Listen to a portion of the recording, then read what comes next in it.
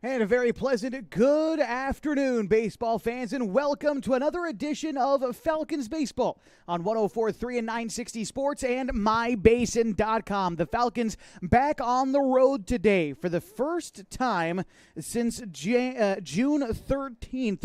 They are here in Grants Pass to take on a league opponent in the Grants Pass Diggers. Glad to be with you today. My name is Josh Eldridge, live from Agnew Lytle Field at Chapman Reese Stadium at the All Sports Park in Grants Pass, Oregon, as we get set to take on the Diggers. 0-6 in league play is Grants Pass, but a couple of wins last night against the Roseburg Pepsi, and sort of a maybe change of attitude and identity of this Grants Pass team that's coming to play the Falcons today. Klamath Falls, of course, coming off a fairly lengthy homestand, not in terms of the days they were at home, but they did play 5 consecutive games, and in that time they were they played 4 games, and they were 3-1 in that span. Their only loss coming to the league-leading Central Point Comets.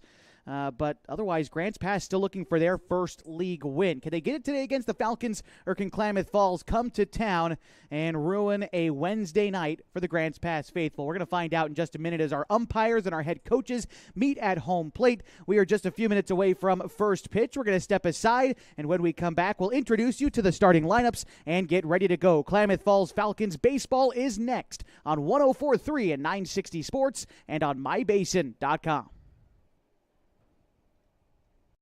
Pacific Power works day in and day out to power our communities because we know our neighbors rely on us. We're trimming and clearing branches around poles and lines, protecting our system, and giving you real-time updates when storms roll in.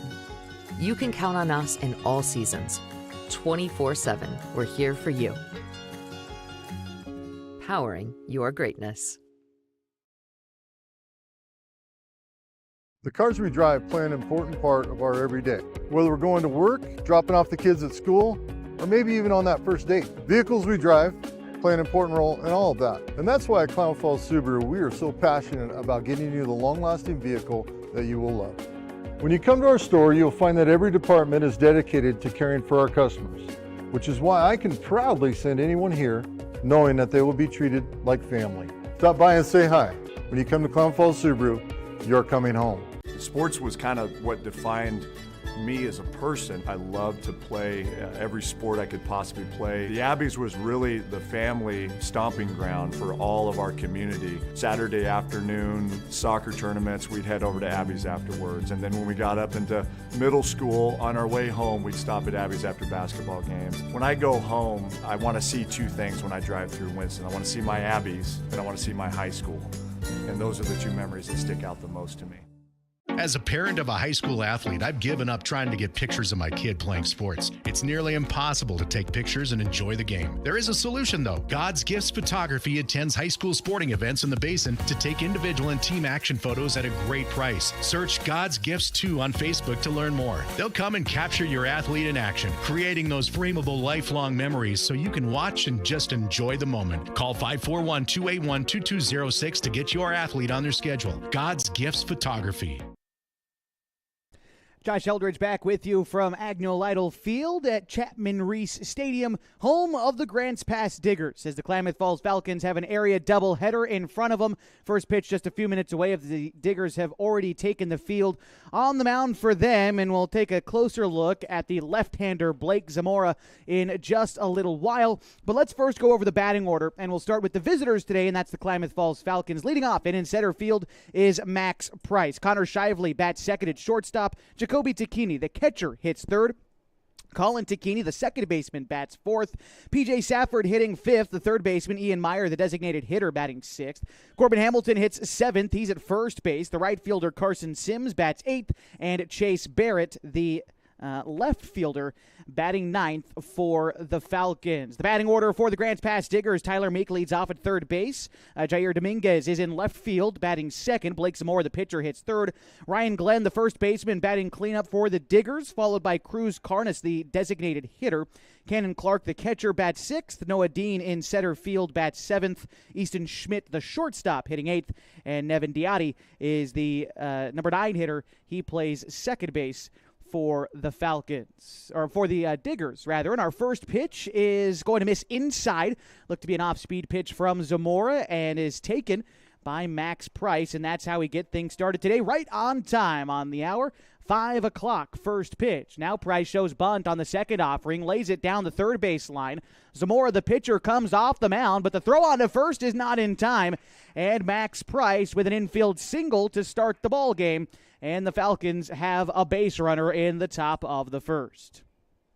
This will bring up Connor Shively. Shively bats from the left side for the Falcons, and we saw Shively exit the game in the final inning a night ago when we were at home at Kiger Stadium. He took a nasty hop, and the ball bounced off his face as Shively ready to take the first pitch. Line drive, center field. That'll get down in front of the center fielder, Dean, and back-to-back singles for the Falcons have them in business in the top of the first. Although I want to finish my thought here about Shively, it turns out that although he did exit the game, I'm going to imagine it was just to clean up his blood. You got to be taken out of a game, and that had a small cut under his eye, but he seems to be okay. And, well, he's certainly okay, as he just extended his hitting streak now to 8 games. Shively is playing very well to start the year. Moved a runner into scoring position for Jacoby Takini, who bats now with nobody out. And Zamora, the lefty, comes set and delivers the pitch. It's a breaking ball that finds the zone. Both runners are on the move, and both of them are safe.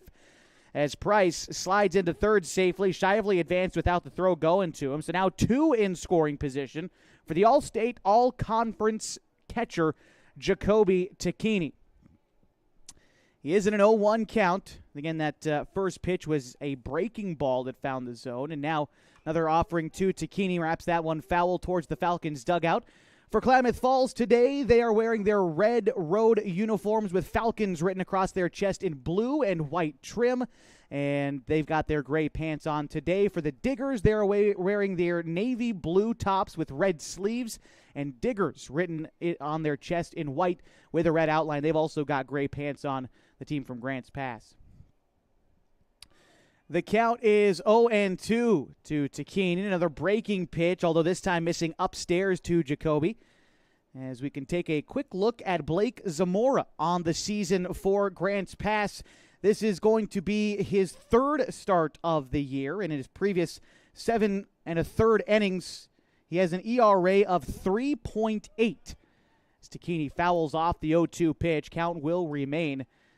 Zamora is 0-2 in his first 2 starts of the season.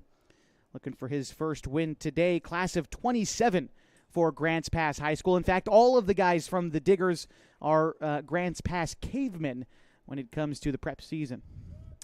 Here's the pitch to Takini. Two-seam fastball graces the outer third, and Takini down looking for the first out in the first inning. But 2 runners remain in scoring position with Colin Takini stepping in now.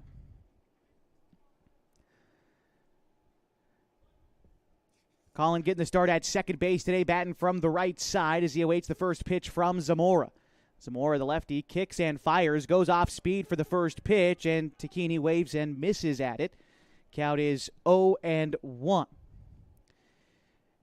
Yesterday, Colin making quite the impact in the win against Post 58. Takini finished that game 2 for 5 with a double and a triple, 2 runs and 2 RBI. As that pitch misses low inside and around the knees, maybe a touch below the knees as well. Takini now in a 1-1 count, top of the first inning. Falcons knocking on the door with 2 men in scoring position. Takini swings and misses at that pitch, but it skips away from the catcher Clark. Breaking for the plate is Price, and he will score. And the Falcons lead 1-0. Also advancing to third on that play was Colin Takini.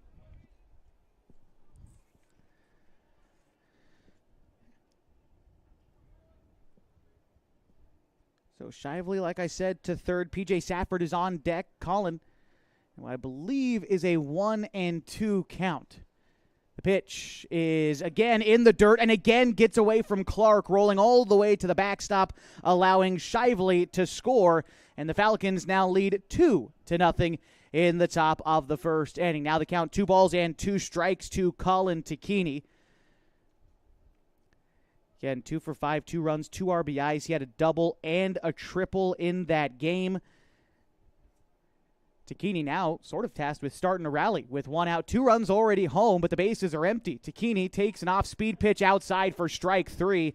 That's back-to-back outside pitches that the Falcons have looked at for strike 3. But now P.J. Safford will bat with 2 outs, and the base is empty. Safford a solid outing yesterday, 2 for 4, couple of runs batted in. Safford made a lot of defensive plays yesterday for the Falcons. I believe he had 8 putouts yesterday. He takes a bender off the inside part of the plate, called strike 1, and Safford falls behind. Ian Meyer is on deck. And the delivery from Zamora, that one misses wide.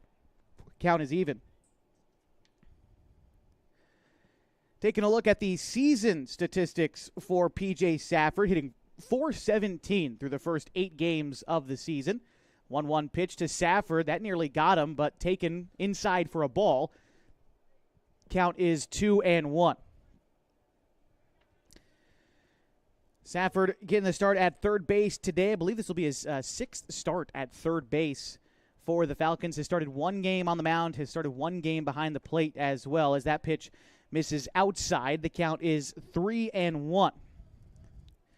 But Safford, one of only 4 guys on the Falcons who has started every single game. And that pitch misses down. Safford works a walk on 5 pitches and gets aboard for Ian Meyer. And just to finish my thought about Safford just being a mainstay in the starting lineup, only other guys to join him in starting every single game so far are Connor Shively, Corbin Hamilton, Jacoby Takini, and Max Price. So pardon me, 4 other guys, but everyone else has been mixed in here or there. But you get a starting spot every day on this team. Well, that says quite a lot about you as a ball player. First pitch to Ian Meyer, line drive, center field, base hit. The Falcons will have runners at first and second with 2 away. Their 3rd hit of the inning. And a little knock there for Ian. He's got to feel pretty good after somewhat of a rough day yesterday against Post 58. Meyer was 1 for 3, but had lots of opportunities for runs batted in that wasn't able to come to fruition, although he did score 2 runs, making his way around the base paths. So I suppose can't feel all that bad about it.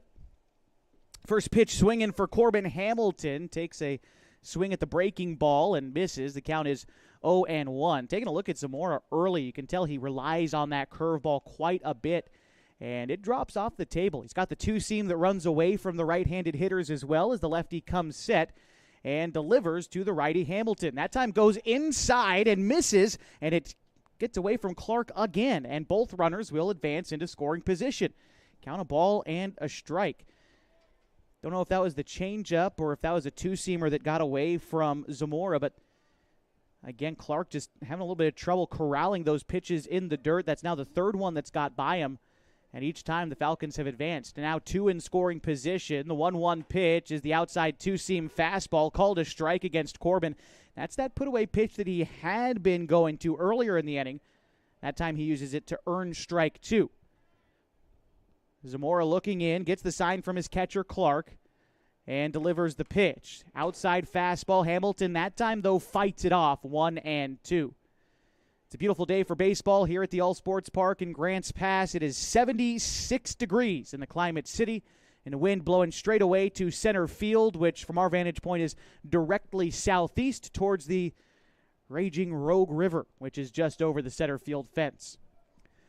The 1-2 pitch rolled down the third base side. Gloving it is Meek. He takes a throw over to first, but it takes Glenn off the bag, and it rolls down the line. A lot of foul territory here at Agnew-Lytle Field, and that's going to allow Hamilton to get all the way to third as both runs come in to score.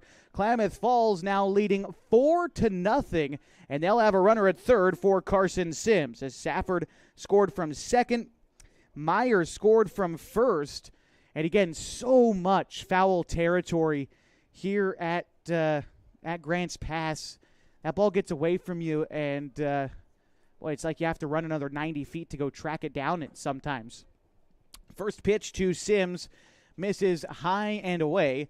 Count is 1-0. Again, Hamilton standing there at third after the error. As this inning continues, and the Falcons have added 2 more on that play, again leading by 4. Sims taking the outside pitch there for strike one. Yesterday, Sims entered the game halfway through as a replacement in the outfield. As the right-handed hitter takes a cut and misses, count 1-2. But for the season, Sims has been playing very well, batting .444 to start the season and leads the team in doubles to start the season. He's got 4 of them. Right now, down in the count, 1-2. The pitch to Sims. Curveball fouled off, and the count will remain a ball and 2 strikes. Up next is Chase Barrett, the starting left fielder. If the inning continues, he'll get a chance to hit here in the top of the first. Zamora trying to find a way out of the inning. He thought he found it in the last at-bat, but an error behind him prolonged the inning. The lefty looks in and comes set. Catcher Clark sets up inside, and the pitch is hit weakly down the third base line, foul. And so the count remains 1-2. After today's game here in Grants Pass, the Falcons have a couple of days off before heading over to the Rogue Valley to play South Medford, a high noon start at Harry and David Field on Saturday. Sims hits a fly ball the opposite way. That is over the head of the right fielder, Scott, and will roll all the way to the fence. Hamilton scored. Sims digging for 3, and he will get in standing. And an RBI triple for Carson Sims makes it 5-0 Klamath Falls. Seeing the ball really well early. And for Carson, that is his first triple of the summer. And an RBI for him as well. And for Sims, that's RBI number 4. And here's Chase Barrett to swing the stick now for the Falcons. First delivery is going to find the zone. Knee high, middle of the plate, and the count 0-1. Again, Chase Barrett, the number 9 hitter in the order. So back to the top next for the Falcons. Max Price waits on deck. Zamora with the 0-1. Outside fastball swung at and missed. The count now 0-2 to Chase Barrett. Product of Henley High School. Barrett will graduate in 2027. Set is Zamora. And the delivery home. Misses in the dirt. And the count 1-2. Good eye there for Barrett, who comes into the game batting .333. This is only the second game he's started this summer, but he's a guy they use often as just a replacement in the outfield. Here he hits one to the left center field gap. Moving over is the center fielder, Dean. He's not going to be able to track it down. We might have another extra base hit as Barrett digs for 2, and he will get in standing. And an RBI double for the Falcons makes it 6-0 as Sims scored from third. Give him the RBI, and for Barrett knocking in his first run of the season. And back to the top of the order now for Max Price. And we're going to have a visit on the mound for Coach Morgan, Coach Zach Morgan, going out to talk to his pitcher out there who's been hit around a little bit in this first inning. 5 hits through the first 9 batters. And the Falcons have turned that into 6 runs. Price, who's about to come up for the second time this inning, started it out with a single. Shively followed up with a single of his own. A couple of wild pitches allowed both of those runs to score. And while Jacoby and Colin Tacchini both struck out, since then, Safford walked, a single from Meyer. Hamilton reached on an error which scored 2 runs, and then Sims and Barrett each with back-to-back extra base hits. Falcons are cooking here in Grants Pass in the top of the first inning. Taking a leadoff second is Chase Barrett as Max Price settles back in. First pitch to Max is going to miss outside. The count is 1-0.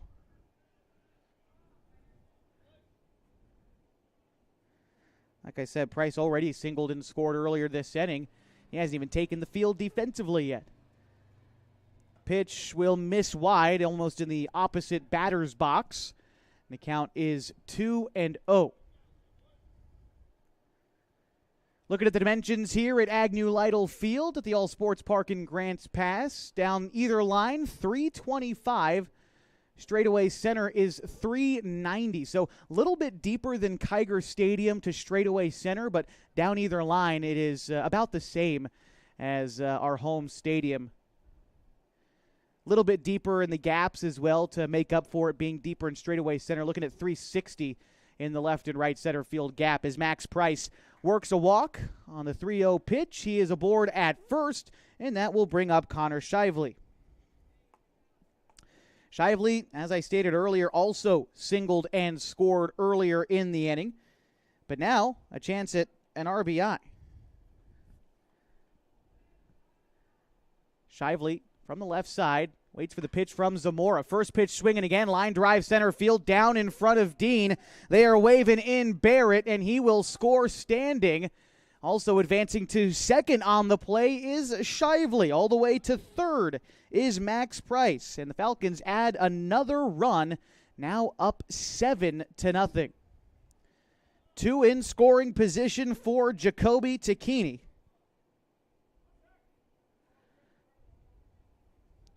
Takini did strike out in his first at-bat, but trying to join the rest of his teammates and keep the inning going here. First pitch, line drive, left center field, and another base hit. They're sending in Shively. He'll score easily. Takini a big turnaround first, but he'll stay there, and the Falcons lead 8-0. They are swinging the stick with a purpose here in this frame. And I believe this is the most runs in a single inning for the Falcons this season. I'll confirm that in just a moment as Ryan Glidden comes out to run for Jacoby Takini.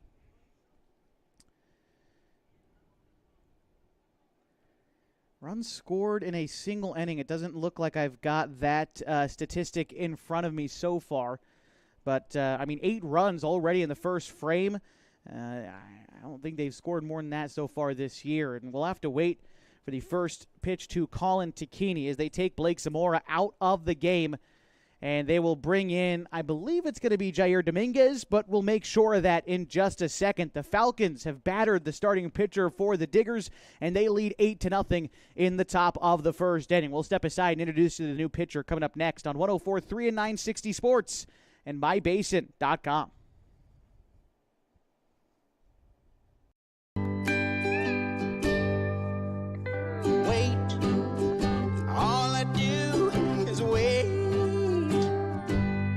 So lonely, I just sigh and moan.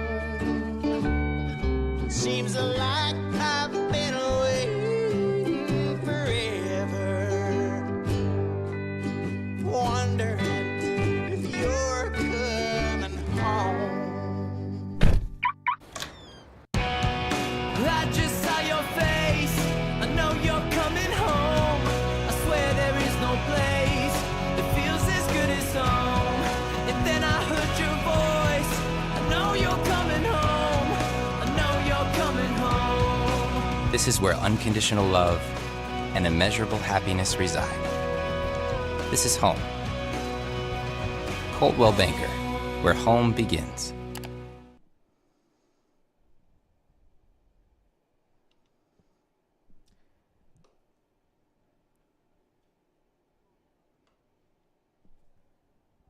Welcome you back to Agnew Lytle Field at Chapman Reese Stadium in Grants Pass, where the Klamath Falls Falcons lead 9-0. They'll have a runner on first base as we introduce you to a new pitcher for the Grants Pass Diggers. It is Jair Dominguez, and we'll give you a statistical outlook on him in just a second. But coming into the game in the first inning, I'm sure this is sooner than the Diggers would have liked to go to him, but the Falcons saw Zamora very well and can't quite close the book on him yet. After that RBI single from Jacoby Takini, Glidden is going to be standing at first. But again, a look at the numbers for Jair Dominguez so far this season. This is going to be his second appearance. He's only recorded 1 out this year. He faced 4 batters, so almost nothing to go off of for him. Is about as fresh as a fresh arm can be, trying to go up against Colin Takini here. Already 9 runs home in the first inning for the Falcons. They've built out a significant lead over Grants Pass. Pitch on the way to Takini. He'll take a look at the pitch from Dominguez. for strike one. We'll get you the other changes for the Diggers here in just a minute, although it looks pretty simple that they're bringing Dominguez in from left and putting Zamora in left. And so there you have it. Blake Zamora, the new left fielder for the Diggers, is the 0-1 pitch, I believe, was fouled off. And the count, no balls and 2 strikes to Colin Tacchini. Already struck out once earlier this inning and does it again here to end the inning. But the Falcons score 9 runs, and they do it on 7 base hits, and they leave 1 stranded. We'll be back in just a minute for the bottom of the first inning on 104.3 and 960 Sports and MyBasin.com. Threads. There are many threads that run through our region. There are churches and schools and Little League teams that bring us together and bind us into communities. There are roads and cars, there are houses and jobs and businesses, all woven together to make the fabric of our communities. There are financial threads that are part of that tapestry as well. For over 80 years, it's been our pleasure to be headquartered here, providing financial services to generations of our friends and neighbors. From that first savings account, to retirement planning, and all of the cars and houses and groceries in between, we keep your money local, investing it back into our communities, adding more threads to the fabric to make our communities stronger. Pacific Crest Federal Credit Union. Find your path.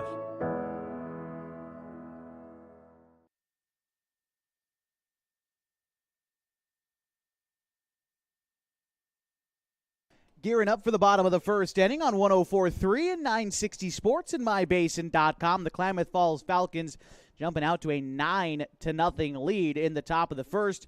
It'll be an opportunity for the Grants Pass Diggers to try to respond. And since it's been 20 minutes since I introduced him to you, want to recap the starting lineup for Grants Pass. Tyler Meek, the leadoff hitter, is at third base. Jair Dominguez, the left fielder, now pitcher, bats second. Blake Zamora, former pitcher, now left fielder, hits third. Ryan Glenn, the first baseman, batting fourth.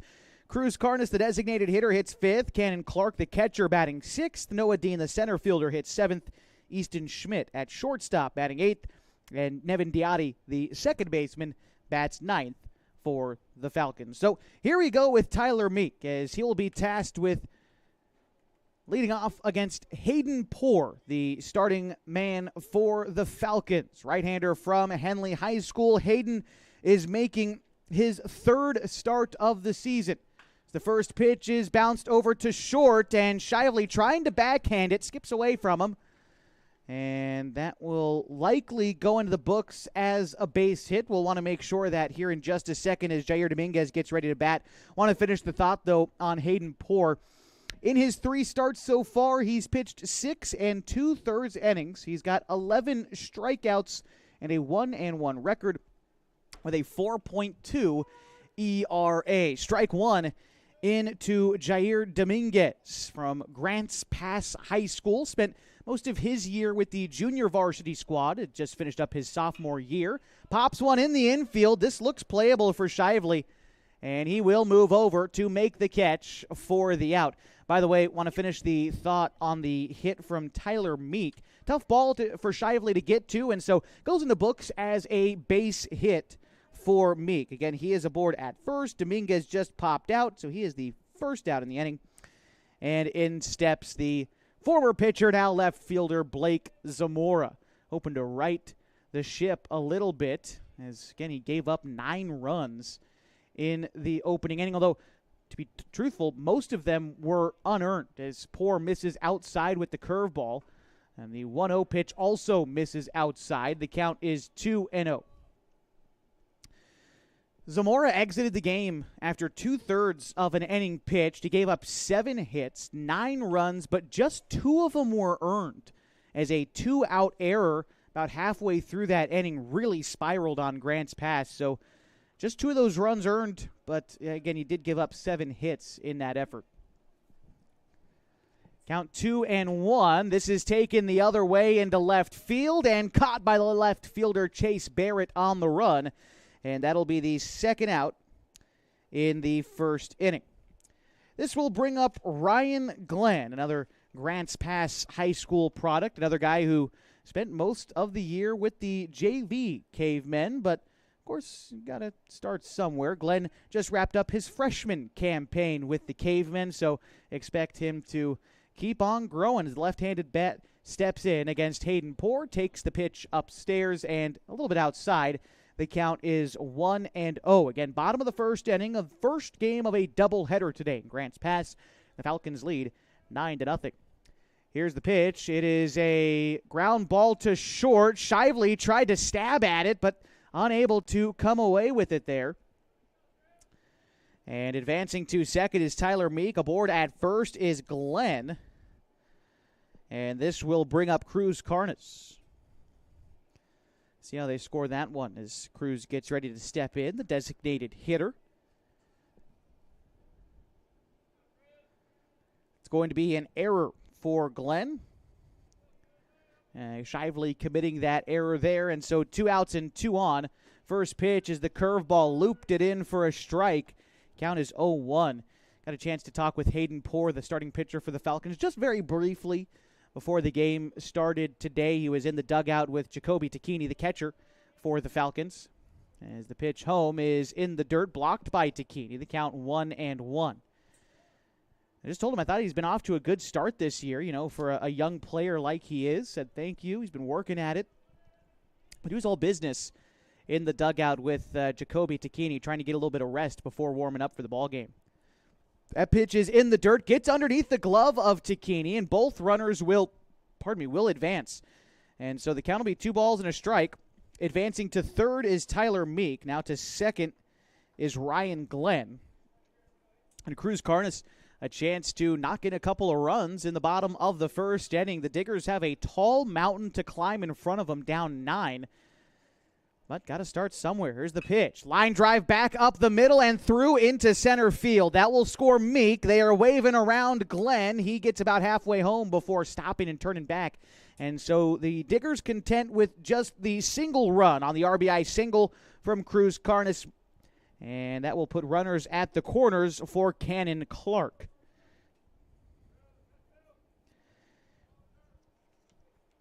Clark had a few get away from him in the top of the first, but again, now in an RBI opportunity, a chance to right the ship a little bit. First pitch to him is that beautiful breaking pitch from Hayden Poor. Relies on it so much, and when he's got it working, it can be absolutely lethal. And that one was left up in the zone a little bit. Probably want to drop that down, but that pitch is going to be high it in. The count is 1-1.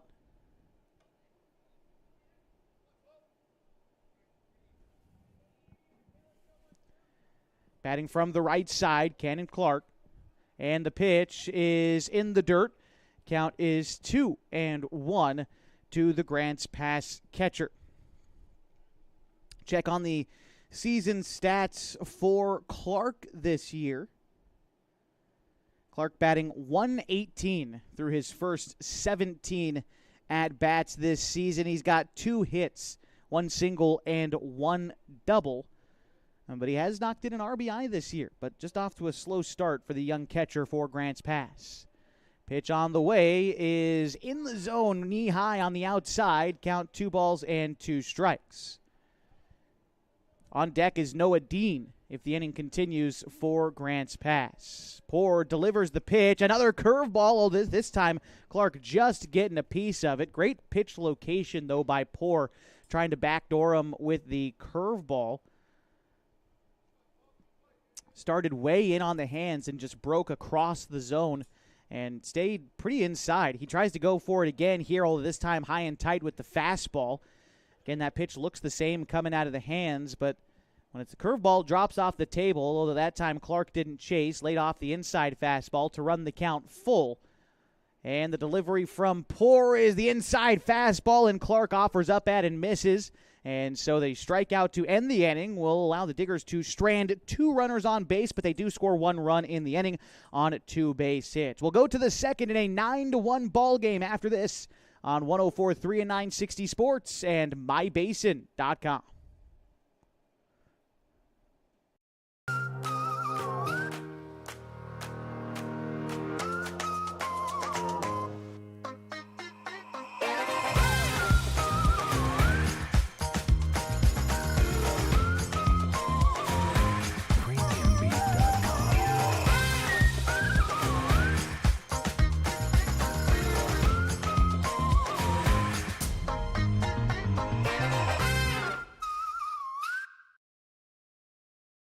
Pacific Power works day in and day out to power our communities because we know our neighbors rely on us.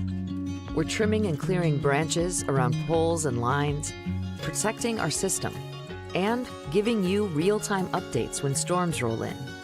You can count on us in all seasons. 24/7, we're here for you. Powering your greatness.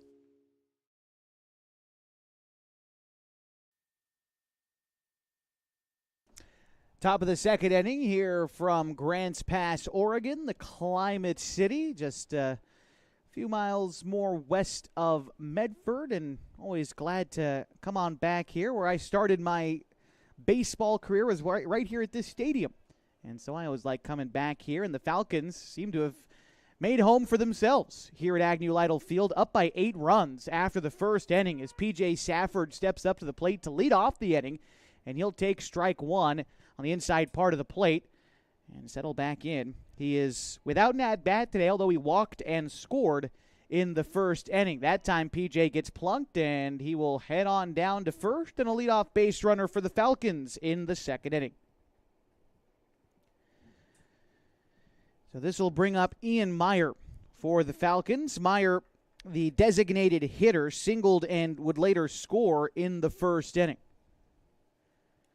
And Jair Dominguez comes set. The right-hander kicks and delivers. That pitch misses down and in. And the count 1-0 to Ian Meyer. Meyer bats .357 through the first 8 games for the Falcons. Pitch to Meyer.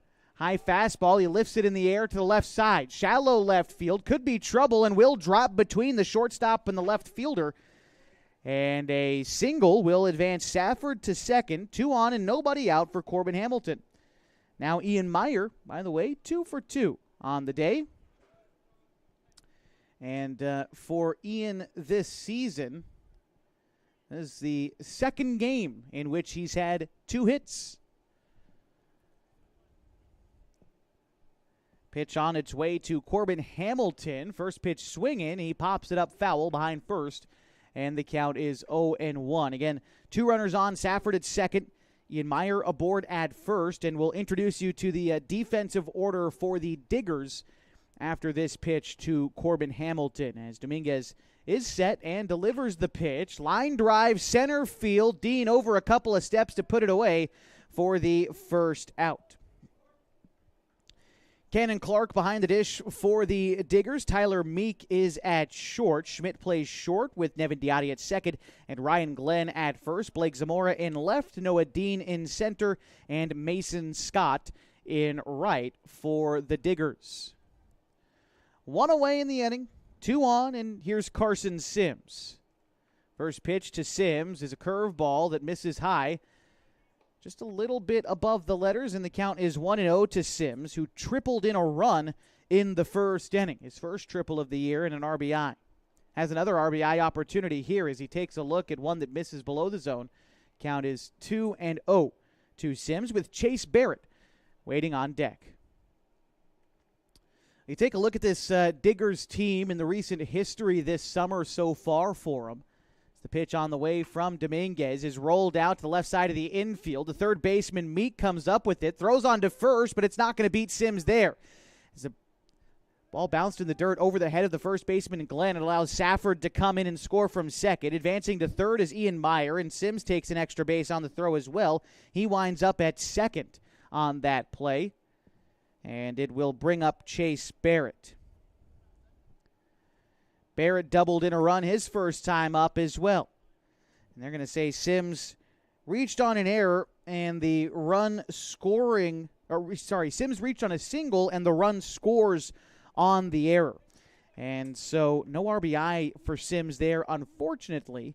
But again, the Falcons do add the run regardless, now back up in front by 9, a score of 10-1. That pitch misses low and away. The count is, I believe, 2-0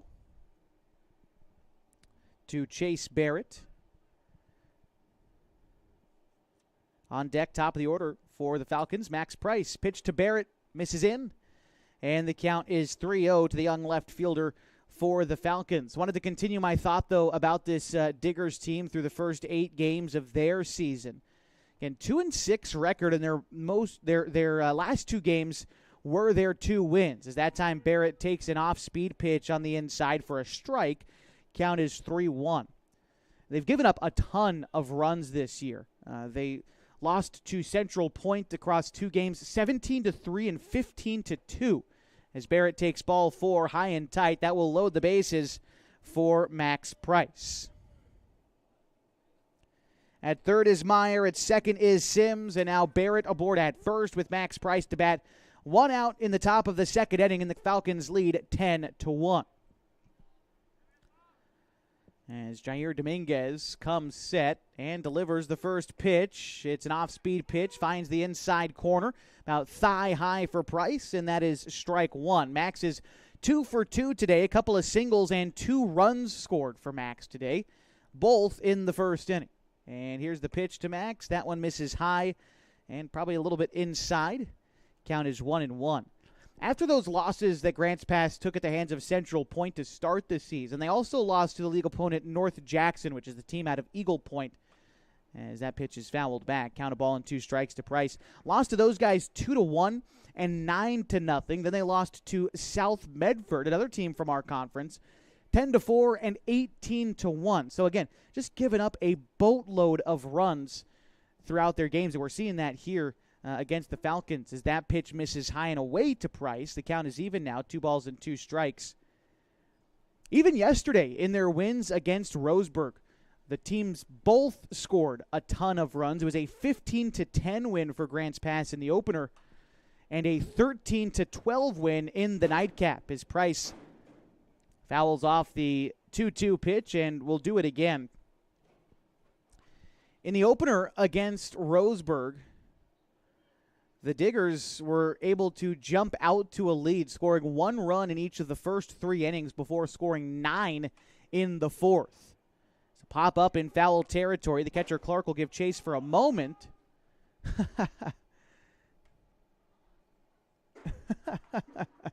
And we got a honorary fan over here in the stands who fielded that foul ball. That would be my boss, Rob Sims. All right, back to it with Max Price at a 2-2 count. Off-speed pitch, line drive, center field, right at Dean. Tagging at third is Ian Meyer. He will come in and score. Tagging from second to advance to third is Carson Sims. So the Falcons adding another run, now up 11-1. This will put runners at the corners with 2 outs for Connor Shively. Let's give Max Price a sacrifice fly and the RBI on that play. And again, here is Shively. Wanted to finish my thought, though, about the Diggers. You can see, like I said, they had 9 runs in the 4th inning in game against Roseburg, so you know that they can have that big offensive output. Something to be worried about. No lead is ever safe. And the nightcap, I mean, they proved that themselves against Roseburg last night when they were trailing by 6 runs going into the 6th inning. And while Roseburg added a couple runs in the 6th and 7th, Grants Pass scored 4 runs in the 6th and 4 runs in the 7th to power themselves to a walk-off win, 13-12. As that pitch to Hamilton misses, count is 2-0 to Corbin, who has struck out. Oh, pardon me, this is still Connor. Connor is 2 for 2 with an RBI. And that pitch finds the zone on the outside to the lefty. The count 2-1. Shively scored runs in each of his first 2 base hits as well and got all the way around to help the Falcons build out this massive lead they find themselves with early. This time, a line drive center field could be trouble for Dean as that one does fall in front of him.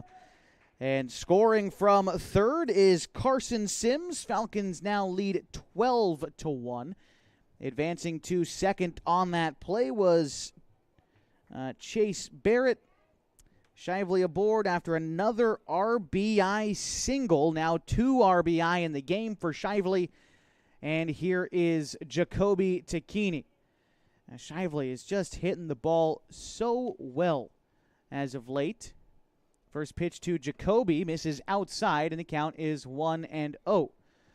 And for Jacoby,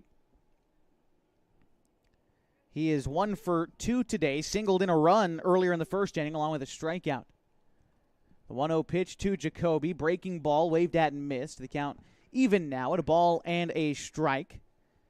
Connor Shively, this has now been his 3rd game of the season with 3 hits. Overall, 5 multi-hit games, now turned, 6 multi-hit games now for Shively. That's including this one through the first now 9 games. That's just an outstanding statistic for Connor. Right now, the count of ball and 2 strikes for Jacoby. And the pitch on its way, fought off by Takini, and so he stays alive. The count is 1-2.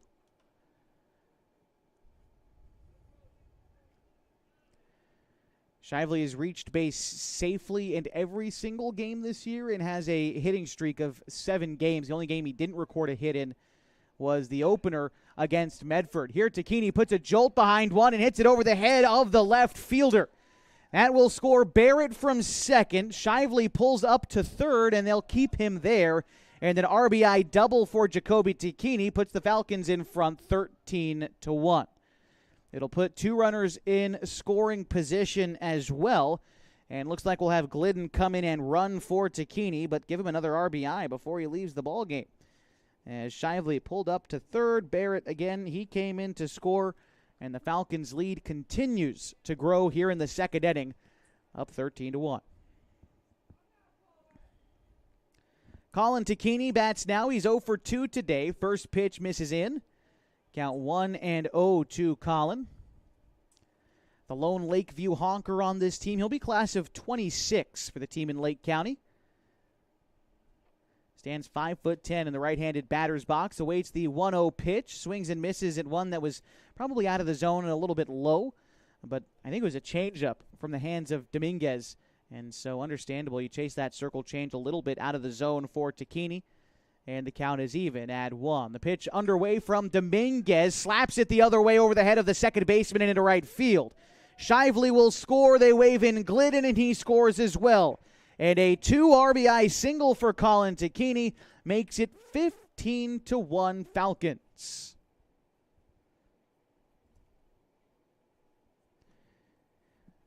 And another meeting on the mound because of it. We'll see if Grants Pass winds up making a change.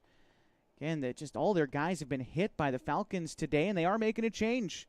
In the top of the second inning of a 15-1 ball game, the Diggers will tap in their 3rd pitcher of the ball game. We'll introduce him to you when we come back on 104.3 and 960 Sports and mybasin.com. We drive play an important part of our everyday. Whether we're going to work, dropping off the kids at school, or maybe even on that first date. Vehicles we drive play an important role in all of that. And that's why at Klamath Falls Subaru, we are so passionate about getting you the long-lasting vehicle that you will love. When you come to our store, you'll find that every department is dedicated to caring for our customers, which is why I can proudly send anyone here knowing that they will be treated like family. Stop by and say hi. When you come to Klamath Falls Subaru, you're coming home. Sports was kind of what defined me as a person. I loved to play every sport I could possibly play. The Abbeys was really the family stomping ground for all of our community. Saturday afternoon soccer tournaments, we'd head over to Abbeys afterwards. And then when we got up into middle school, on our way home, we'd stop at Abbeys after basketball games. When I go home, I want to see 2 things when I drive through Winston. I want to see my Abbeys, and I want to see my high school. And those are the 2 memories that stick out the most to me.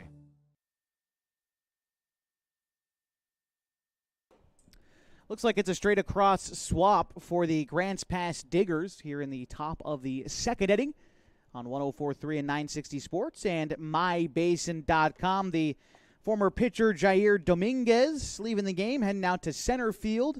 And Noah Dean, the former center fielder, is now into pitch. Let's try to take a quick look at the numbers on the season for Noah Dean on the mound. As for Dean, this will be his 3rd appearance of the season, his 2nd in relief. An inning and 2/3 pitched, though, so not a huge sample size to go off of, but Dean an ERA of 6.6 through his first couple of outings. And he'll be tasked with facing a Falcons lineup, which has really come to play today. I mean, boy, They have been swinging the bat very, very well to start the contest, already up to 12 base hits, and they have matched their season high in scoring output as well at 15 runs. And we're only in the second inning. By the way, the Falcons scored their season high 15 runs. They've done it twice, now 3 times, but they defeated the Medford Mavericks 15-1, defeated the Roseburg Pepsi 15-0, and they lead Grants Pass 15-1 here in the second inning. The Diggers trying to find some way to stop the bleeding, and maybe it's with Noah Dean, and it'll be P.J. Safford who led off this inning to bat again here in the second. Now, he's had 2 plate appearances, but without an official at-bat yet, as he has walked and been hit by a pitch through his first times up. There will be a runner at first base. That's Colin Takini for the Falcons, and there are 2 outs in this second inning. Set is Dean. The first pitch from the right-hander misses high. The count is 1-0. Noah Dean spending the year with the varsity Grants Pass Cavemen. Pitch on the way from Dean. High leg kick, and he fires in the pitch. Bounced over to third and by Meek and into left field. And Safford aboard again. 3 consecutive trips to the plate and 3 times down to first base. As Colin Takini also advances to second on that play.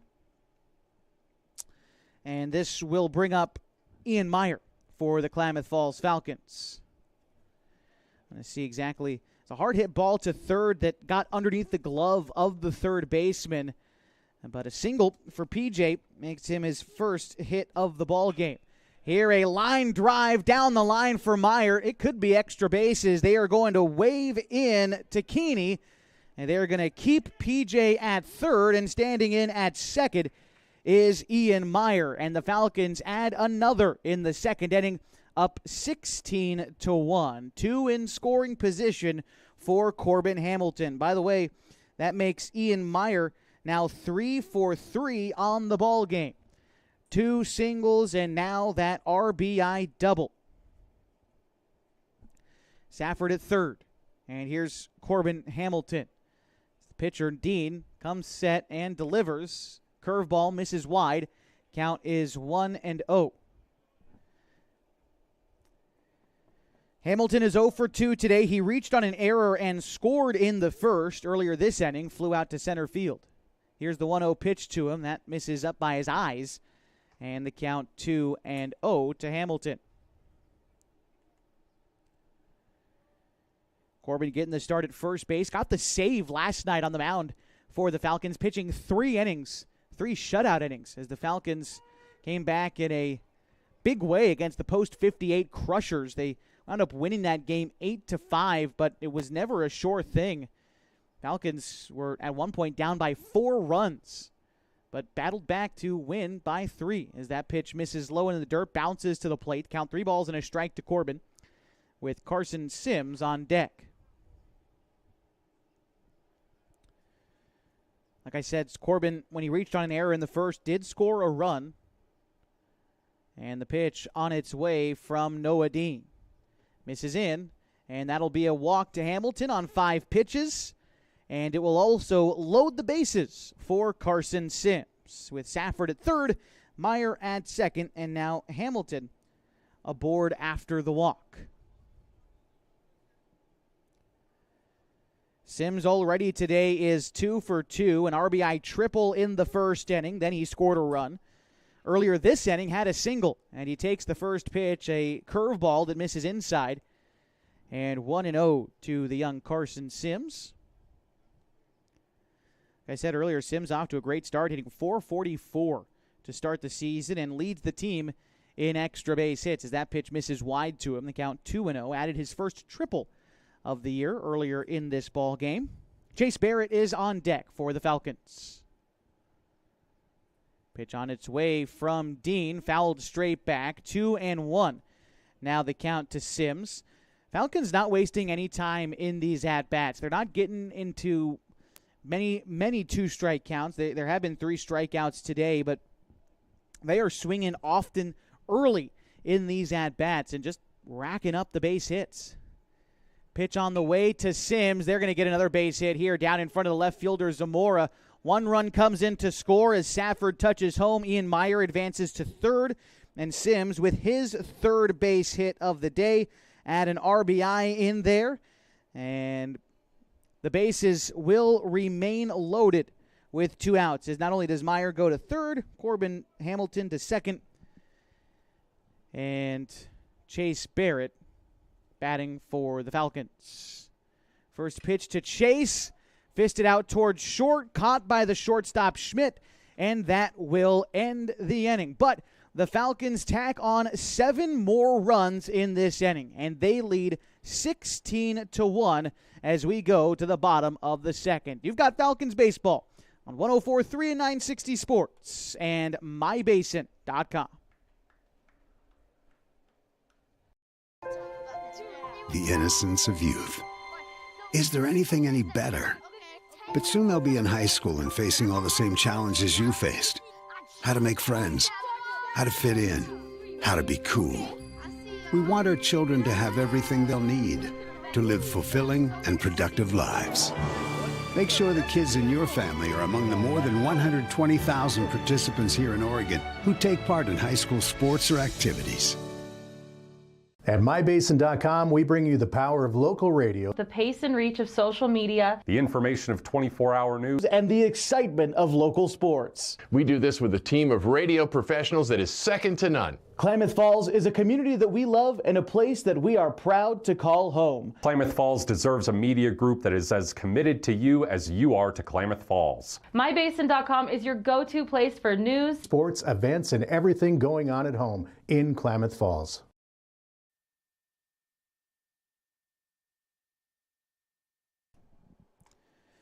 It'll be the bottom of the second inning, a game in which the Klamath Falls Falcons lead 17-1.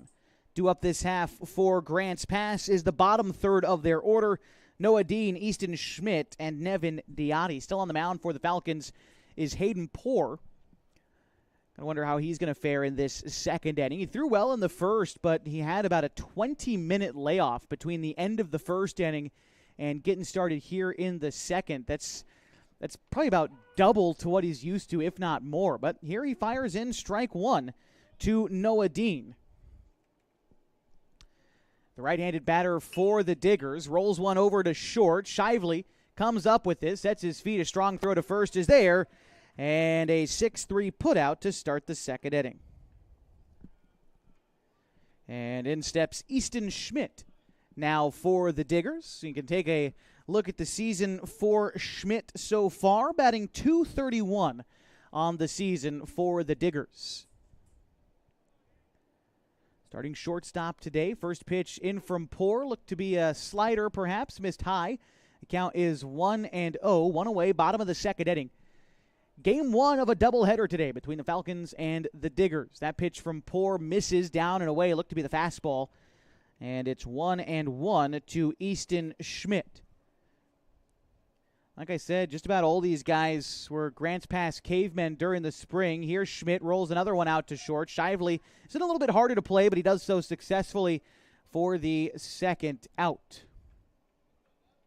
Grants Pass cavemen, been talking about him a lot this year. They finished 14-13 under head coach Kyle Garrison, who just wrapped up his second full season with the Grants Pass Cavemen. He's technically the listed head coach for the Diggers as well. His first pitch underway to Nevin Diotti. That pitch is fouled back, and the count is 0-1.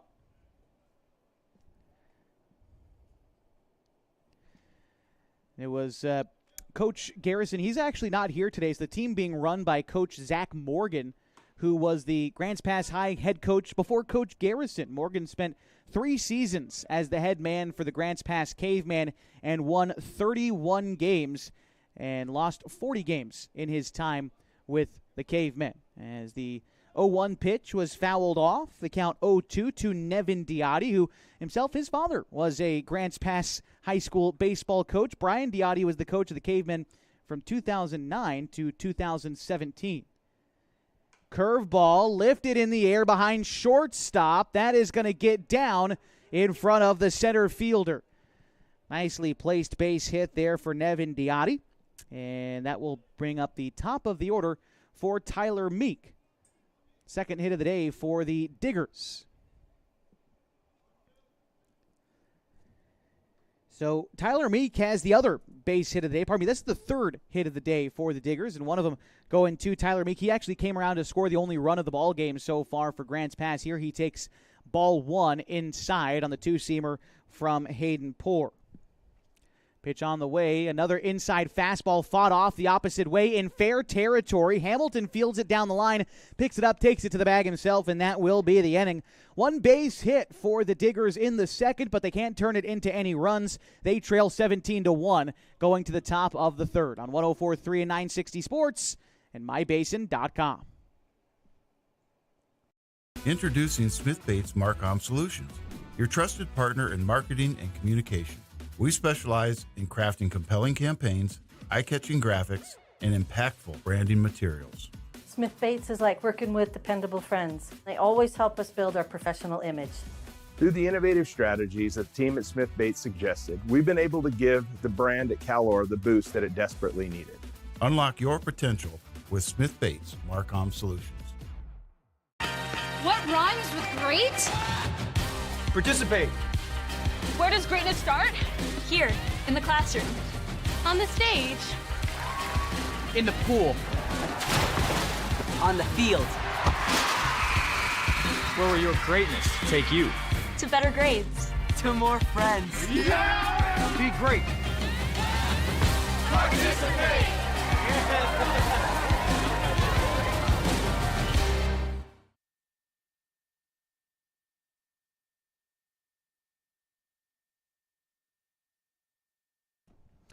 It's the top of the third inning, and the Klamath Falls Falcons lead the Grants Pass Diggers 17-1. Due up this half for the Falcons, it's the top of their order, but it looks like we're going to see some new guys get shuffled into the mix here as Hunter Glidden will lead things off for the Falcons. He'll take over for Max Price, who started the game in center field. Not sure what the defensive changes for the Falcons are going to look like, but Hunter Glidden batting now. First pitch on the way to Glidden from Noah Dean. First pitch swinging. It's a ground ball down the third base line. Backhanded by Meek. Throw to first. Bounces to Glenn, and it gets away from him. Rolls down the line. That will advance Glidden to second. And after the error, Glidden is at second. And now batting for Connor Shively is Ryan Glidden, the older brother for Hunter. Just making a couple notes here on my score sheet, pardon me, as Shively exits the game after going 3 for 3 with 2 RBI. First pitch to Ryan is taken for a ball outside.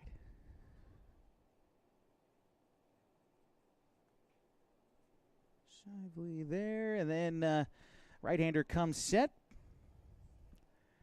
Takes a look at the runner. Big lead off a second for Hunter Glidden. Ryan Glidden lifts one into the air, shallow left field. Coming in is the left fielder Zamora. Overran it, and it got down behind him.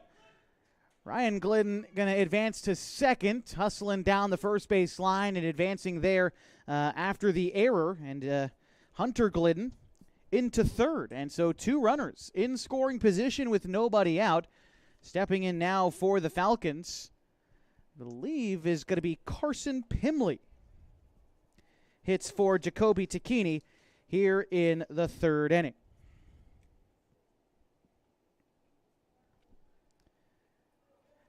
Pitch on the way. And that one misses in off the glove of the catcher, but not rolling very far. And count is 1-0, still with nobody out in the inning.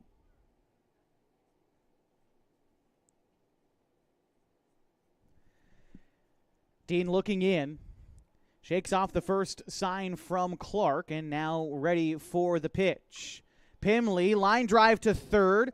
Playing it on a hop was the third baseman, Meek. He makes the throw to first, takes the first baseman, Glenn, off the bag, but he's able to recollect, touch the base to record the out. But both runners remain in scoring position, and Batting now is going to be Colby Medeiros.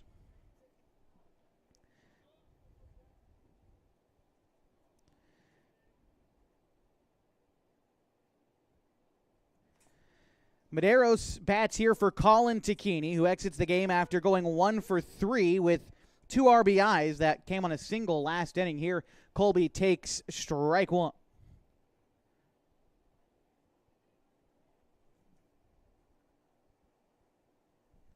That one misses upstairs as well. The count, a ball and a strike to Medeiros. And P.J. Safford still on deck for the Falcons, and so presumably he'll be staying in the game, but changes for the first 4 guys, in the Falcons order. Count 1-1 to Medeiros, rolls it down the third base line, foul. Count is the ball and 2 strikes to Medeiros. 1 away in the inning. Both guys who are out there, the Glidden brothers, reached on errors. Medeiros keeps his hands back in the 1-2 count. Delivery from Dean is going to miss wide. The count is 2-2. We'll start a little bit of a train of thought here. Again, most of these guys for the Diggers from Grants Pass High School wrapped up a 14-13 record this season. In the Southwest Conference, we're 10-8, part of a 4-way tie for third place in the very competitive 6A Southwest Conference with teams like Roseburg, Sheldon, Willamette, North and South Medford. Then you have Grants Pass and South Eugene. That was the order in which they finished in the standings as well. Count 2-2 to Medeiros. And the pitch is a curveball hit the other way to right field. Scott will make the catch.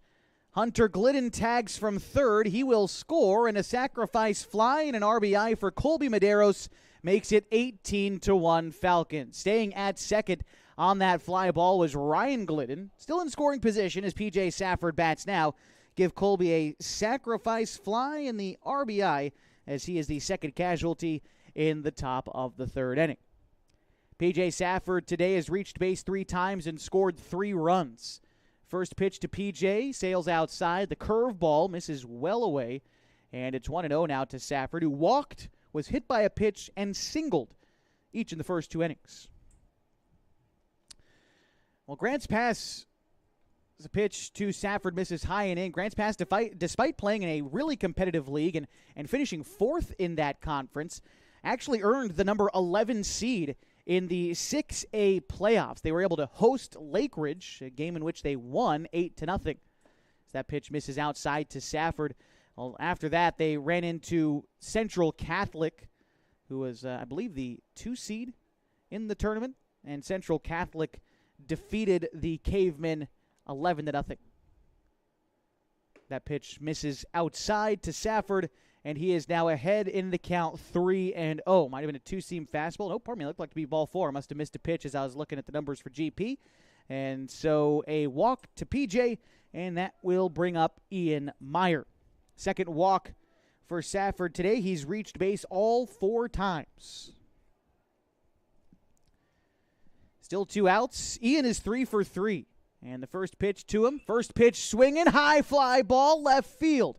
Fighting in the sun is the left fielder Zamora, but that ball way over his head, and one hops the wall. They're going to keep Safford at third as Glidden scores from second, and an RBI double for Ian Meyer makes it 19-1 Falcons. Now 2 men in scoring position, and this will bring up Corbin Hamilton. Safford at third. Meyer, his second RBI double of the day. And the pitch on its way, rolled right back out to the pitcher.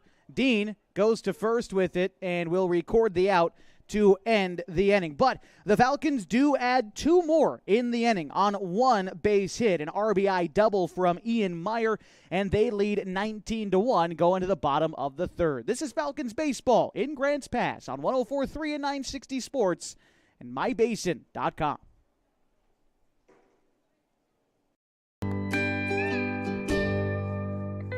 Wait, all I do is wait.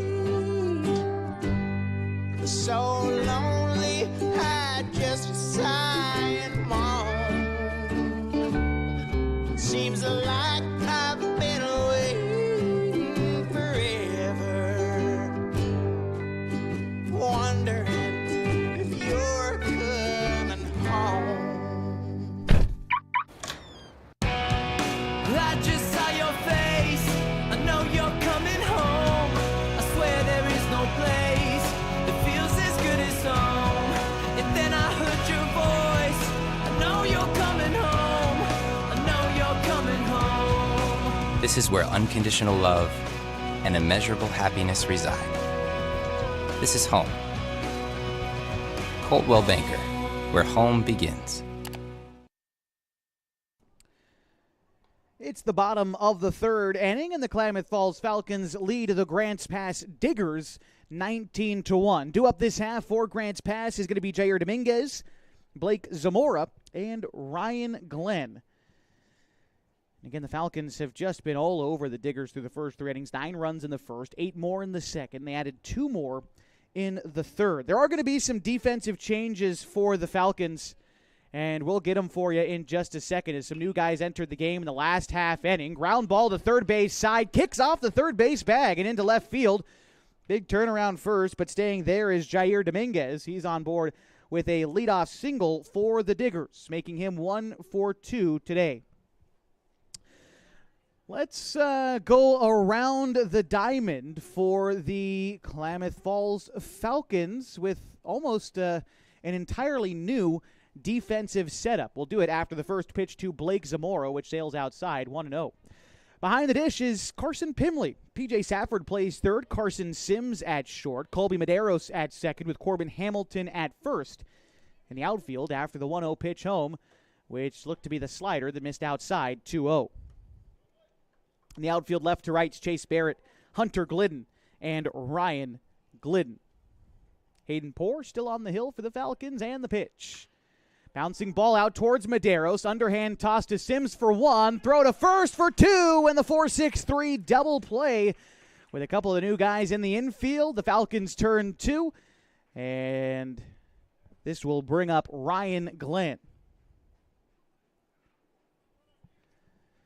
Glenn reached on an error back in the first inning, but was left stranded at second base. First pitch to him, missed for a ball, 1-0.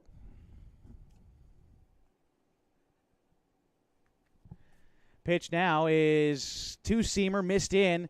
Tried to go inside and have that two-seamer break back away from the lefty, but Poor still missed inside. The count is 2-0. This delivery, an off-speed pitch, that misses high, and now 3-0. The count to Ryan Glenn. Cruz Carnes is on deck.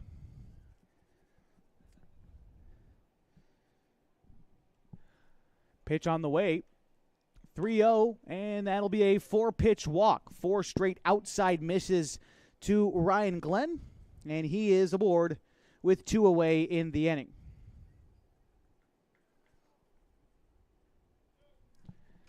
Batting from the right side now, Cruz Carnes, 1 for 1 today with an RBI single back in the first inning. Here's a pitch, hit high in the air, right side. That's going to get down in foul territory. And the count 0-1. Carnes designated hitter in this ball game.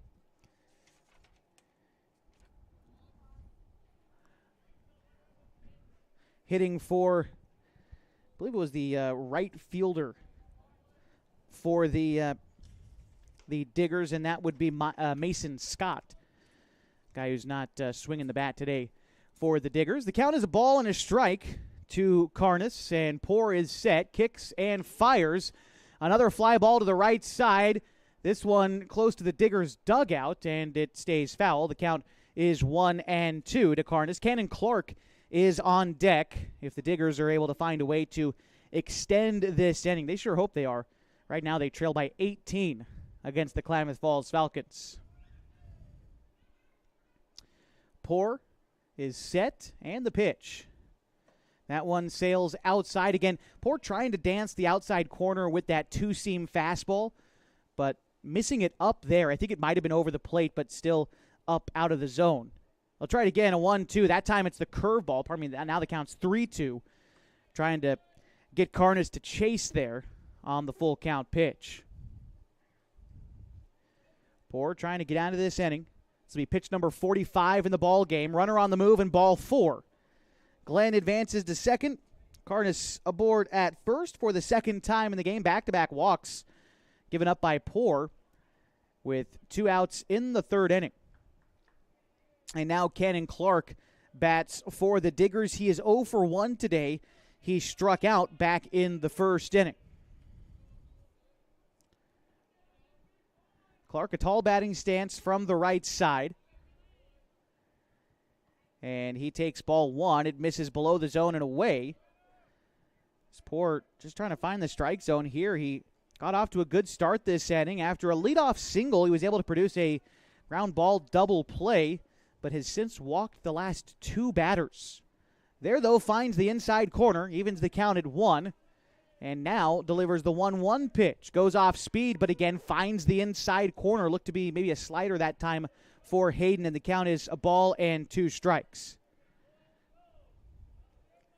Poor looking for a put-away pitch. Kicks, delivers, popped, foul off the metal roof here at Agnew Lytle Field.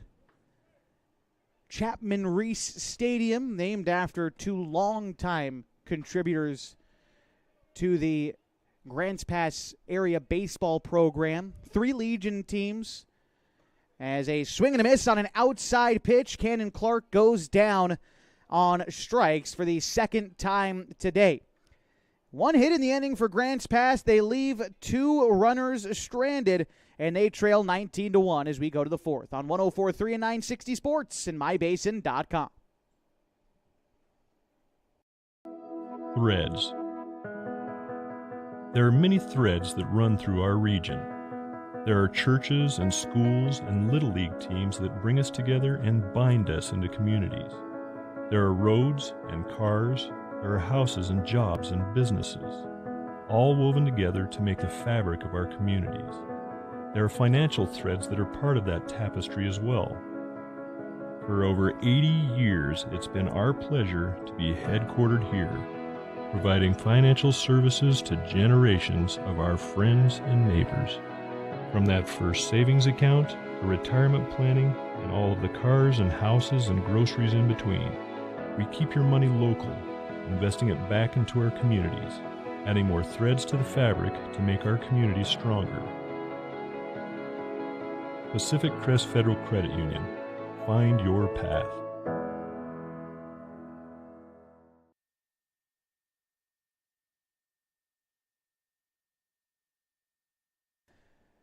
Getting ready for the top of the 4th inning from Grants Pass, and the Klamath Falls Falcons lead the Grants Pass Diggers 19-1. For the Falcons so far, 19 runs on 17 hits. They've committed 1 error, and they have left 6 runners on base. For the Diggers, 1 run on 4 hits, 3 errors. They have left 5 runners on base. Due up this half inning for the Falcons is Carson Sims, then Chase Barrett, and then Hunter Glidden.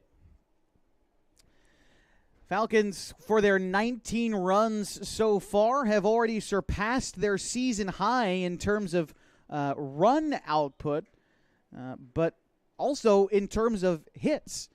Now up to 17 hits. Their previous high came on June 13th against Roseburg when they had 16 hits. As Sims takes strike 1 there. Sims has contributed 3 hits to the 17 knock attack today for the Falcons as he rips one foul the other way, 0-2. Sims tripled in an RBI in the first. He would score then. He singled in the second and would score then. And again in the second inning, an RBI single. Sims has also moved in from starting in right field to now patrolling shortstop on the defensive side of things. The 0-2 pitch to Sims is a curveball that's hit hard into center field and down for a leadoff single. Carson Sims is 4 for 4 today. Just an outstanding day, and this is his first 4-hit game of the season. Don't know how many of those you start to rack up, but you feel good when it happens. There is no doubt about that. Leadoff knock for Carson. 18 hits for the Falcons, and here's Chase Barrett, who is 1 for 2 today. Doubled in a run in the first. He walked and scored in the second, and also flew out in the second. Takes strike 1 over the heart of the plate. And again, it's Hunter Glidden at the top of the order due up next for Klamath Falls.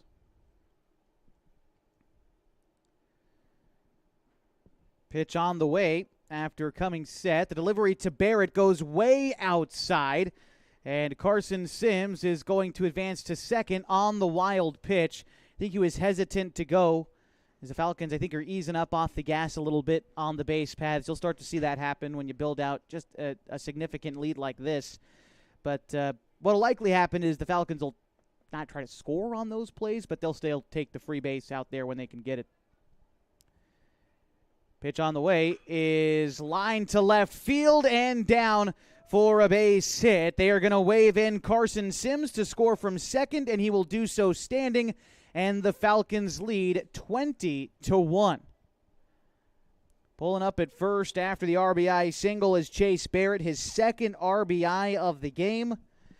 And for Chase, his first multi-RBI game of the season comes here in Grants Pass as he puts his team up by 19 runs. Hunter Glidden bats now for Klamath Falls. He reached on an error and came around to score in his first at-bat, but 0 for 1. He takes a curveball that finds the outside part of the zone, and it's an 0-1 count to Hunter.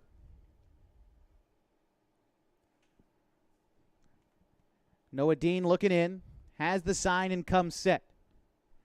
That is fisted foul the other way. The count is 0-2 to Hunter Glidden. Now, for Hunter, so you take a look at him just briefly as I look up my box score from yesterday in just a moment. Hopefully he survives another pitch. I can complete my thought as Dean comes set. And the pitch on its way. Curveball rolled to short. Could be playable for Schmidt. He backhands it. Stutter steps on the throw, and Hunter beats out the infield single. It was fielded cleanly by Schmidt, but he came up with it and took a couple of steps towards first. And that was just enough time to buy the infield single for Hunter Glidden. Advancing to second on that play was Chase Barrett. Not sure why he didn't go for the lead runner there, but now there's 2 on for Ryan Glidden at the plate. He also reached on an error earlier this game and would come in to score. First pitch to Ryan is going to miss high and in, 1-0. Did want to finish my thought about Hunter Glidden, though, and while he stands at first after reaching on the infield single, he actually got the start on the mound last night against the post-58 Crushers from Staten, and although he was without a decision, pitched a quality 3 innings in that start, only giving up 2 hits, 1 earned run, and 1 strikeout. Pitch to Ryan misses in the dirt. Count 2-0 to the older Glidden from Klamath Union High School. Glidden has been a Falcon now for, I believe, 3 seasons, this being his 3rd. I don't want to be mistaken on that, but as long as I've been with the team, so is Ryan. It's the 2-0 pitch on the way to Glidden. That one misses wide, 3-0. Like I said at the top of the broadcast, before I was broadcasting Falcons Legion Baseball, I was working with the Grants Pass Nuggets. That's the Triple-A team here in Grants Pass, one step above the Diggers, full of guys from all over Josephine County. Broadcasted their games for about 2 years before moving to Klamath Falls, and a 4-pitch walk delivered to Ryan Glidden will load up the bases for Carson Pimley. Barrett to third, Hunter Glidden to second, with Ryan now aboard at first, and Carson Pimley to bat now for Klamath Falls. Can recall so many games here at Agnew Lytle Field over those 2 seasons. It was a lot of fun to work with the Nuggets during those years, but they were, of course, in our league. So that summer, it was the summer of 2018 and the summer of 2019, were the 2 years I worked for the Grants Pass Nuggets. We got to host playoff games, went to the state tournament at Kiger Stadium, and that was my first experience at Kiger Stadium, was coming over when the Nuggets visited the Falcons, and that's part of the reason why I fell in love with Klamath Falls. As the pitch misses in, the count 1-1 to Carson Pimley. It's a great facility here in Grants Pass, but there's just something about Kiger Stadium, and you folks listening at home know that for sure. Just fell in love with it first time I was there. As Pimley takes a pitch below the knees, the count 2-1. Can recall one smoky summer night, late July in 2019. I mean, just the worst fire season that we've had in Grants Pass in quite some time. See, 2-1 is taken for a strike on the outer third by Pimley. The Nuggets were set to host a playoff game against the Salem Dodgers that year. It was so smoky that it was up in the air whether or not we'd even play that game at all because of the smoke. Here's the 2-2 pitch. Curveball, line drive, center field, base hit. And with the bases loaded, a run will score. Coming in is Chase Barrett, and the Falcons lead 21-1. Everyone else moving up a station. Hunter Glidden to third, Ryan Glidden to second, and Carson Pimley give him an RBI on the single. He's aboard at first. Still nobody out in the inning for Colby Medeiros to bat now for the Falcons. So smoky that year, the town was encircled by 3 separate fires. 2 of them had converged into one and really burned up Hugo, a community north of Grants Pass. As the first pitch on the way to Colby Medeiros misses low. The count is 1-0. It was up in the air even until that morning whether or not Salem wanted to come down and play this game, and eventually decided, yeah, we're going to come down and play a doubleheader. They were very displeased with it. And in retrospect, well, probably shouldn't have played that game as a pitch misses inside to Medeiros, 2-0, nearly got him on the hands. By the time the game started that night, the smoke was okay. It was playable when you look at the AQI index. It was under 150, which I believe is the OSAA standard for being able to get a game in, as another pitch misses inside to Medeiros. He's ahead in the count, 3-0. Started the night, got the first game in. It wasn't so bad. The Nuggets lost that game to the Dodgers. It was a best-of-3 series, with the first doubleheader being played in Grants Pass and one more being played in Salem the next day if we needed it, as Medeiros takes strike one, an elevated fastball in the zone. And they count 3-1 now against Noah Dean, who, by the way, working out of the windup now with the bases loaded. 3-1 pitch on the way to Medeiros. That'll be strike 2. Two-seamer finds the outside part of the plate, and the count is full now to Colby. Dean going to try to find the first out in this inning. The 3-2, that one misses wide, and a walk will score a run, and the Falcons lead 22-0. Chase Barrett touches home. It's Hunter Glidden who touches home here. Ryan Glidden to third, Carson Pimley to second, and now Medeiros on board with a walk, and here comes Coach Zach Morgan up and out of the Diggers dugout.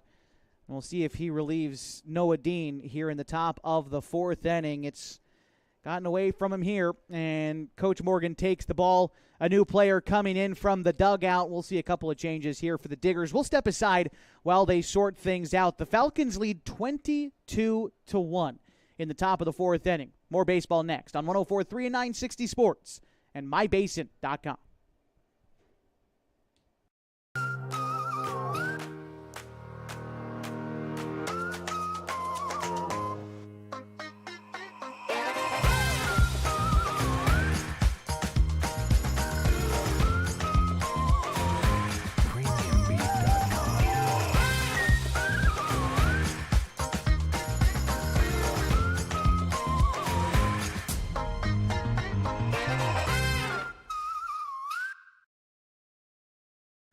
Pacific Power works day in and day out to power our communities because we know our neighbors rely on us.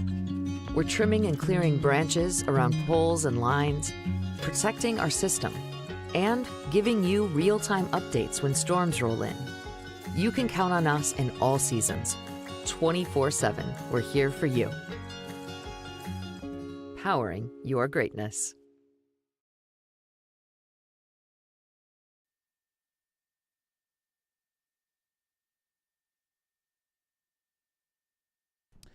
New pitcher on the mound for the Grants Pass Diggers is Skylar Stanislaw, a player from Grants Pass High School. Looking at Stanislaw, I believe he was a junior varsity player this year. Yeah, there he is. Just finished up his freshman season with the Grants Pass Cavemen. Stanislaw will come in relief of Noah Dean, who will exit the game after getting the bases loaded, and already a couple runs in this inning for the Falcons. They lead 22-1 in the top of the 4th inning. Make a couple notes here real quick on my own sheet.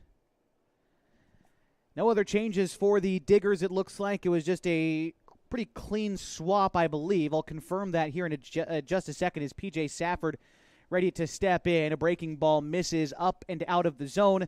The count is 1-0 to PJ, who has reached base 4 times today. twice on a walk. Once he was hit by a pitch, and he also singled in the second inning. 1-0 pitch to PJ, misses him. And it's 2-0, trying to go front door at the curveball. And Safford lays off. And just confirming again, no changes for the Diggers other than the new pitcher Stanislaw into the game.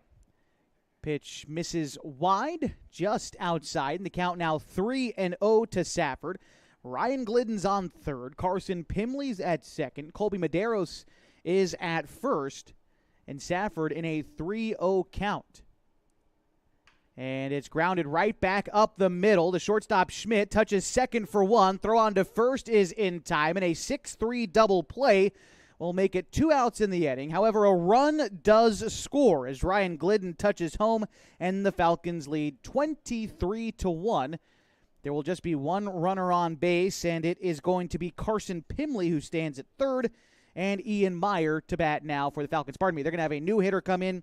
It looks like Hayden Poor, a chance to swing the bat a little bit, entering the game on offense, as Ian Meyer had been hitting for him as a designated hitter. But Hayden Poor, an at-bat here, swings and misses at strike one.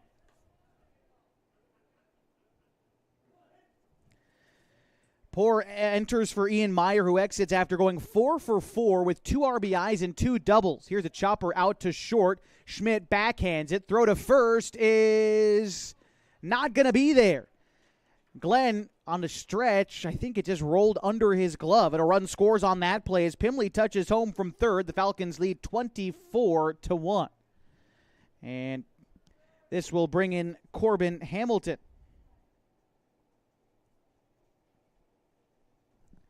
Hamilton, the first pitch to him, misses down and away. Looked to be a changeup. 1-0.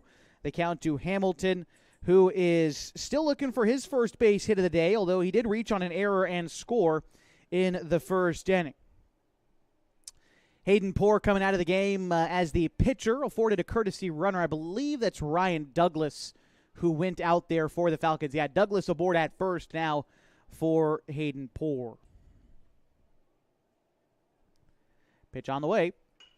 Line drive to the second baseman, and that's caught by the second baseman, Diotti. Made a diving catch to end the inning. But the Falcons add 6 more runs, and they lead 24-1 as we go to the bottom of the fourth. You've got Falcons baseball on 104.3 and 960 Sports and mybasin.com. We drive play an important part of our everyday. Whether we're going to work, dropping off the kids at school, or maybe even on that first date. Vehicles we drive play an important role in all of that. And that's why at Klamath Falls Subaru, we are so passionate about getting you the long-lasting vehicle that you will love. When you come to our store, you'll find that every department is dedicated to caring for our customers, which is why I can proudly send anyone here knowing that they will be treated like family. Stop by and say hi. When you come to Klamath Falls Subaru, you're coming home. Sports was kind of what defined me as a person. I loved to play every sport I could possibly play. The Abbeys was really the family stomping ground for all of our community. Saturday afternoon soccer tournaments, we'd head over to Abbeys afterwards. And then when we got up into middle school, on our way home, we'd stop at Abbeys after basketball games. When I go home, I want to see 2 things when I drive through Winston. I want to see my Abbeys, and I want to see my high school. And those are the 2 memories that stick out the most to me.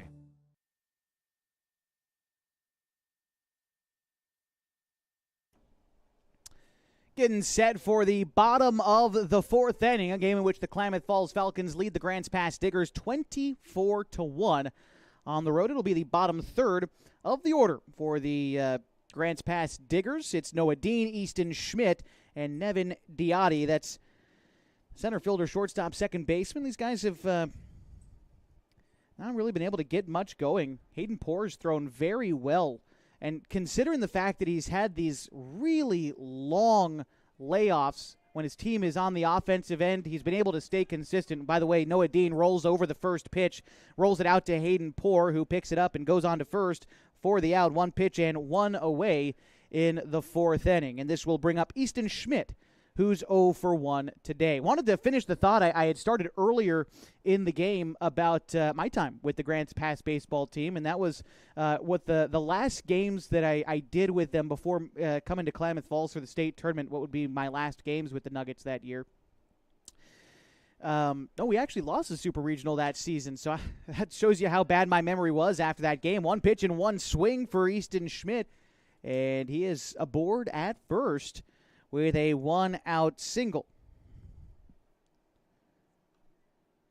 And this will bring up Nevin Diotti. Diotti's 1 for 1 today. Well, I guess I suppose I gave away the spoiler to the end of that story. After Salem had beat Grants Pass in that first game, remember I was telling you it was such a smoky night, and the time the first game started, everything was okay, but by the time the second game started, about 7:30, the smoke really started to settle in. And at the time, I wasn't broadcasting games from the press box here at Agnew Lytle Field. I was broadcasting games from down the first base line by the dugout. And so was outside in the elements of all of it as Poor misses outside with the 1-0 pitch, 2-0 the count. And the smoke was so bad that standing near the first base dugout, I almost literally could not see the outfield fence in left field. Across the field, I literally could not see it. It was so bad. The air quality by the end of the night it had to have been close to 250. I can remember sitting on the platform down there where we broadcast down the first base dugout, just feeling physically sticky. It was humid and smoky and gross, and I was talking for hours like I do here. It was just an exhausting night. I really don't remember much of the ball game other than I know we lost in a big way against the Salem Dodgers that year. That pitch is ball 4, and Diotti takes a walk, and he's aboard at first. Moving into second is Easton Schmidt. Back to the top of the order for Tyler Beek. And so in retrospect, as much as we fought for Salem to come down and play that game in Grants Pass, because looking at the standings, we thought, well, we earned a home playoff game, and we really have to go play this thing here at home. So the first pitch misses. Oh, that one actually found the zone. Inside curveball. Good location there for Hayden Poor. Gets him strike 1. But looking back, probably could have traveled to Salem or met him somewhere in the middle. It was just a brutal, brutal time. So that pitch popped up out of play. The count 0-2. It's not like we haven't had our smoky days in Klamath Falls either. I can tell you that much. I've known it well since moving over there in 2019, and I liked it. Never looked back to Grants Pass after that. Here's the pitch, and a curveball swung on and missed, and that'll be the second out in the 4th inning. I suppose I did move back to Grants Pass for a cup of coffee in 2023, but, certainly glad to be back in Klamath Falls after that. Here's Jair Dominguez stepping in now for the Diggers. Nearly got him on the top of the helmet first pitch, but ducked out of the way, and the count is 1-0. Jair Dominguez is 1 for 2 today. Singled in the third, popped out in the first. Here he bats with 2 on. Schmidt is at second, and at first is Nevin Diotti. Here's the pitch. Misses in, up around the hands for Dominguez, and the count is 2-0 from Hayden Poor. Right-hander's been throwing well. Here's pitch number 62 coming up for Hayden. The delivery is popped up out of play, foul, 2-1. Looking ahead at the schedule, trying to see how long they'll let Hayden throw. The Falcons have a couple of days off before they'll play South Medford, so they could probably let Hayden go the distance here. Don't have to worry about pitching counts too much unless he gets out of control as he fires in a changeup on the 2-1. The count 2-2 now after a swing and a miss from Dominguez.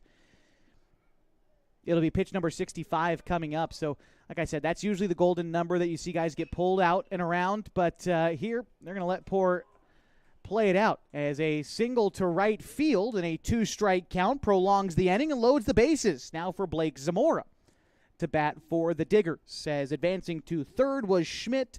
To second is Diotti. And the single for Jair Dominguez make him 2 for 3 now with singles in this most recent at-bat and back in the third inning. Blake Zamora takes a pitch wide, maybe a bit upstairs to start his at-bat. Gets ahead in the count 1-0. Zamora is 0 for 2 today. Flew out in the first inning and grounded into a double play in the third. Here he takes a look at strike 1. The two-seamer running away from the left-handed hitter was still in the zone. And Poor evens up the count. Blake Zamora, the team's leading hitter for the Diggers, batting .409 coming into the contest today. Gets on base 53% of the time. The 1-1 pitch missed below the belt and out of the zone. Count is 2-1. Poor kicks and delivers with the bases loaded. Goes with the slider and in there with a strike. Started off the plate away from the lefty, but broke back across the plate and in the zone. Zamora now faces a 2-strike count against Hayden Poor. The pitch is popped foul, and the count remains 2-2. Zamora also, of course, like I said, leading the team in hitting. He also is tied for the team lead in extra base hits this season for the Diggers. Here's the pitch. Checks his swing on a pitch in the dirt. Tried to get him to chase the inside slider, but wasn't able to there, and the count is now 3 balls and 2 strikes to Blake Zamora. Ryan Glenn is on deck. The pitch from Poor is once again fouled off. Looked like he went with a changeup over the heart of the zone, and Zamora was just a little bit out in front of it. Good pitch choice to go with an off-speed and a 3-2 count. The hitter is expecting something hard and firm usually, but Poor has a lot of confidence in that off-speed stuff. Here we go, 3-2 again. That's a fastball, but it misses outside and a touch low. And Zamora walks, which will score a run. Schmidt touches home. Diatti to third. To second is Dominguez, and Zamora on first.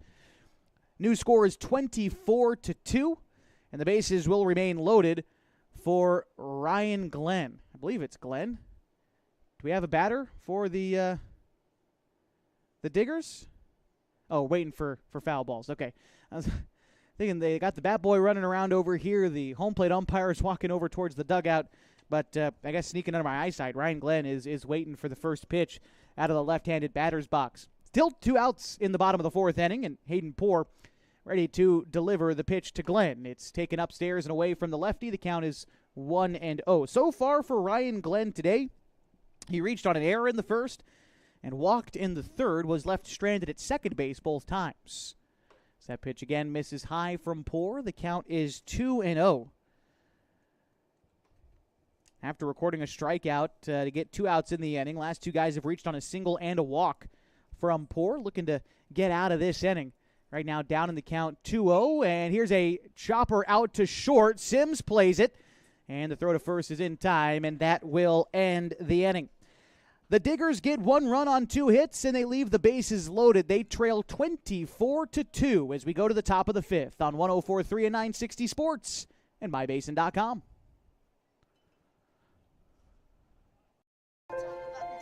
The innocence of youth. Is there anything any better? But soon they'll be in high school and facing all the same challenges you faced. How to make friends, how to fit in, how to be cool. We want our children to have everything they'll need to live fulfilling and productive lives. Make sure the kids in your family are among the more than 120,000 participants here in Oregon who take part in high school sports or activities.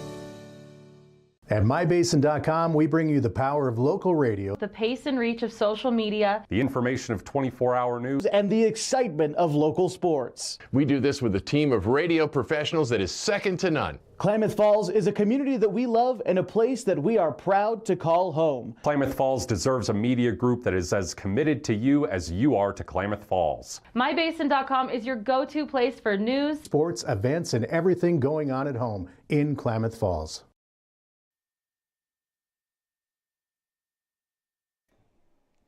Set for the top of the 5th inning from Grants Pass, Oregon, the wonderful Climate City, just off the banks of the raging Rogue River, here at the All Sports Park at Agnew Lytle Field at Chapman Reese Stadium.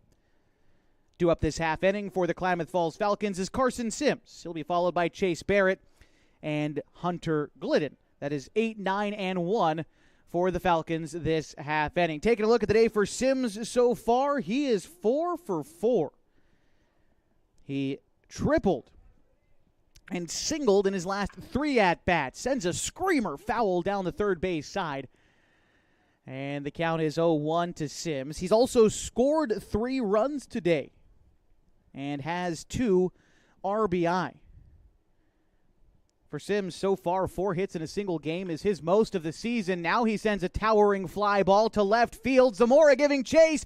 That is over his head and rolls around the wall. Sims is going to pull up to second base.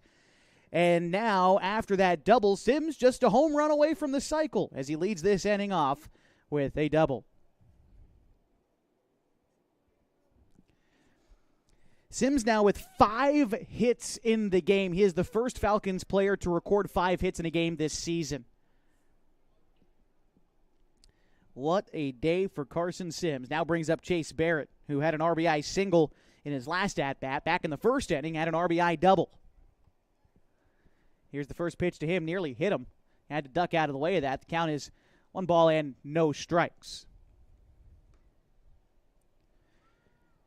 Game 1 of a doubleheader today. The nightcap still to follow here from Agnew Lytle Field.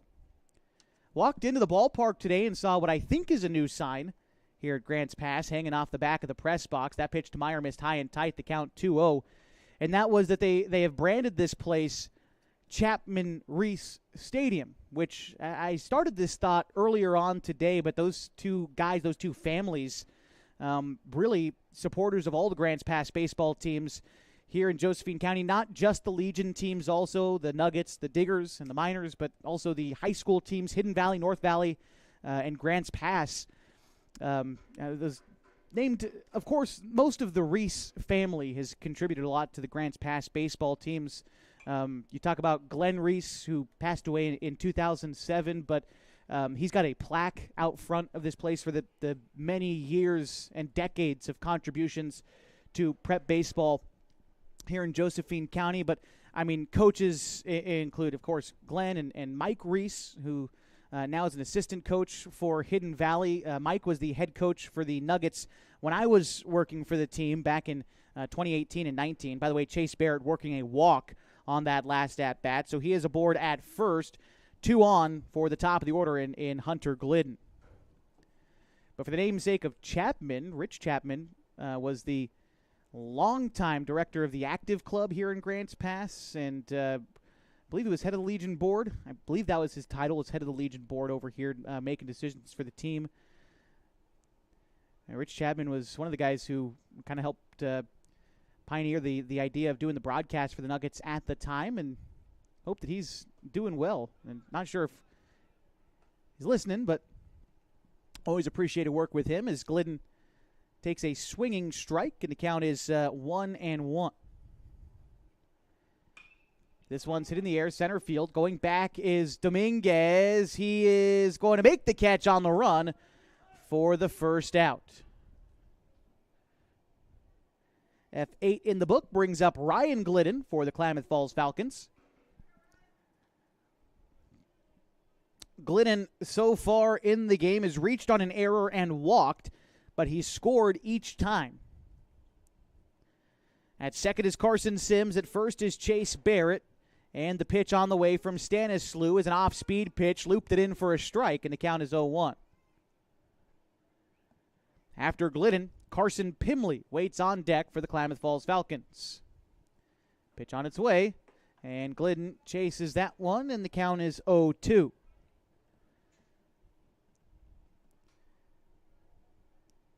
Ryan Glidden crouches down, shortens up his stance in a 2-strike count, and chases strike 3, the breaking ball off the outside part of the plate. Glidden goes down for the second strike, the second out in the 5th inning, the first strikeout this inning. Only the 4th time a Falcons player has gone down on strikes today, and with how many at-bats they've had, that's pretty remarkable. First pitch into Carson Pimley misses outside. The count is 1-0.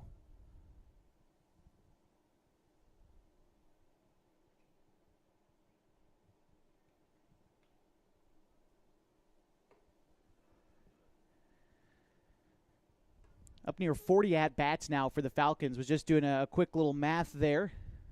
I believe my numbers are right, but to only strike out 4 times, this team has been swinging the bat real well today. Pitch to Pimley. The 2-0 is looked at for a ball outside. Misses low as well. The count is 3-0. On deck after Pimley is Colby Medeiros. Pimley widens out the batting stance a little bit, ahead in the count, 3-0, offers up at a pitch, and it's a base hit into left field. They are going to wave in Carson Sims, and he will get in standing. And now a 25-2 lead for the Falcons off the RBI single from Carson Pimley. His second RBI single of the day makes him 2 for 3. And while Sims scores, Chase Barrett advances to second. He'll stay there. So still runners at first and second for Colby Medeiros. First pitch to Colby, off-speed pitch, fouled off. And it's 0-1. So far for Colby, a couple of RBIs, but he's without a base hit. He had a sacrifice fly for the RBI in the third inning. In the fourth, he walked when the bases were loaded, so credit with an RBI there.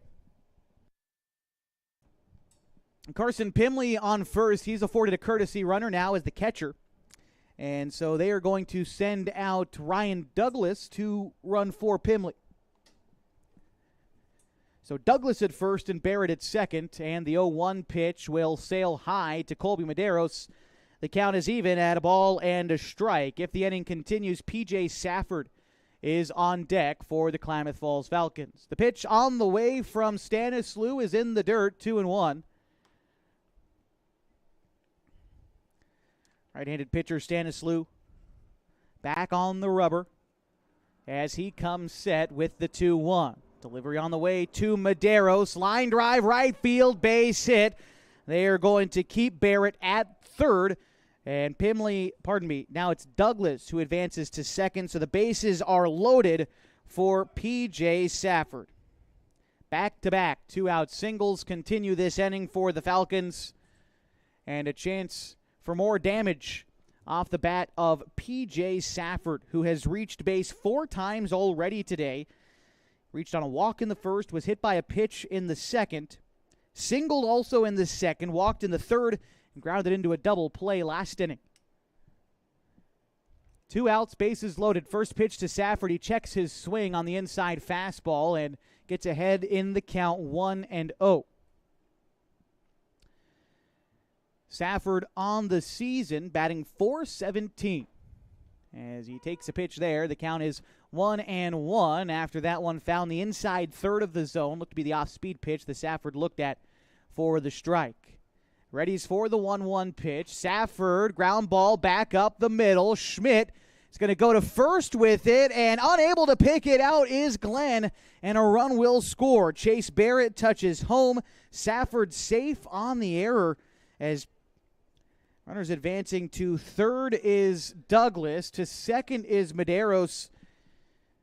And Safford aboard at first. Bases remain loaded. Falcons had their 26th run of the ball game touch home. And here's Hayden Poor. Pitch to Poor. First pitch swinging. High fly ball. Left field foul. The count 0-1. That ground ball hit to Schmidt. He could have just taken it to second base. Was inches away from second base, at least from my vantage point. But didn't touch the bag. Not sure why. He decided to throw to first instead, and it resulted in the error. Ground ball to third, gets down the line fair, and a run will score. They are going to keep Medeiros at third. And now they might have Poor in a little bit of trouble. You take a big turnaround first. Thought he might be able to dig for 2, but Falcons content to just go one at a time and add these runs as they come. Now up 27-2 after the RBI single will score Douglas. Hayden Poor and an RBI there. And in steps Corbin Hamilton with the bases still loaded. Corbin Hamilton, ground ball up the middle, through into center field, base hit. And again, Falcons just going station to station as Colby Medeiros touches home for the 28th run of the ball game. P.J. Safford has advanced to third. Hayden Poor to second. And Hamilton with an RBI single. Pitch to Sims is going to miss high. The count is 1-0. Sims already doubled and scored earlier this inning. He led off the inning with that double. Pitch to Sims misses in the dirt, 2-0. Carson just a home run shy of the cycle. Would be the first Falcons player to hit for the cycle this season. Not trying to put any pressure on him, but it's about the last thing we've seen today. We've seen everything else with how much offense the Falcons have put out. That pitch below the knees outside, called a strike to Sims. The count 2-1. So Just going to try to encourage him to swing the bat a little bit with this game blown well out of proportion at this point. Pitch to Sims in the dirt for a ball, 3-1. Sims collected his triple back in the first inning, mixed in 3 base hits in the middle with an RBI. And the pitch on the way is taken for a strike, and the count is full, 3-2. Pitch a little bit off the outside, but again, at this point, can't really blame an umpire for widening out the strike zone a little bit with the scoreline where it is. 26 runs separate these two ball clubs. And the pitch on the way from Stanislaw is a line drive to third. A rocket is caught by Meek at third, and that will end the inning. But the Falcons tack on a few more, and they lead 28-2 and look to close it out in the bottom of the 5th inning. Back after this on 104.3 and 960 Sports and MyBasin.com. Introducing Smith Bates Marcom Solutions, your trusted partner in marketing and communication. We specialize in crafting compelling campaigns, eye-catching graphics, and impactful branding materials. Smith Bates is like working with dependable friends. They always help us build our professional image. Through the innovative strategies that the team at Smith Bates suggested, we've been able to give the brand at Calor the boost that it desperately needed. Unlock your potential with Smith Bates Marcom Solutions. What rhymes with great? Participate. Where does greatness start? Here, in the classroom. On the stage. In the pool. On the field. Where will your greatness take you? To better grades. To more friends. Yeah! Be great. Participate!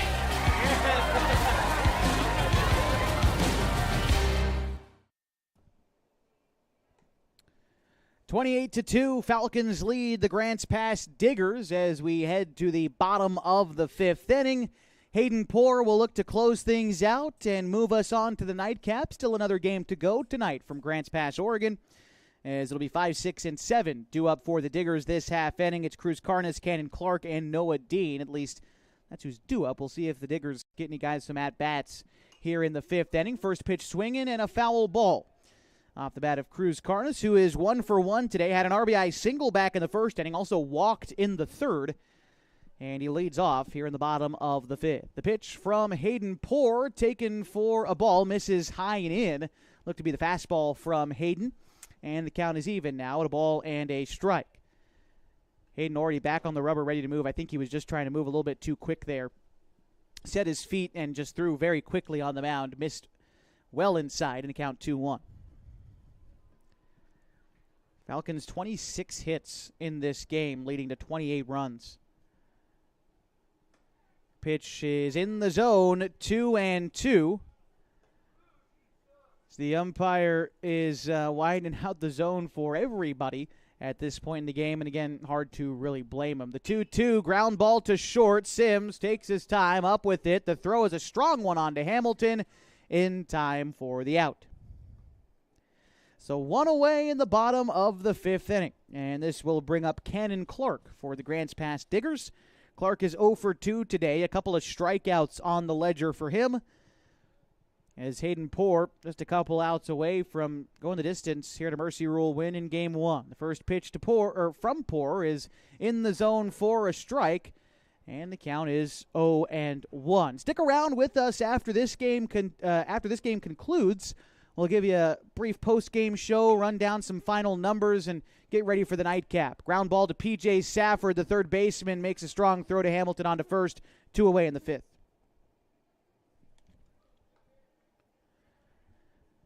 Noah Dean batting now for the Diggers. No, pardon me, looks like we're going to see a new guy, and it's Skylar Stanislaw, replaced him earlier in the contest. So Stanislaw getting his first at-bat of this game. First pitch swinging a slow roller out to the mound. It is backhanded by Poor, and he will make the throw to first in time and with ease. The Diggers go down in order to end the ball game in a 28-2 final. We'll be back to recap this one for you just a couple of minutes here on 104.3 and 960 Sports and MyBasin.com. It starts to warm up outside, it's time to tackle your lawn. And Kyle's Lawn Care is who to contact. Kyle's been doing lawn care in Klamath Falls for over 9 years. He offers a variety of services designed to make your life easier. Kyle's Lawn Care offers weekly mowing jobs, which includes mowing, edging, and blowing off sidewalks, snow removal, big cleanup jobs, dump runs, and more. At Kyle's Lawn Care, they strive to give each job their all and go the extra mile to exceed their customers' expectations. To get an estimate, you can call or text 541-281-3623.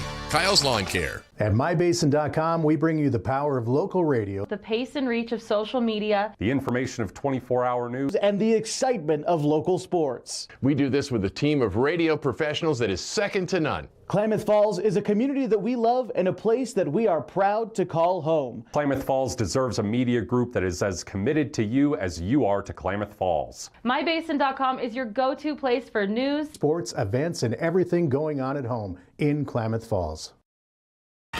What rhymes with great? Participate. Where does greatness start? Here, in the classroom. On the stage. In the pool. On the field. Where will your greatness take you? To better grades. To more friends. Yeah! Be great. Participate.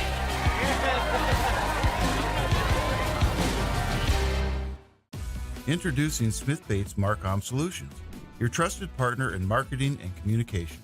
We specialize in crafting compelling campaigns, eye-catching graphics, and impactful branding materials. Smith Bates is like working with dependable friends. They always help us build our professional image. Through the innovative strategies that the team at Smith Bates suggested, we've been able to give the brand at Calor the boost that it desperately needed. Unlock your potential with Smith Bates Marcom Solutions. Final score in Game 1 of a doubleheader from Agnew Lytle Field in Grants Pass, 28-2. The Falcons with a resounding victory over the Grants Pass Diggers. For the Falcons, stay 28 runs on 26 hits. They commit 1 error. They leave 10 runners on base. For the Diggers, 2 runs on 6 hits. They commit 5 errors. They leave 8 runners on base. The winning pitcher today would be Hayden Poore, going the distance, giving up 6 hits in 5 innings. 2 runs, only 1 of them earned. He walked 3. The losing pitcher was the starter for Grants Pass, Blake Zamora, who pitched 2/3 of an innings, gave up 7 hits, 9 runs. Just 2 of them were earned, but it was the start of what would be a tough day on the mound for all of the pitchers for the Diggers. 13 unearned runs came across for the Falcons as they were helped out by those 5 errors from the Diggers. But some notables for the Falcons include a 3-for-3 day for Connor Shively with 2 RBIs and 3 runs scored. Carson Sims was the dominant force today for the Falcons. 5 for 6, 4 runs scored, 2 RBI, a double, and a triple. 8 total bases for Sims today. Other guys, Carson Pimley was 2 for 3, a couple of RBI. Ian Meyer was 4 for 4, 2 runs and 2 RBI. Meyer with 2 doubles as well. Really, the whole team was notable today for the Falcons. You don't often score 28 runs. You don't often get 26 hits. And you don't often beat a league opponent like this on the road. But the Falcons still have a game ahead of them. Can't sit on this one and feel too good about it until you come away with a sweep on the road. That's what they'll go for in just a few minutes against the Grants Pass Diggers. For those of you watching online on mybasin.com, you don't have to go anywhere. We'll be live right here on this very same link in about 25 or so minutes. So stick around on mybasin.com for more Falcons baseball. For those of you listening on the radio, we'll return you to normal Fox Sports radio programming for the next, like I said, about 20 or so minutes before we get started for the nightcap in just a little while. So whether you're just joining us for this game or you've been joining us all season long, hope to see you in just a little while. My name is Josh Eldridge, and for the meantime, saying so long from Agnew Lytle Field, but we'll be back in just a few. Stick around on mybasin.com.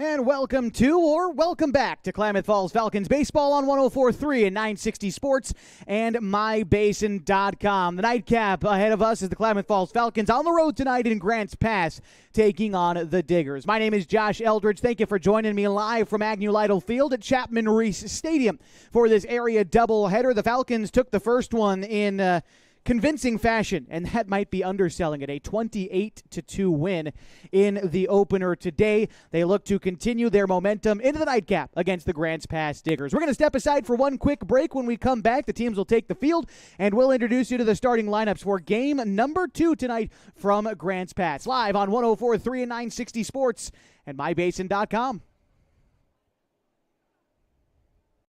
Pacific Power works day in and day out to power our communities because we know our neighbors rely on us. We're trimming and clearing branches around poles and lines, protecting our system, and giving you real-time updates when storms roll in. You can count on us in all seasons. 24/7, we're here for you. Powering your greatness. The cars we drive play an important part of our everyday. Whether we're going to work, dropping off the kids at school, or maybe even on that first date. Vehicles we drive play an important role in all of that. And that's why at Klamath Falls Subaru, we are so passionate about getting you the long-lasting vehicle that you will love. When you come to our store, you'll find that every department is dedicated to caring for our customers, which is why I can proudly send anyone here knowing that they will be treated like family. Stop by and say hi. When you come to Klamath Falls Subaru, you're coming home.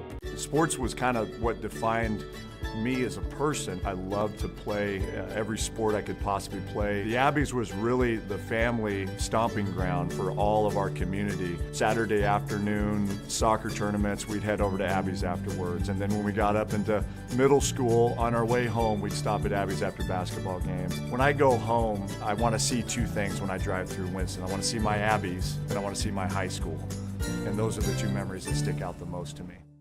As a parent of a high school athlete, I've given up trying to get pictures of my kid playing sports. It's nearly impossible to take pictures and enjoy the game. There is a solution, though. God's Gifts Photography attends high school sporting events in the Basin to take individual and team action photos at a great price. Search God's Gifts 2 on Facebook to learn more. They'll come and capture your athlete in action, creating those frameable lifelong memories so you can watch and just enjoy the moment. Call 541-281-2206 to get your athlete on their schedule. God's Gifts Photography. Let's introduce you to the starting lineups, and we'll start first with the home team today, or pardon me, with the visitors. That's the Klamath Falls Falcons. Leading off for them at shortstop is Max Price. Ryan Douglas is in left field, batting second. Jacoby Takini, the first baseman, hits third, followed by P.J. Safford, the catcher, batting cleanup. Ian Meyer, the third baseman, hits fifth, followed by Chase Barrett, the designated hitter, batting sixth. Hitting seventh is Colby Medeiros at second base. Ryan Glidden's in right, batting eighth. And batting ninth is Hunter Glidden.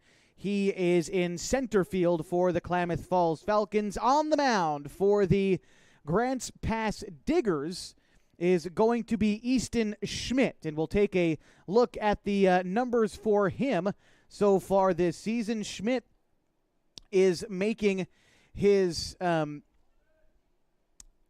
first start of the season. He's pitched in one game already, but wasn't able to record an out in that contest. As we get ready for the first pitch to Max Price. Stepping in now for the Falcons, Price finished the game earlier today, having gone 2 for 2 and an RBI for Max. He was later substituted out in favor of Hunter Glidden.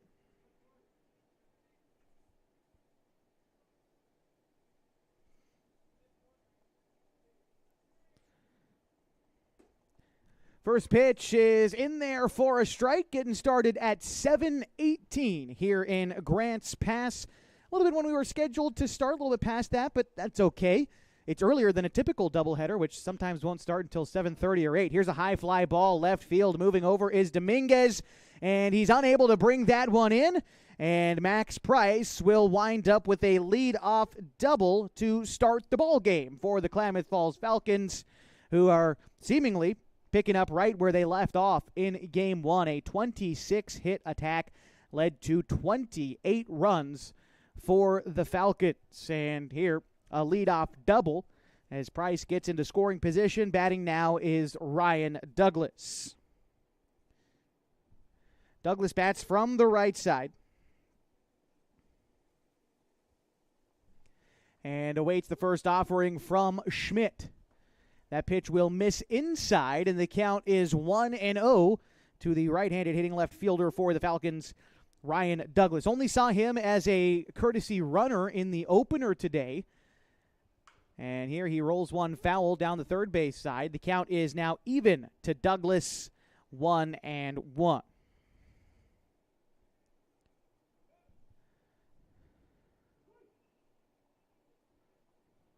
Home plate umpire today, familiar to Klamath Falls sports fans. Longtime Mazama football coach and athletic director, Vic Lees, is our home plate umpire today. Vic has moved over to the Rogue Valley after leaving his job at Mazama, now the principal at Eagle Point Middle School, for those who may not have known where he's gone. But now baseball umping here in the Rogue Valley as well. As that pitch misses upstairs, count 2-2 to Ryan Douglas, nobody out, and a runner on second.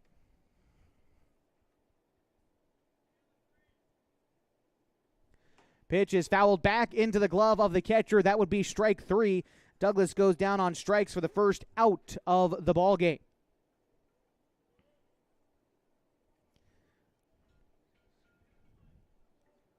This will bring up Jacoby Takini.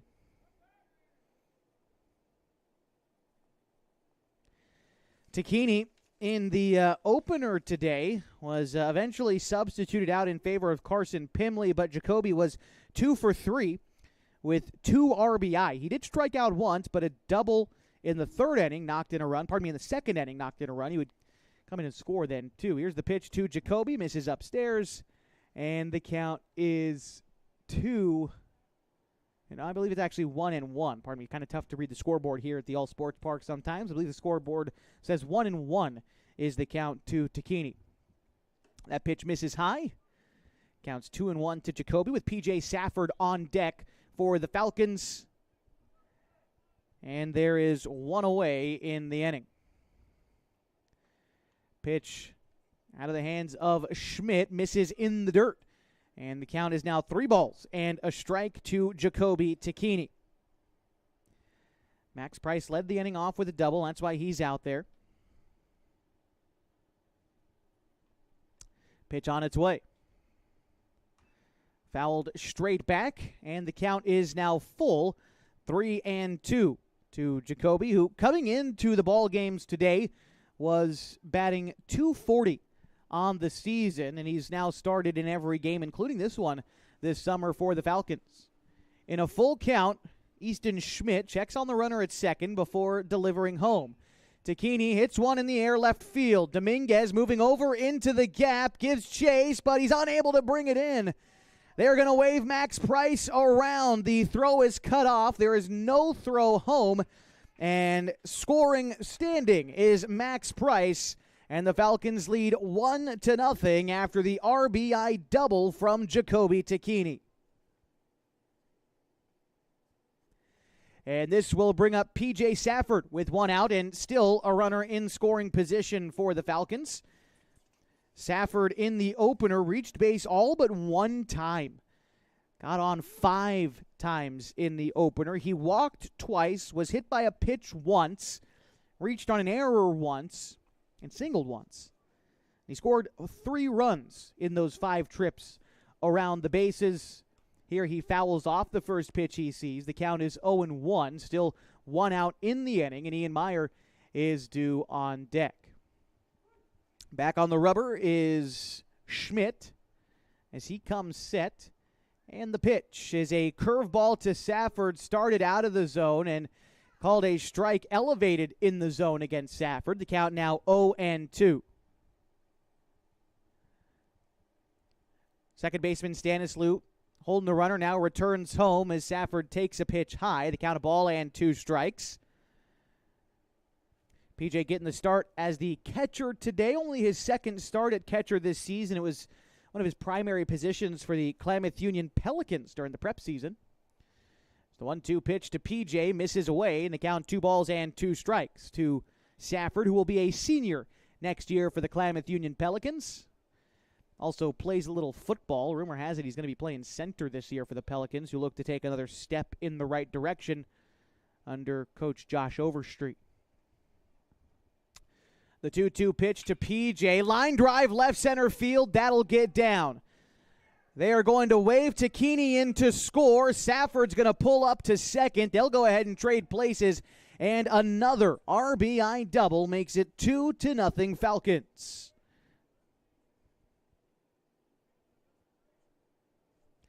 Now Ian Meyer bats. And Meyer was one of the guys who was outstanding in the first game today. Meyer finished 3 for 3. Actually, I believe it was 4 for 4. Yeah, 4 for 4 with 2 RBIs and 2 doubles.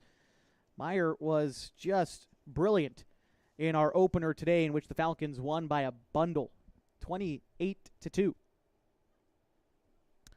Improved their record to 7-2 overall and 2-1 on the road, 4-1 in Area 4 play.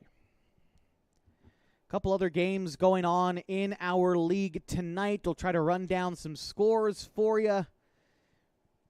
Let's see. It looks like South Medford was in action tonight as they lost their game 23-4 against Summer Baseball Team. That's all it says on the Game Changer roster. Not sure exactly who they played.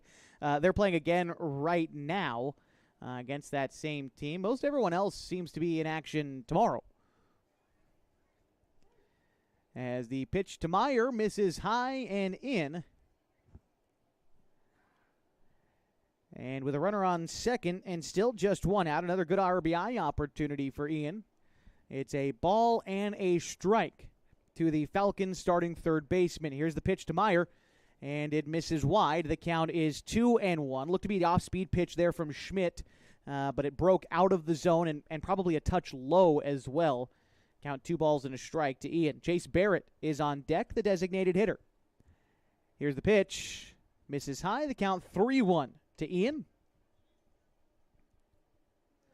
Go around the diamond for Grant's pass. Introduce you to the defensive order after the 3-1 pitch from Easton Schmidt. That is popped up out of play. Counts 3-2. It's going to be Eli Dominguez catching. Cruz Carnes is at third. Diatti is at short. Stanislaw at second. Glenn is at first. We're going to have Javi Dominguez in left. And here's the pitch that is swung on and missed, and that will be strike 3. Swinging for Ian Meyer. Goes down for the second out in the inning.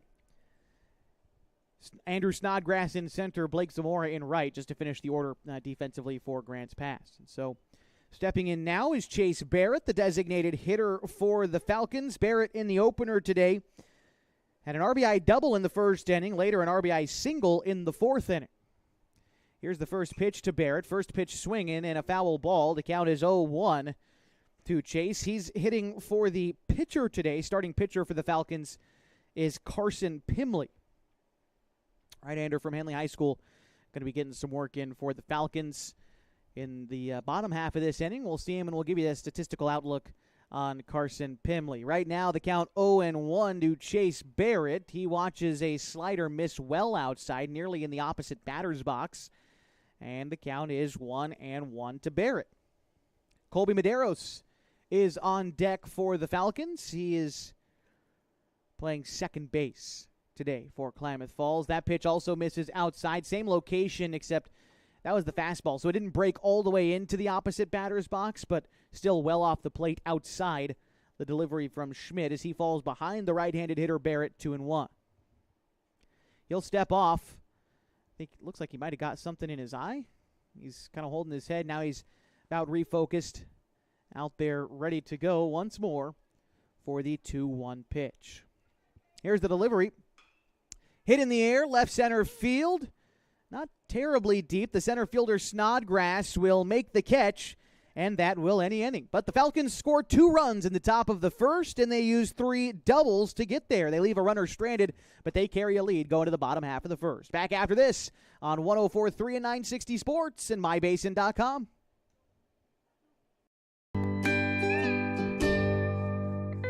Wait, all I do is wait. So lonely, I just sigh and moan.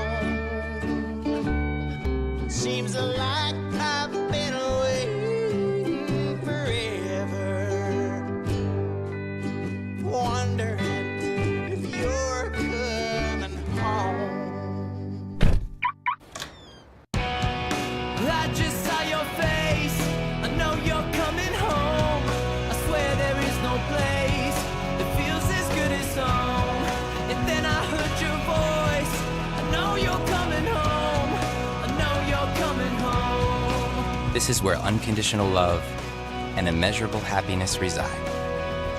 This is home. Coltwell Banker, where home begins.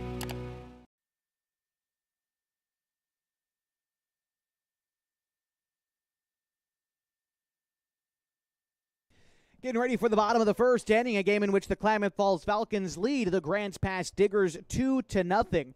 Carson Pimley on the mound for the Falcons. We'll take a look at him in just a moment. But first, want to introduce you to the starting 9 for the Grants Pass Diggers. The designated hitter leads off. That's Tyler Meek. Jair Dominguez is batting second. He's in left field. Blake Zamora is the right fielder batting third. Cruz Carnes is the third baseman. He hits fourth. Ryan Glenn, the first baseman, hits fifth. Eli Dominguez, the catcher, hitting sixth. Nevin Diotti, the shortstop, batting seventh. Skylar Stanislew is at second base. He hits eighth. And rounding out the order for the Grants Pass Diggers is going to be their pitcher, and that's Easton Schmidt. And so getting ready to lead off now is Tyler Meek. In the opener, Meek was 1 for 3, singled and scored in the first inning of that contest. Here's the first pitch, a foul ball, and the count is 0-1 as we take a look at the season on the mound for the right-hander getting the start today, Carson Pimley. And we'll do so after the 0-1 pitch to Meek, which is in the dirt. The count is 1-1. Carson Pimley making only his second appearance of the season. He pitched 1 inning in relief earlier this year, gave up 7 hits and 7 earned runs in that 1 inning, so his ERA is astronomical, 49, but unreasonable to say that's a good reflection of what Pimley can do out there on the mound. Going to look for him to put together a quality start against Grants Pass today. Right now the count 2-1 to the leadoff hitter Meek, make it 3-1 after that pitch misses outside to the Diggers' designated hitter.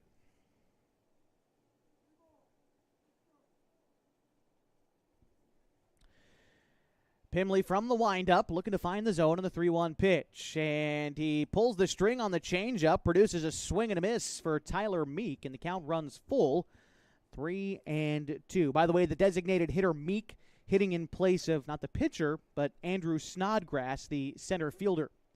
Pitch misses below the knees and over the plate, but out of the zone, no doubt. Tyler Meek aboard with a leadoff walk. This will bring up Jair Dominguez. Looking at Dominguez in the opener earlier today, Dominguez was 2 for 3, singled in each the third and fourth innings for the Diggers. Pitch on the way to Jair. Runner on the move, and no throw down. I believe that pitch was called a ball inside, 1-0 as Meek advances into scoring position on the steal after the walk. And the count is 1-0 to Dominguez. Pimley takes a look at the runner at second before delivering home. The pitch is in the dirt, blocked by Safford. Does a good job there, and the count moves now to 2 balls and no strikes to Jair Dominguez. Due up next is Blake Zamora. A quick conference on the mound between P.J. Safford and Carson Pimley. Not sure exactly what P.J. has got to say this early, but just encouraging Pimley, it looks like, after a couple of misses below the knees. And so looks like we are back ready to go. Safford certainly one of the leaders of this team. So offering up some encouragement to a player in Carson Pimley. They're in the same graduating class. Both will be class of 2026. Pimley, of course, going to Henley, and Safford, of course, at KU. As that pitch is called a strike on the 3-0. Looked a bit inside, but Jair Dominguez takes a look at strike one. The second baseman, Colby Medeiros, making sure the runner at second, Meek, knows he's there. A pitch in the dirt for ball 4. And breaking for third is Meek. He is in there safely. And a walk delivered to Dominguez. Back-to-back walks to start the game for Carson Pimley. And it puts runners at the corners with nobody out. Batting now is Blake Zamora. Zamora in the opener today was 0 for 2, flew out and grounded into a double play. He did walk in the 5th inning, but was left stranded. Safford trying to backdoor the runner at first. Dominguez is back safely. Took an aggressive secondary lead on a pitch that was in the dirt, but Safford was able to collect and throw down to first for keeping Dominguez there. Didn't wind up getting him, but just kept him there. 1-0 pitch on the way to the left-handed hitting Zamora. Runner on the move, and this is a fly ball, shallow center behind second base. The second baseman, Medeiros, ranging all the way over to the other side of second base. He kind of had a running start going to cover the bag, and so worked out well for Medeiros as he puts that one away for the first out in the inning. Runners remain at the corners, and this will bring up the third baseman, Cruz Carnes.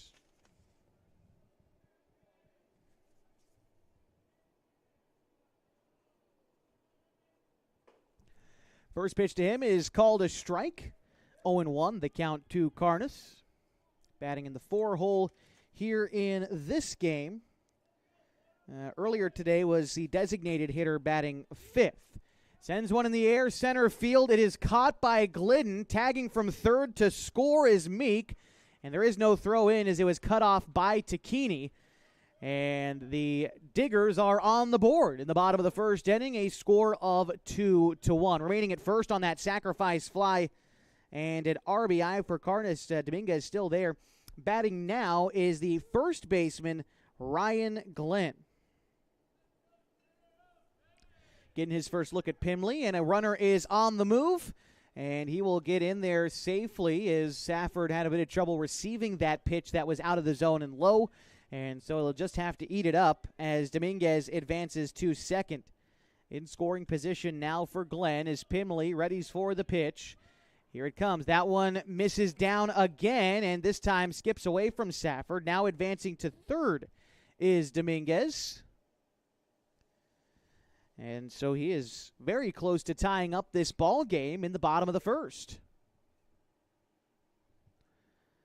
After Glenn, it is Eli Dominguez, the starting catcher, who is on deck for the Diggers.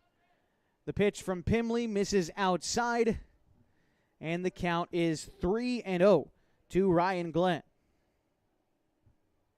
Bats from the left side does Glenn. On the season, a .286 hitter. Here's the pitch from Pimley over the heart of the plate for a strike, and the count is 3-1. Dominguez gets on base about 31% of the time. It is .278 batting average, good for about 5th on the team. Here a ground ball over to short. Up with it is Price. He will make the throw on to first in time to end the inning, but not before the Diggers score 1. No base hits required, and we go to the top of the second inning, a 2-1 ball game in which the Falcons lead. Back after this on 104.3 and 960 Sports and MyBasin.com. Threads. There are many threads that run through our region. There are churches and schools and Little League teams that bring us together and bind us into communities. There are roads and cars.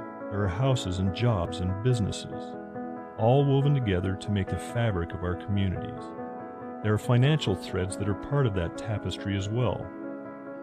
For over 80 years, it's been our pleasure to be headquartered here. providing financial services to generations of our friends and neighbors.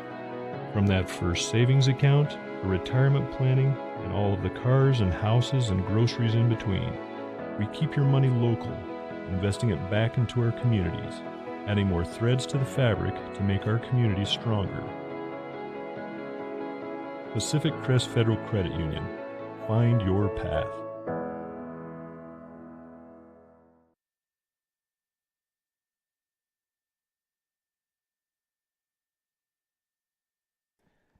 Josh Eldridge back with you on 104.3 and 960 Sports and MyBasin.com. Our coverage of Klamath Falls Falcons baseball continues today from Agnew Lytle Field at Chapman Reese Stadium in Grants Pass, Oregon. Glad to be with you today as the Falcons carry a 2-1 lead to the top of the second inning. Due up is Colby Medeiros, Ryan Glidden, and Hunter Glidden. That's 7, 8, 9 in the Falcons order. Colby Medeiros entered the game as a substitution late in the contest earlier, which the Falcons won by 26 runs. Medeiros finished 1 for 1 with 2 RBIs. He also had a walk that scored a run in that contest as he takes the first pitch high, and it's a 1-0 count to the right-handed batter from Bonanza High School. Medeiros hasn't gotten very many starts this season. In fact, this is his first start of the year. He chops one over to second. Stanislaw plays it on a hop, throw to first in time, and one away in the second inning. This will bring up Ryan Glidden, the starting right fielder for the Klamath Falls Falcons.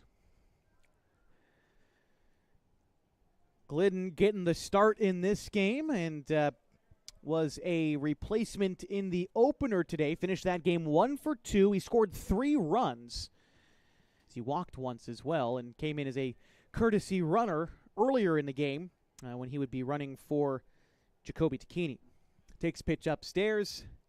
Count is 1-0 as he readies for the next pitch from Easton Schmidt. Here it is. Taken high, and the count is 2-0 to Ryan Glidden, who on the season is batting .200 coming into the contest today. As a team, the Falcons are hitting .354, and that's about 150 points better than their opponents through the first 9 games. Now, this is the 10th game of the season for the Falcons. 2-1 pitch on the way to Glidden. That one hit him, and he is awarded first with 1 out in the second inning. This will bring up younger brother Hunter Glidden. Hunter in the opener today was 1 for 3 with 2 runs scored. He also was able to get on in that game via the error to go along with his single. Keeps his hands low as he shakes him back and forth, preparing for the first pitch from Schmidt. A nice 2-seam fastball was pretty much right down the middle. The count is 0-1 to Hunter Glidden. The lineup turns over next for the Falcons. Max Price is on deck. Setting up now is Schmidt. Checks the runner at first, and back safely is Ryan Glidden. Dives back in. Glidden has been caught at first a couple times this year, so it's been a few games since Glidden's been picked off. He's reduced his lead a little bit in doing so, as that pitch is high and then tips off the glove of the catcher. Dominguez rolls behind him and advancing to second. That time an aggressive lead paying off for Ryan Glidden as he's able to advance on the pass ball. Now into scoring position, and the count is a ball and a strike to Hunter Glidden.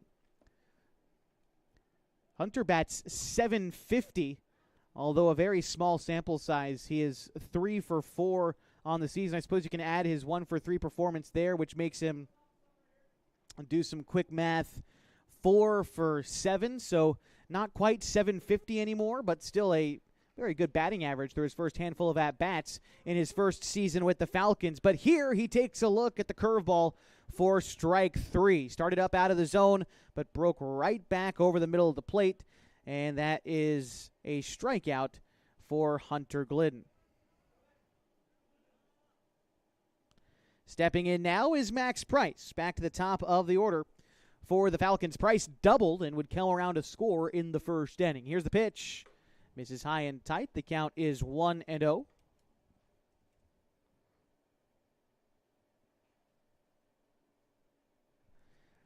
Readies again as Schmidt comes set. And the pitch home is going to miss off the outside. The count is 2-0 to Price. After Price, it's Ryan Douglas for the Klamath Falls Falcons. Respectable leadoff is second for Ryan Glidden as the pitch in bounces off the glove of Dominguez, but keeps it in front of him, and so Glidden not on the move. That ball also rolled a little bit down the third base side, so yeah, definitely not moving on that pitch there for Glidden out there at second. Schmidt ready to go with a 2-0 pitch. The delivery is a strike about knee-high, outer third of the plate. And the count 2-1 to Max Price, who's batting .200 himself to start the season for the Falcons. Although he did add a double earlier in the game, it is his fourth double of the season. Here, he might add another. This ball heading for the line. It will get down. Price takes a big turnaround second. He's digging for two. He will get in standing. In the meantime, Ryan Glidden scores from second, and the Falcons add another to their lead, now up 3-1. And there you go. Another double there for Max Price. Give him two for the ball game. This time, adding an RBI. And Ryan Douglas will bat now for the Falcons. He struck out in his first at-bat, but looking to find a way on base and continue this inning. Falcons up 3-1.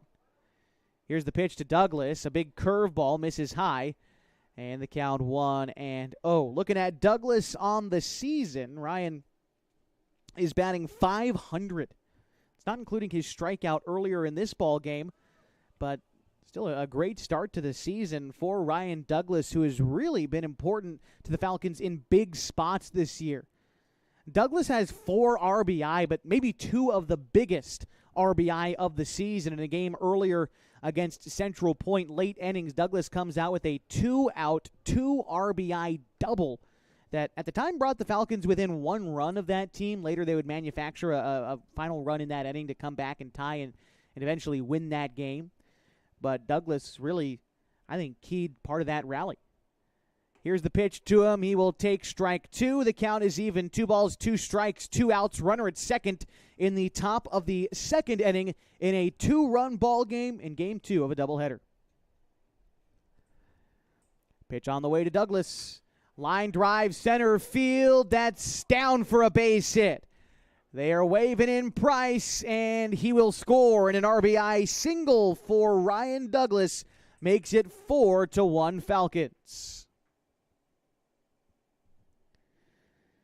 This brings up Jacoby Takini, who has an RBI himself already today, an RBI double back in the first inning. Helped the Falcons score their first run of the ball game. And now a chance to put a ball in a gap here. Douglas has got some good speed, so they're going to check on him at first, but the throw to first base gets by the first baseman. Douglas is going to advance to second. He's rounding second and headed for third, where he will get in standing. And this is something I was talking about in the opener today. So much foul territory here at Agnew Lytle Field that ball gets away from you, and it's a jog. It's a run to get that ball back. It's almost another 90 feet to the fence at that angle.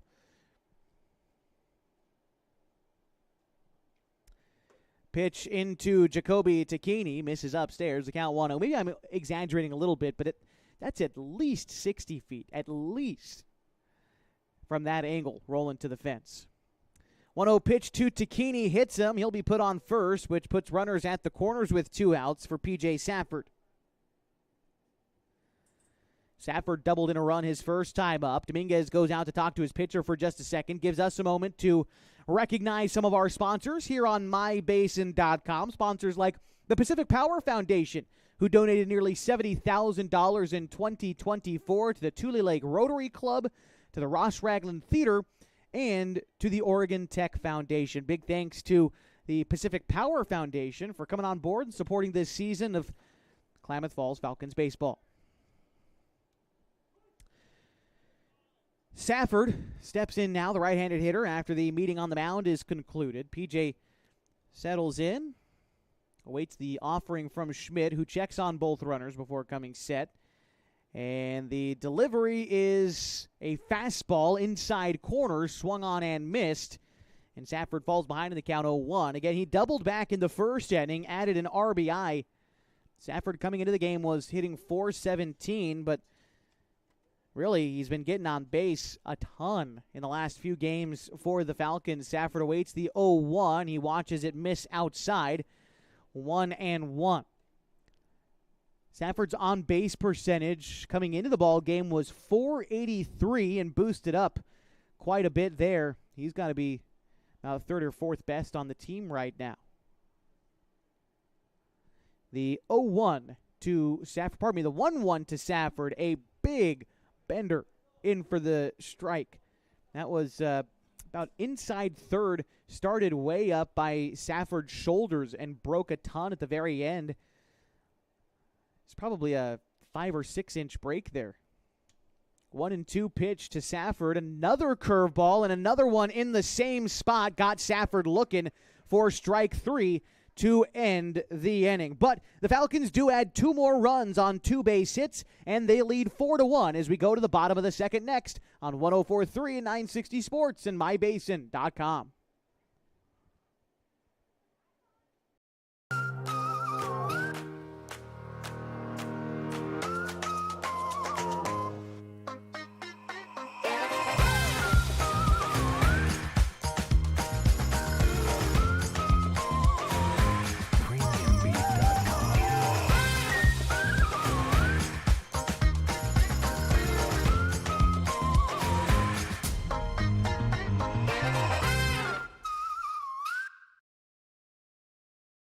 Pacific Power works day in and day out to power our communities because we know our neighbors rely on us. We're trimming and clearing branches around poles and lines, protecting our system, and giving you real-time updates when storms roll in. You can count on us in all seasons. 24/7, we're here for you. Powering your greatness.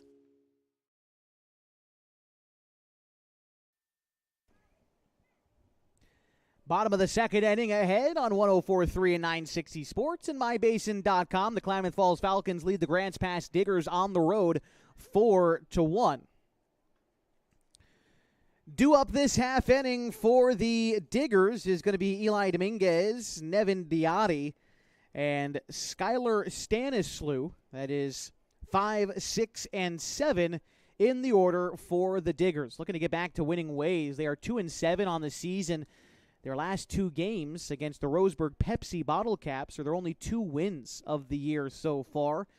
And again, the opposing team in that contest scored a bunch of runs. But, of course, Diggers had to score a bunch themselves to come away with wins in those games. But the offense hasn't been there so far for the Diggers. But a line drive to center field on the first pitch off the bat of Dominguez is directly into the glove of Glidden. And so 1 pitch and 1 out in the second inning. And that will bring up Nevin Diotti.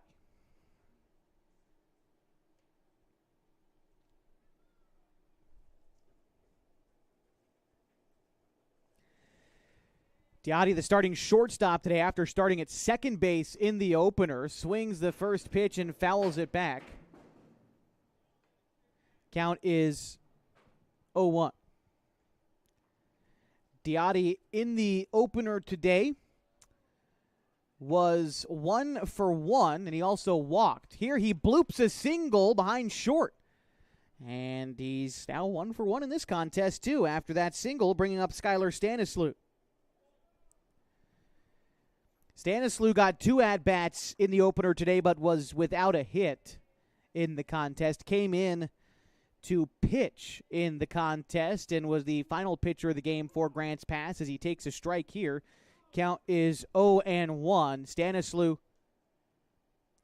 pitched 2 innings, gave up 5 hits, 4 runs, 1 earned, walked 1, and struck out 1. Stanislew bats from the right side. The 0-1 pitch came inside, nearly got him, but he scooted out of the way of that one. The count 1-1 to Stanislew. Just wrapped up his freshman year with the Grants Pass Cavemen prep team. believe he was only on the JV roster, but I mean, everyone's got to start somewhere. As the 1-1 misses high and tight, 2-1. And not often you see guys get a freshman starting job or a freshman role at the 6A level like we might at the 4A or lower like we've got in the Klamath Basin. I think about guys like Jacoby Takini, who was all-conference guy this year as a freshman, all-state guy as a freshman, really. And you go back down through the past couple of years to some young guys for the Falcons. So hold that thought. Line drive left field, and a base hit moves Diotti to second, and Stanislaw aboard at first. Another hit for the Diggers, their second of the game. And this will bring up Easton Schmidt, the starting pitcher for Grants Pass. He'll try to help out his own cause. His team trails by 3, but he represents the tying run at the plate. In the opener today, Easton Schmidt was 1 for 2. Schmidt had no RBIs, but he did score a run earlier in the contest. Started it short in the opener, now getting the start on the mound. Carson Pimley still working out there for the Falcons. Here's the first pitch. It's in the dirt, 1-0. But again, looking at the young players for the Falcons, it was one of the motivating factors on why they decided to drop down and play a single-A schedule this year instead of the typical triple-A schedule that the Falcons play. Ground ball back up the middle, ricochets off Pimley. Price recovers. The throw to first is in time. Oh, my goodness. What a play by Max Price. That was incredible. A ground ball back up the middle, ricochets off the glove of Carson Pimley. Price had trouble, had to readjust what direction he was running, cut back towards the ball, bobbled it for a moment, collected it with his bare hand, and fired to first just in time for the out. There are 2 away in the inning. Now back to the top of the order for Tyler Meek. But in the meantime, both runners did advance into scoring position for Grants Pass. So Diotti stands at third, Stanislaw stands at second, and there are 2 outs. The 0-1 is called a strike. The count, no balls and 2 strikes to Tyler Meek.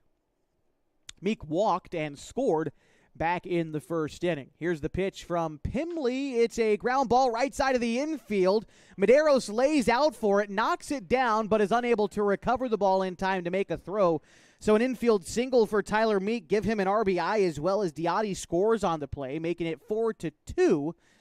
And runner advancing to third is Stanislaw. Now standing at first is Meek. Runners at the corners for Jair Dominguez. Dominguez walked and was left stranded at third in the opener earlier today.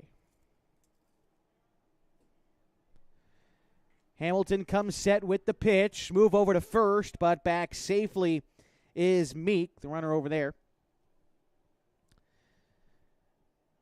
Dominguez, like I said, worked a walk, so he's been able to be patient against Pimley today. First pitch, he's first pitch swinging, line drive left field. Make me eat my words, why don't you? It's an RBI single for Jair Dominguez, scores Stanislaw. The score now 4-3, the Falcons lead.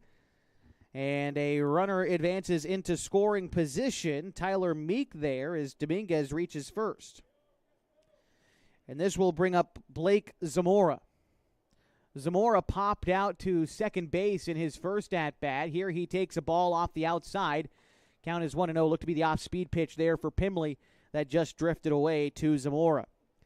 The opener today, Zamora was 0 for 2, but a sacrifice fly and an RBI earned him a one notch in the scorebook as he takes strike 1. The count even now to Blake Zamora.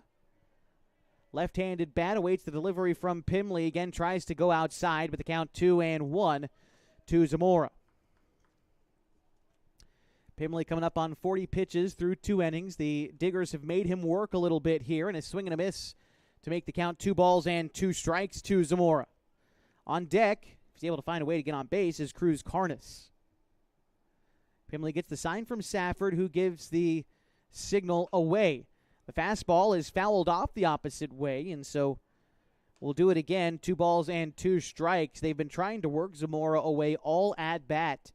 They haven't thrown him a pitch inside yet. And Safford again setting up away. Here's the pitch.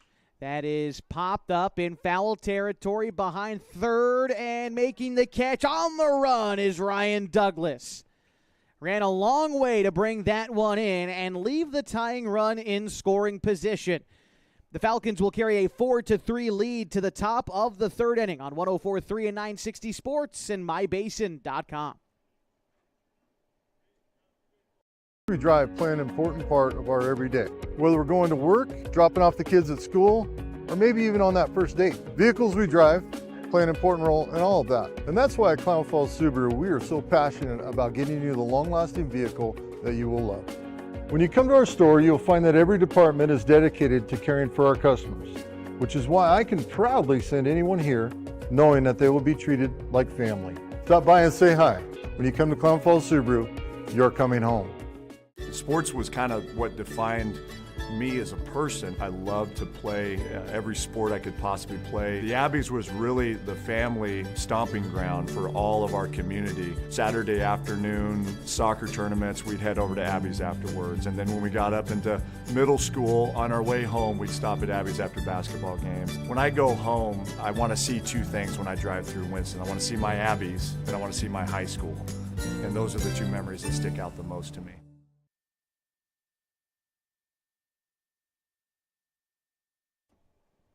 Top of the third inning, and the Klamath Falls Falcons lead the Grants Pass Diggers 4-3. Due up this half for the Falcons is Ian Meyer, Chase Barrett, Colby Medeiros. That's 5, 6, and 7 in the Falcons order. Easton Schmidt still on the hill for the Diggers, getting ready for the third inning of his start today.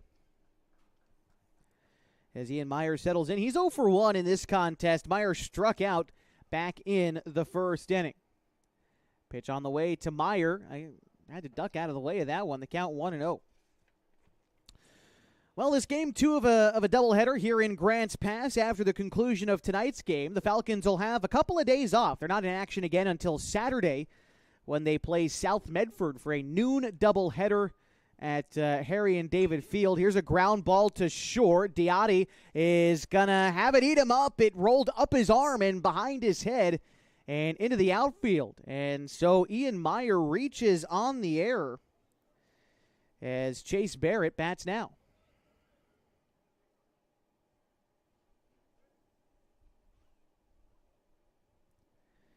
Barrett flew out in his first at-bat, flew out to center field in the first inning.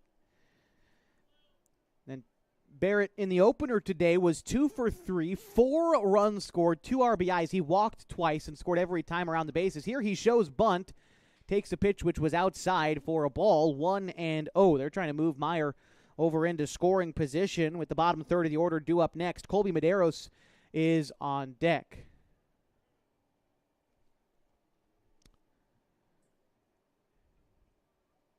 Getting ready for the pitch is Schmidt. He comes set, kicks and delivers. That's a curveball that's in the zone. And the count is 1-1. That pitch looked to be a little bit outside and down below the knees, but called a strike against Barrett. The count is even.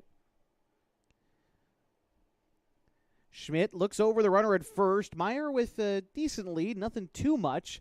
An elevated fastball is popped up out of play behind home, and you hear it clanking off the metal roof of our press box. It is so loud every time, and I never get used to it. Count a ball and 2 strikes to Chase Barrett. Schmidt, again, the right-hander, looks over at Meyer. Meyer gets an aggressive secondary lead as the pitch misses behind Barrett. But bringing it in was Dominguez behind the plate, so no runner on the move. Meyer stays put at first. Back to looking ahead at the Falcons' schedule. After the doubleheader in South Medford on Saturday, there's a doubleheader scheduled in Roseburg on Sunday against the Roseburg Dr. Randall's Crowns. Here's the pitch, the 2-2, rolled down the third baseline in fair territory, and it'll roll all the way down the line and fielded by Dominguez in left before he could get too far. As Meyer advances to second, Chase Barrett aboard at first with the single. 2 on and nobody out. Now for Colby Medeiros. So again, a doubleheader Sunday for the Falcons in Roseburg. They've got 1 day off, although I don't know how much of an off day it's going to be. The team's going to be on a plane heading to Alaska, where they'll take part in 2 tournaments in the Frontier State. They'll be playing in Wasilla on the 24th. That's Tuesday. They play a doubleheader against Palmer and then Wasilla. And then on Wednesday, they will play Madisonville from Kentucky. And then there is a title championship bracket game later on that day that I'm sure the Falcons would hope to participate in. Medeiros lays down the bunt. The throw on to first is in time, but a sacrifice bunt moves Meyer to third and Barrett to second. Now with only one out, it'll bring up Ryan Glidden, a golden RBI opportunity for the elder statesman of this team, looking to come up big for his squad.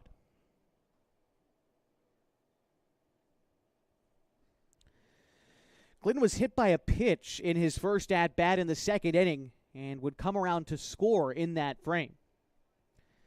Set on the mound is Schmidt, and the delivery to Glidden, a ground ball sent out towards short. Diotti up with it, throw on to first, short hops the first baseman, but Glenn picks it out of the dirt to record the out, but give Glidden an RBI on the ground ball, as coming in to score was Ian Meyer. And the Falcons now lead 5-3. Advancing to third on that play was Chase Barrett. So now it's Hunter Glidden due up this inning with a runner on third and 2 outs. He struck out in his first at-bat back in the second inning, and before Schmidt throws home, he'll step off. Going to decide to continue to throw from the stretch, even with that runner on third and nobody else on base, as he comes set for the first offering to Hunter Glidden. Glidden smacks that one into left field, over the head of the left fielder Dominguez, and that's rolling to the wall. Barrett scores from third, and a stand-up double for Hunter Glidden gives the Falcons a 6-3 lead. Good piece of hitting there for Hunter Glidden.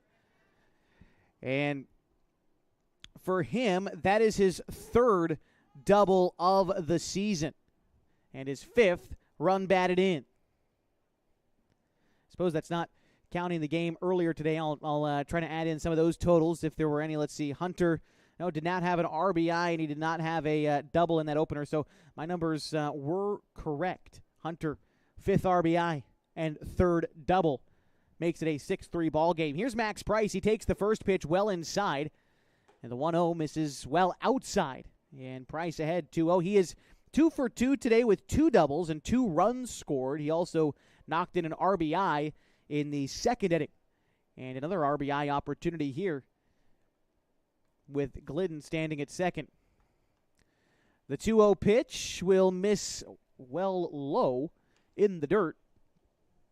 Count now 3-0 to Max Price. The wind picking up a little bit here in Grants Pass, blowing out to straightaway center field. That's to the southeast overhead the Rogue River, as that pitch misses in, and a 4-pitch walk delivered to Max Price. Runners at first and second, 2 outs for Ryan Douglas. Timeout is called, and the meeting between a pitcher and a catcher out there on the mound. I want to remind you today's broadcast on mybasin.com, brought to you in part by Gino's Cafe on East Main Street, open every morning at 6:30, serving their famous breakfast burritos. Those are served all day long, along with other menu items like burgers, monthly specials, and Italian favorites. You can order online at ilovegenos.com or have it brought to you by ordering on DoorDash. All right, 2 away in the inning and 2 on for Ryan Douglas. First pitch is a big curveball that drifts outside, and the count is 1-0. Douglas struck out in the first inning and had an RBI single in the second inning. Here's the 1-0 pitch. It's a ground ball to the left side of the infield. Diotti throws on to first in time for the out, and that will end the inning. But the Falcons do score 2 more runs, and they do it on 2 base hits. They leave 2 runners stranded, and they lead 6-3. Going to the bottom of the third next on 104.3 and 960 Sports and mybasin.com. The innocence of youth. Is there anything any better? But soon they'll be in high school and facing all the same challenges you faced. How to make friends, how to fit in, how to be cool. We want our children to have everything they'll need to live fulfilling and productive lives. Make sure the kids in your family are among the more than 120,000 participants here in Oregon who take part in high school sports or activities. At mybasin.com, we bring you the power of local radio, The pace and reach of social media, The information of 24-hour news, and the excitement of local sports. We do this with a team of radio professionals that is second to none. Klamath Falls is a community that we love and a place that we are proud to call home. Klamath Falls deserves a media group that is as committed to you as you are to Klamath Falls. mybasin.com is your go-to place for news, sports, events, and everything going on at home in Klamath Falls.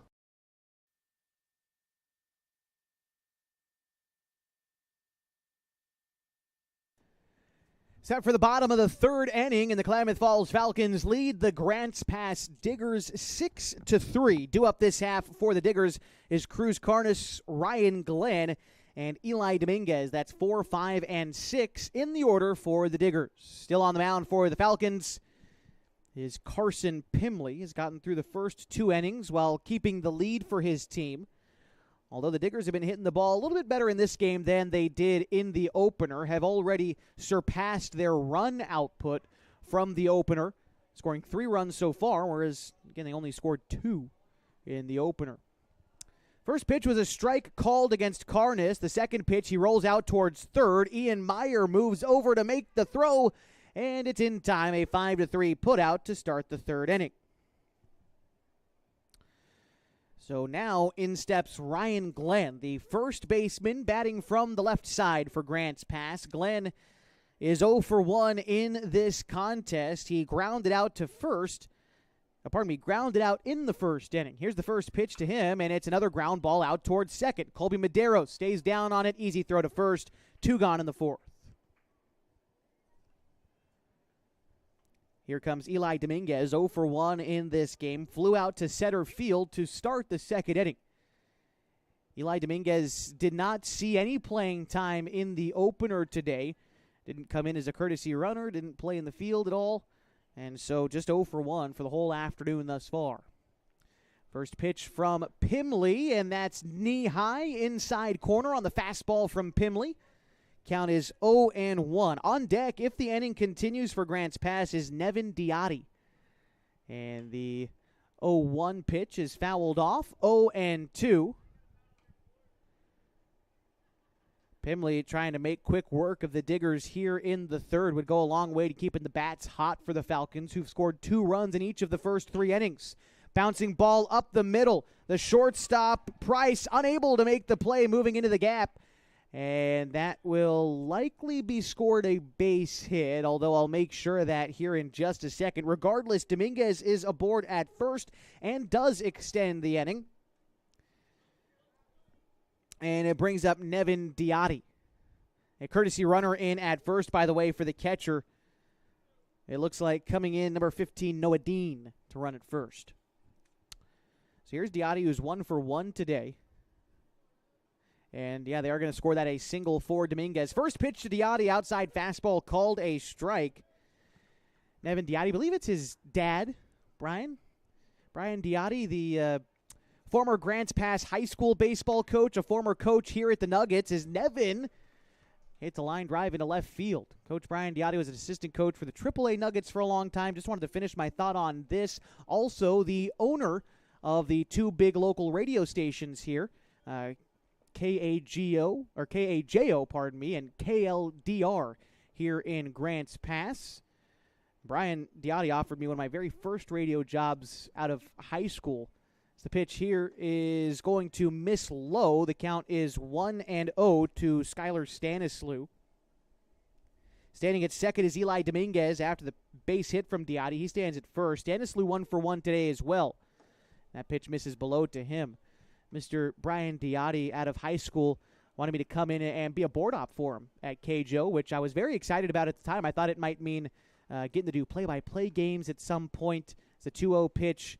Comes in to Stanislew. It's popped up to the right side. First baseman Takini runs around the first base coach, slides in foul territory to make the catch. What a play by Takini. Pause the thought on my nostalgia as Takini makes a great play to end the third inning. The Falcons carry a 6-3 lead to the fourth inning. Back after this on 104.3 and 960 Sports and mybasin.com. Introducing Smith Bates Marcom Solutions, your trusted partner in marketing and communication. We specialize in crafting compelling campaigns, eye-catching graphics, and impactful branding materials. Smith Bates is like working with dependable friends. They always help us build our professional image. Through the innovative strategies that the team at Smith Bates suggested, we've been able to give the brand at Calor the boost that it desperately needed. Unlock your potential with Smith Bates Marcom Solutions. What rhymes with great? Participate. Where does greatness start? Here, in the classroom. On the stage. In the pool. On the field. Where will your greatness take you? To better grades. To more friends. Yeah! Be great. Participate.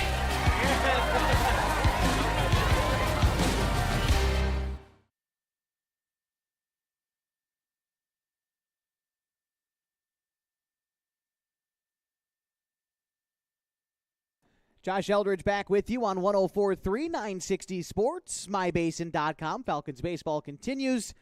Again, top of the fourth inning, the Falcons lead Grants Pass 6-3 for Klamath Falls so far. 6 runs on 7 hits, no errors. They have left 5 runners on base. For Grants Pass, 3 runs on 6 hits. They've committed 2 errors. They've also left 5 runners on base. New pitcher into the ball game is Cannon Clark, a right-hander for the Grants Pass Diggers. I don't look like any other changes except for Clark coming into the game. We'll make sure that here in just a moment. He'll come in relief of the starter, Schmidt, who pitched 3 innings, gave up 7 hits, 6 runs, 4 of them earned. He walked 1 and struck out 4. And yes, that is the only change for the Diggers here in the 4th inning. As we get ready to go, it'll be Jacoby Tacchini to lead things off for the Falcons. And Tacchini made a great play to end the last half inning. That pitch misses outside, 1-0. Tacchini had to run around the first base coach and slide to make a catch in foul territory to retire the side. And he's 1 for 1 today with an RBI double. Takes a look at a strike. The count 1-1. Cannon Clark looks like your stereotypical position player pitching here. Not a lot of velocity, but if you can throw strikes, you could make some things happen as that pitch is in the zone. The outer third, 1-2. This is going to be an adjustment for the Falcons hitters. Going to have to go from seeing Schmidt, who threw firm and a lot of movement on his pitches, to Cannon Clark, who's just kind of looping it in there. The 1-2 popped up shallow center. Coming in is the center fielder, Snodgrass. He will make the catch for the first out. This will bring up P.J. Safford for the Klamath Falls Falcons. Safford is 1 for 2 today. Had an RBI double in the first inning, and he struck out in the second.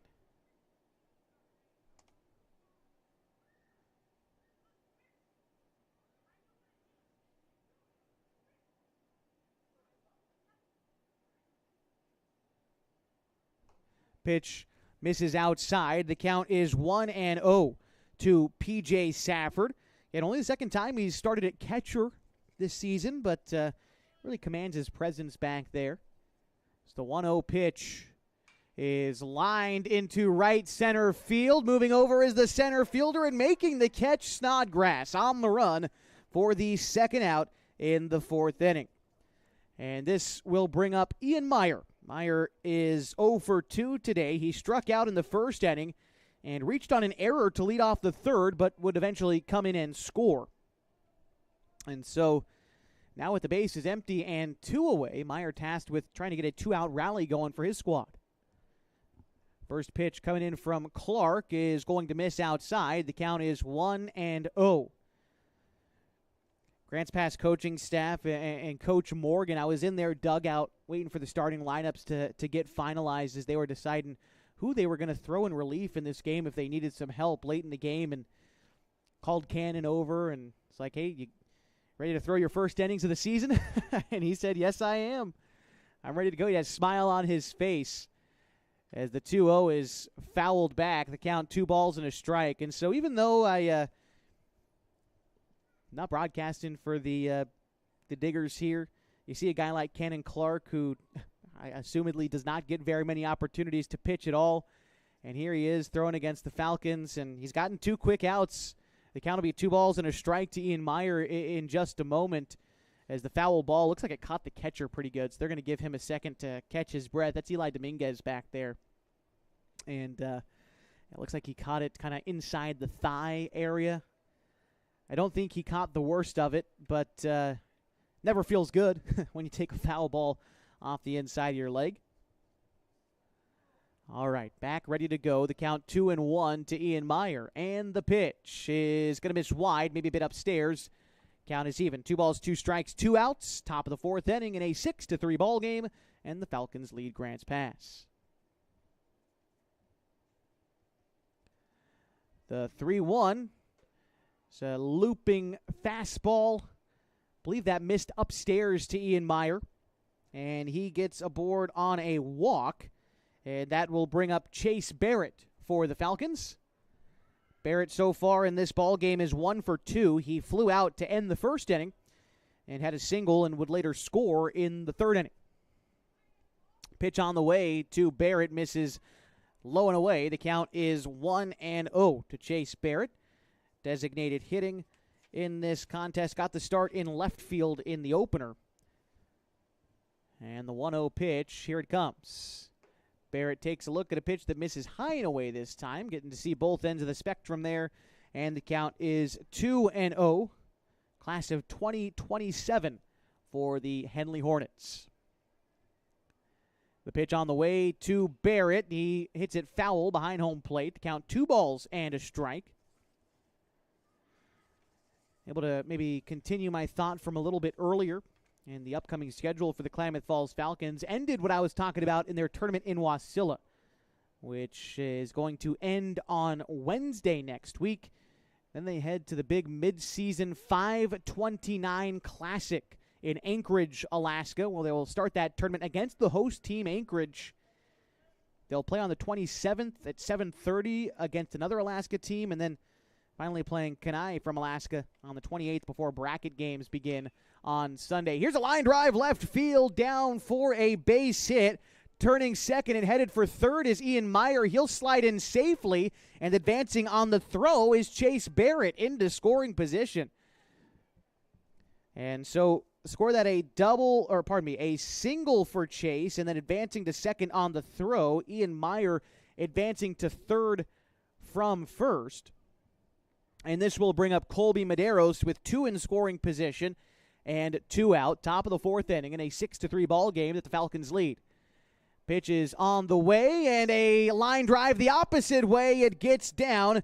They want Barrett to score. He gets the windmill, and he will get in standing. And a 2 RBI single for Colby Medeiros makes it 8-3 Falcons. Well, after recording the first 2 outs relatively quickly, Ian Meyer walked, Chase Barrett singled, and then Colby Medeiros singled, and that's led now to 2 runs in the inning for the Falcons. They've scored 2 runs in each of the first 4 innings now. And again, they lead 8-3. Here's Ryan Glidden stepping in for the Falcons. Set is Clark, and the delivery is taken letter high over the middle of the plate for strike 1. Glidden was hit by a pitch in the 2nd inning, would come around to score there, and he grounded out in the 3rd inning, but a run came in to score on that at-bat. So an RBI for Glidden already today. Runner from first on the move. Medeiros is going to get in without a throw. As the pitch gets so slowly to the plate, Medeiros was practically to second by the time the catcher was receiving the baseball. And so now he is in scoring position, and the count is 0-2 to Ryan Glidden. Falcons opportunity to add another run here. The pitch on its way from Clark. Glidden looks at strike 3, finds the outside corner, and he goes down looking to end the 4th inning. But the Falcons add 2 more runs on 2 base hits, and they leave a runner stranded. We'll go to the bottom of the 4th after this in an 8-3 ball game on 104.3 and 960 Sports and mybasin.com.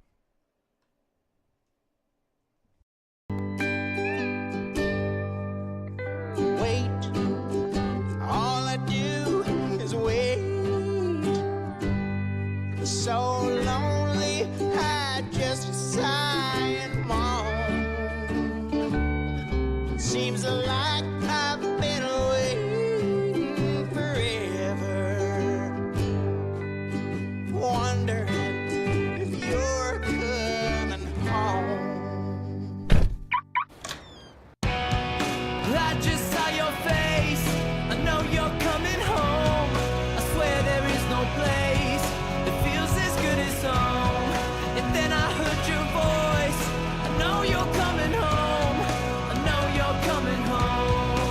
This is where unconditional love and immeasurable happiness reside.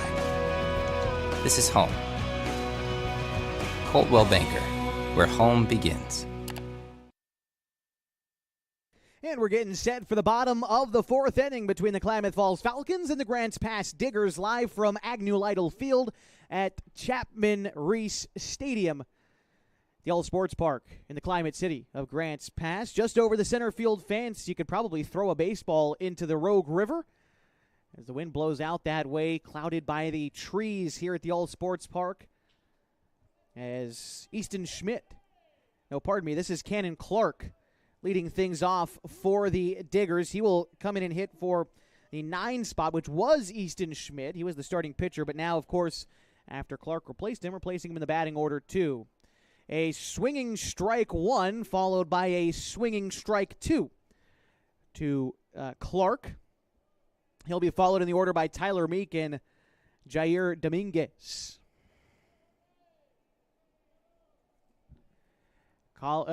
Carson Pimley tries to go front door with the curveball, but wound up missing inside, and the count now 1-2. Oh, they're going to say that it actually hit him. I think it took him a minute to decide on that, but P.J. Safford saying, yeah, it did hit him.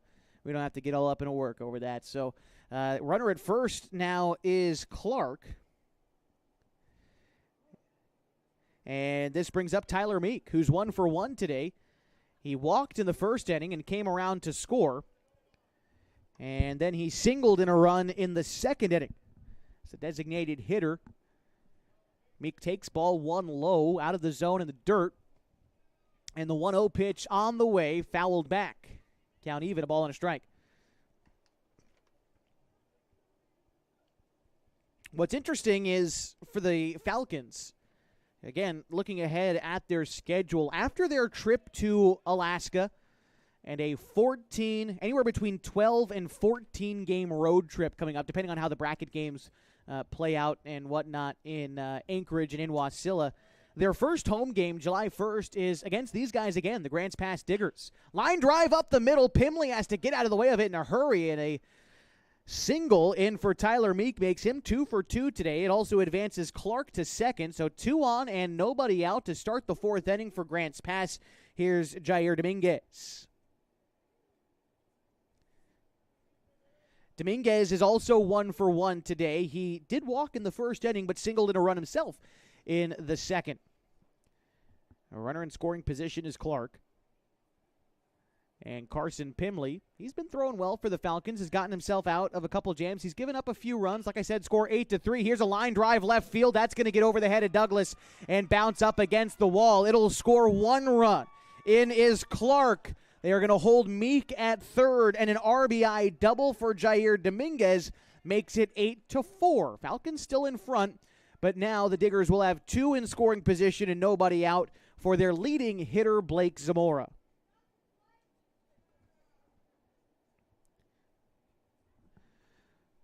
I'll tell you a couple of the numbers on the season for Zamora. Like I said, he is the team's leading hitter coming into the games today, batting .409. And on the season for Zamora, 4 RBI puts him at second most on the team coming into today. The first pitch from Pimley misses outside, 1-0. So far today for Zamora, 2 flyouts, once to second and once to left in the first and second innings. Pitch on the way from Pimley, swung on and missed. The count is even now, a ball and a strike to Zamora. On deck is Cruz Carnes. Of course the inning's going to continue. Still nobody out. Pimley's got to really buckle down here as that pitch misses wide, and the count 2-1. Pimley into the fourth inning of his start. This is about how far we've seen guys for the Falcons go in starts this season. As the 2-1 fouled back, the count 2-2. The anomaly was Hayden Poore going a complete game earlier today, pitching 5 innings, picking up the win. Looked really good in doing that as well, as Pimley misses outside, 3-2. Now the count to Zamora. Pimley got to find the zone here on a full count pitch. First base is open, but the 3-2 is rolled down the third base line, and it'll be foul. Count will remain 3 balls, 2 strikes to Blake Zamora. Part of the Grants Pass Caveman Prep baseball team that finished 10-8 in that 4-way tie for third place in the 6A Southwest Conference. Set is Pimley, and the delivery, weakly hit to the left side, through for a base hit. 1 run scores, and they are going to hold Dominguez at third. The score now 8-5, and the Diggers chipping away. It's an RBI single that was just sort of poked over to the left side, and scoring Tyler Meek in the process. Good piece of 2-strike hitting for Blake Zamora to earn himself an RBI and bring up Cruz Carnes. And we'll have a meeting on the mound between not only the Falcons infield, but Coach Craig Connor has emerged from the dugout as well. And it looks like we are calling in Ryan Douglas in from left field. So we'll have a pitching change, and if there's any other changes, we'll let you know about them here on mybasin.com. Stepping aside in the meantime, though, the tying run will be at the plate when we come back in an 8-5 ball game. Bottom of the 4th inning on 104.3 and 960 Sports and mybasin.com. Threads. There are many threads that run through our region. There are churches and schools and Little League teams that bring us together and bind us into communities. There are roads and cars, there are houses and jobs and businesses, all woven together to make the fabric of our communities. There are financial threads that are part of that tapestry as well. For over 80 years, it's been our pleasure to be headquartered here, providing financial services to generations of our friends and neighbors. From that first savings account to retirement planning and all of the cars and houses and groceries in between. We keep your money local, investing it back into our communities, adding more threads to the fabric to make our communities stronger. Pacific Crest Federal Credit Union. Find your path.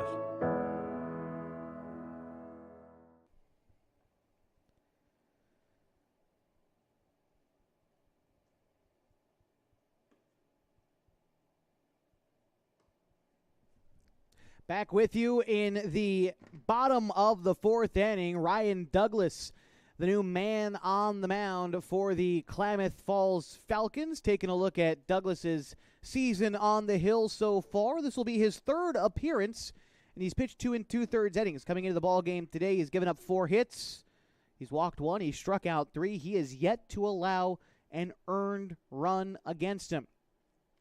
So hoping to keep that streak alive. He'll inherit a situation where there is runners at the corners and nobody out, and the tying run will be at the plate. By the way, Carson Pimley just going to go ahead and swap places with Ryan Douglas, it looks like. Pimley now patrolling left, and Ryan Douglas on the mound. All right, the right-hander's first task will be Cruz Carnes, who is 0 for 1 today, but he does have a sacrifice fly with an RBI earlier in the contest. Swing and a miss at strike 1. Douglas fires in a fastball to get ahead of the cleanup hitter for Grants Pass. The count is 0-1. Douglas set once more. Here's the 0-1. This is hit in the air to the right side. Ryan Glidden called off by Hunter Glidden, who makes the catch. Tagging from third is Dominguez. The throw brings Safford up the line. No chance at a tag, and another run comes in to score. A sacrifice fly and an RBI for the 2nd time today for Cruz Carnes. First out in the inning. And this brings up Ryan Glenn. Runner remains at first, and that's Blake Zamora. As Glenn settles in now, the left-handed hitting first baseman for the Diggers takes a hack at a pitch well out of the zone and high. The count is 0-1. Glenn has grounded out twice today. Once to short and once to second. The 0-1 from Douglas. A fastball on the outside third just below the belt called a strike. Nice location there for Douglas. Gets him ahead of Ryan Glenn 0-2. Safford delivers the sign, sets up his target outside. Here's the 0-2 pitch. That pitch misses low and in the dirt. Count 1-2 to Ryan Glenn. That runner that scored, by the way, Dominguez, was Pimley's responsibility. So, again, can't quite close the book on his outing just yet. Ground ball back up the middle, through into center field, and a base hit Zamora advancing to second on the play, and Glenn on board after the one-out single. Puts 2 on for Eli Dominguez, the starting catcher today for the Diggers. He is 1 for 2, a fly out in the second inning, and he singled in the third. Here's the pitch. And that one is in the zone. The count 0-1, just about knee-high, hard of the plate. Decent lead off a second for Zamora. About a 6-step lead off the bag as Douglas goes off speed on the 0-1 pitch and gets a swing and a miss from Eli Dominguez. Count is 0-2. Diggers have already scored 3 runs this inning. 0-2 from Douglas, goes curveball and gets a swing and a miss from Dominguez, who chases that one out of the zone for the second out in the 4th inning. And here is Nevin Diotti. Was talking about his dad, his last at-bat, Brian, who now owns the radio stations over here in Grants Pass, KJO and KLDR, the stations I listened to when I lived over here. Like I said, Brian offered me my first job. It was going to be a board op doing Oregon Ducks games and Cavemen games for the legendary voice of the Caveman, Chuck Benson, here in Grants Pass, who's been doing it forever. Been doing these games for a long time, but I actually told him I didn't want the job after we talked about it. I actually turned him down because what I thought was going to be an opportunity to do games in the future didn't seem to be. And I was already doing games at the time for the Grants Pass Nuggets. The 1-1 from Douglas is in the dirt. Taken for a ball. 2 balls and a strike to Diotti. I look back at that time as thinking I was 18. I was offered a real job at a real radio station, and I turned it down because it wasn't an opportunity for me to continue to call the games. And looking back, glad I made the decision, but still ever grateful for the opportunity for Coach Brian Diotti, now owner of those radio stations. As just that whole experience of going through the interview process is the first time I'd ever set foot in a radio studio, and was just a good experience. I think helped me gain my love for what I do now. 2-2 on the way to Diotti. Curveball rolled down the third baseline, foul. Count still remains 2-2. I think the hardest thing for me was at 18 actually telling him no thank you. It was such a difficult thing. I did it in the first base dugout here at Agnew Lytle Field. 2-2 pitch, and outside, the two-seam fastball nearly broke back across the plate to the right-handed hitter, but just missed off the outside. And the count is full with 2 outs and 2 runners on in an 8-6 ball game in the bottom of the 4th inning.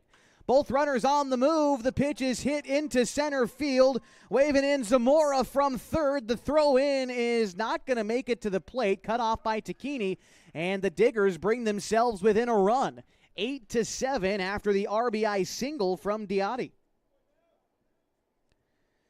That scored Zamora, like I said. Advancing to second was Ryan Glenn, and now the 9th batter this inning for Grants Pass is Skylar Stanislaw.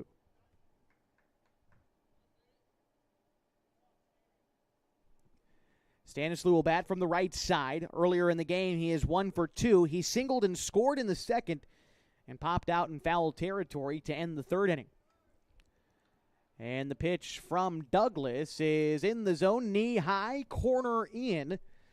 And it's an 0-1 count to Stanislaw, starting at second base today for the Diggers. And the pitch.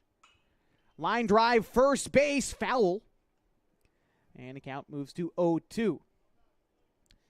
Now Douglas with a couple pitches to work with. See if he can finally find his way out of this inning.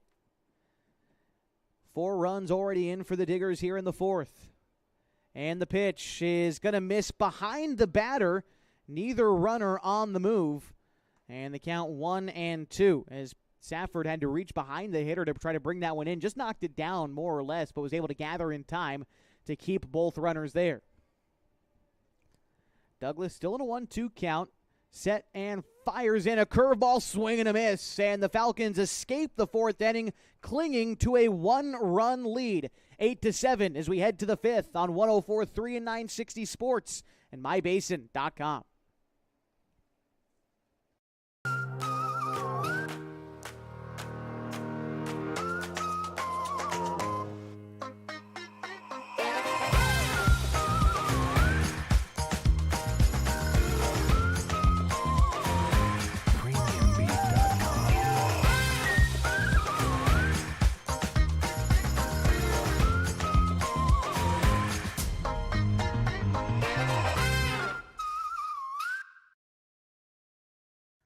Pacific Power works day in and day out to power our communities because we know our neighbors rely on us.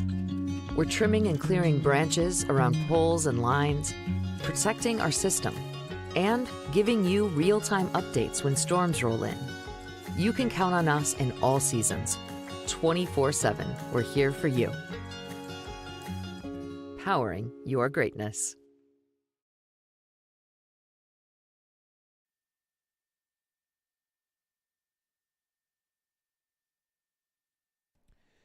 Top of the fifth inning from Agnew Lytle Field to the All Sports Park in the Climate City of Grants Pass. It is an 8-7 ball game. The Diggers came roaring back in the bottom half of the fourth to score 4 runs and erase much of the deficit that they had found themselves heading into that inning. But the Falcons still have the lead, and they will look to build on it here in the fifth. And a new hitter batting in for Hunter Glidden is Carson Sims, being a late addition to the ball game. He will hit for Glidden, who exits after going 1 for 2, and his one hit was an RBI double back in the third inning.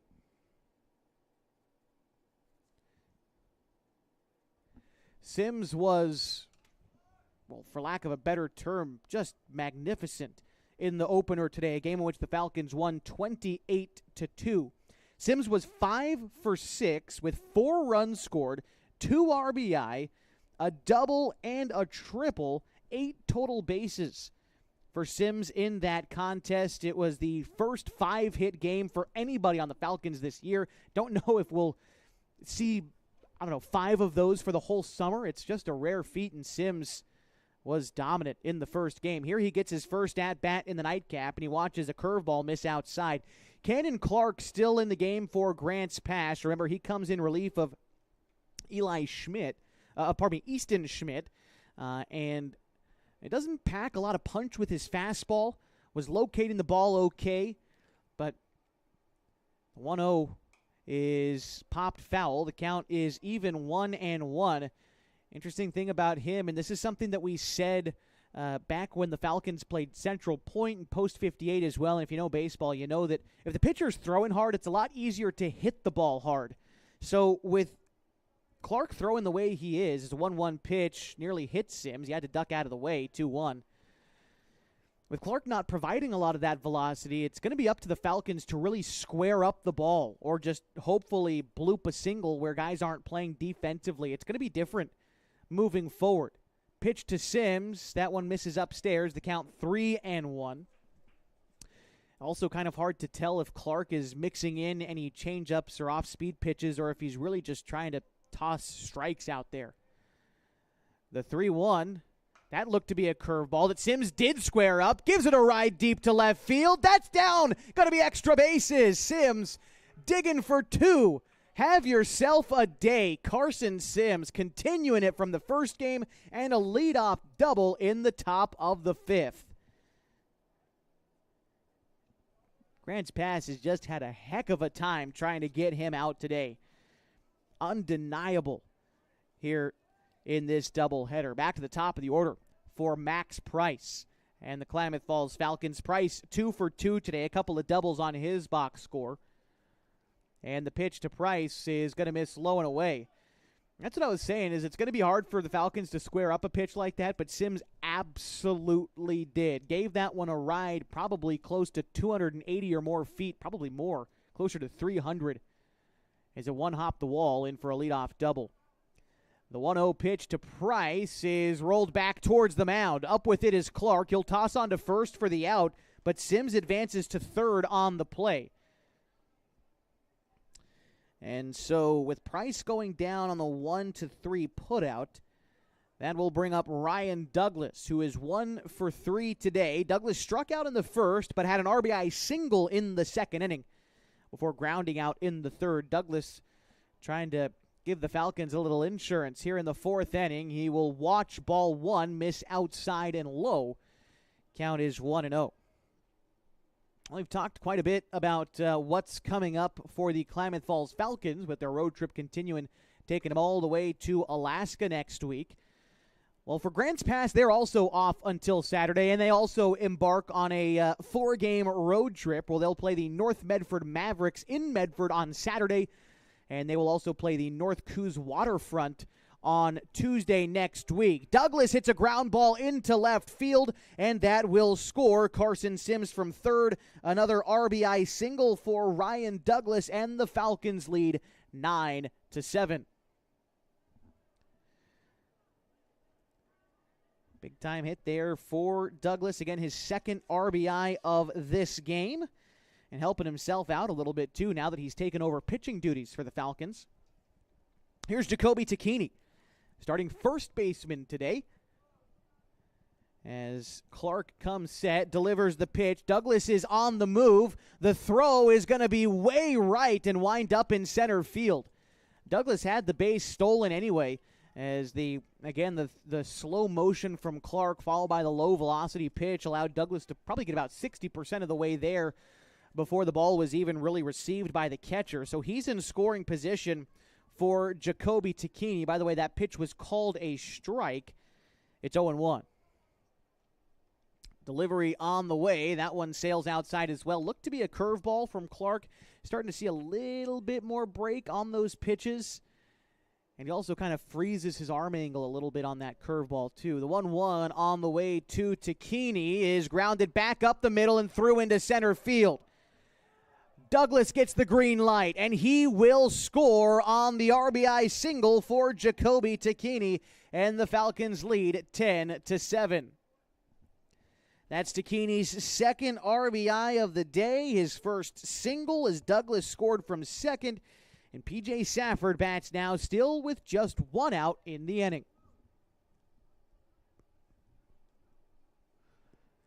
Safford 1 for 3 today, an RBI double in the first inning, followed by a strikeout in the second and a flyout in the fourth. Clark comes set, steps and fires in a curveball that misses outside, and the count moves to 1-0 for P.J.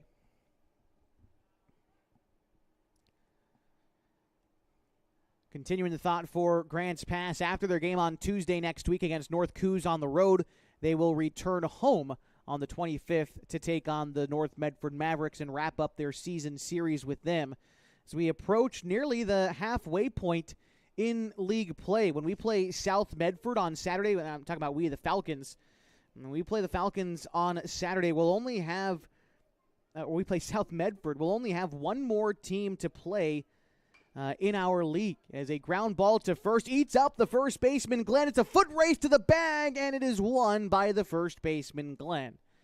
Advancing to second, though, is Tacchini on the unassisted putout at first base. This brings up Ian Meyer with a runner at second. We'll play that North Jackson Eagle Point team for the first time on July 3rd, and we'll meet them again at Kiger Stadium on July 11th. Otherwise, we've played everyone in the conference, save for South Medford, which we'll find out on Saturday. First pitch to Meyer, hit the opposite way, deep to right field. Zamora, though, hardly has to move to put that one away and record the out. But the Falcons score 2 runs in the inning on 3 base hits, and they lead 10-7. As we go to the bottom of the 5th inning next on 104.3 and 960 Sports and MyBasin.com.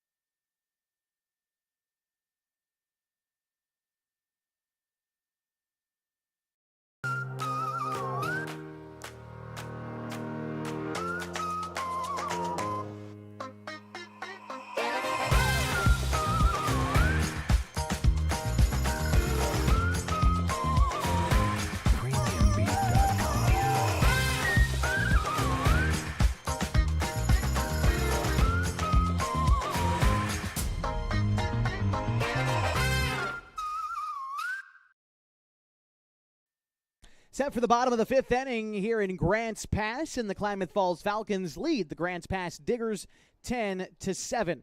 Due up this half for the Diggers is going to be Cannon Clark, Tyler Meek, and Jair Dominguez. That's 9, 1, and 2 in the order for Grants Pass. Klamath Falls scores 10 runs in this game. They've scored 2 runs in each of the first 5 innings. It's been a consistent, steady attack for the Falcons so far in this game. It's hasn't been helped out by very many errors as well. Grants Pass only committing 2 errors. It's been 12 hits for the Falcons, 11 hits for Grants Pass, leading to their 7 runs. So the offenses are swinging the stick here in Game 2 as opposed to the lopsided result we got in Game 1. The Diggers competing here today, and it's a sign of a mentally tough team, especially when you talk about these single-A guys who are typically younger teams. Grants Pass certainly fits the bill. Our Falcons, for the most part, fit the bill as well. But being able to bounce back and compete after a very lopsided loss in Game 1 is a sign of a good things to come for Grants Pass. First pitch and an out. Cannon Clark grounds out to the pitcher, and that'll be the first out in the 5th inning. And I think, for the Falcons, same thing can be said for them, right? The very opening game of the season was a very lopsided loss, 22-1 against Medford. But they were able to then rattle off 4 straight wins in convincing fashion themselves. And so, again, a sign of a mentally tough team. And even, again, building on this point for the Falcons being mentally tough, I'll take you back to Sunday, a doubleheader against Central Point. I'm sure the opener of that game is one that Falcons fans don't really want to relive, a game in which they were competing very well, but errors saw that game completely slip away from them, and it was really a self-inflicted loss in the opener in that game against Central Point. By the way, the count of ball and a strike to Tyler Meek. He swings and misses at strike 2. 1 away in the inning. But again, a game in where you really beat yourself against Central Point on Sunday, but they were able to recollect, mentally harden, and come away with a comeback walk-off win in the nightcap against the defending Oregon State champs. So it fits the bill both ways. And I think, also we talk about the communities of Grants Pass and Klamath Falls. I think more similar than different in a lot of ways. Mentally tough people, as the 2-2 misses high 3-2. I've seen the best of both worlds, right? I lived here for 4 years. I've now lived in the Klamath Basin for 5 years. The 3-2 pitch to Tyler Meek is going to miss inside. That'll be ball 4 and a 1-out walk delivered to Tyler Meek.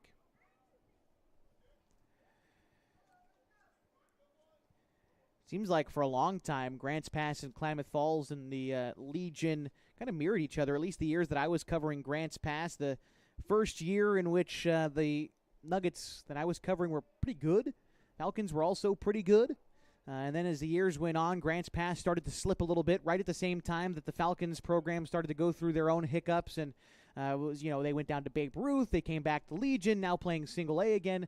So it's been kind of an identity shift for both teams the last couple of years.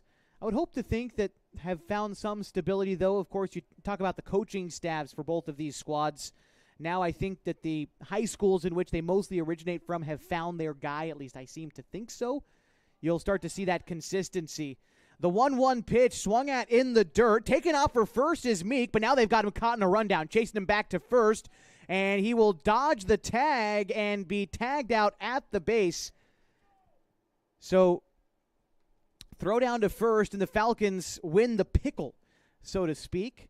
And they got him running back to first. Safford, the catcher, was the one who applied the tag. So it was a 2-3-4-2 putout for the second out in the 5th inning. They count 1-2 to Jair Dominguez. By the way, talking about those coaches, just want to finish this thought real quick. I'm talking, of course, about Sean Teeters for the Klamath Falls Falcons, guy who's been kind of bred for this position the last couple of years, working under guys like Pete Whistler and Joe Tacchini as the 1-2 misses downstairs, the count 2-2. And then for Grants Pass, you've got Kyle Garrison, who took over as the head coach of the Grants Pass Cavemen last season. finished his second season this year. Here's the 2-2 pitch home, and it's swung on and missed. That'll be strike 3. And before we head to break, again, just want to get this out there. Coach Garrison led Grants Pass to their first winning season in 4 seasons this year. You like to think they're on the upswing as well. And when everyone's better, well, it's a lot more fun for everyone. But right now it's a close game as we go to the top of the 6th inning. 10-7, Klamath Falls leads on 104.3 and 960 Sports and mybasin.com. The innocence of youth. Is there anything any better? But soon they'll be in high school and facing all the same challenges you faced. How to make friends, how to fit in, how to be cool. We want our children to have everything they'll need to live fulfilling and productive lives. Make sure the kids in your family are among the more than 120,000 participants here in Oregon who take part in high school sports or activities. At mybasin.com, we bring you the power of local radio, The pace and reach of social media, the information of 24-hour news, and the excitement of local sports. We do this with a team of radio professionals that is second to none. Klamath Falls is a community that we love and a place that we are proud to call home. Klamath Falls deserves a media group that is as committed to you as you are to Klamath Falls. mybasin.com is your go-to place for news, sports, events, and everything going on at home in Klamath Falls.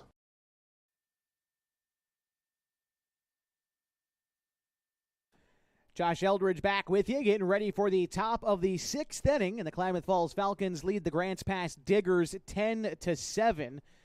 New pitcher on the mound for Grants Pass is going to be Eli Dominguez, and he will just go ahead and switch places with Cannon Clark, who will assume catching duties for the Diggers. All right, so due up this half for the Falcons. It's going to be the new designated hitter, Corbin Hamilton. And looks like Connor Shively is on deck. The Falcons are going to start getting some of their guys some swings here, and we'll see some substitutions, I'm sure, as we move forward this inning. As, again, Hamilton getting his first at-bat in this game. Right-handed stick for Henleader in the prep season will be the first task for Eli Dominguez out of the bullpen. We'll give you a statistical outlook on Dominguez here in just a second as Hamilton swings and fouls off the first pitch, and the count is 0-1. Eli Dominguez this season for the Grants Pass Diggers is making his second appearance of the year. Only 1 inning pitched previously, and he gave up a run, and so ERA pretty high for Dominguez, but again, it's hard when guys just pitched 1 inning to judge him off of that. But the right-hander delivers the 1-1 pitch inside to Hamilton. It misses. The count 2-1. Again, no other changes for Grants Pass. It's just that the pitcher and the catcher swapped spots, as Hamilton is ahead in the count, 2 balls and a strike. That one is hit in the air, popped up in the infield. The pitcher is going to call everybody off to make the catch, and that'll be the first out in the 6th inning.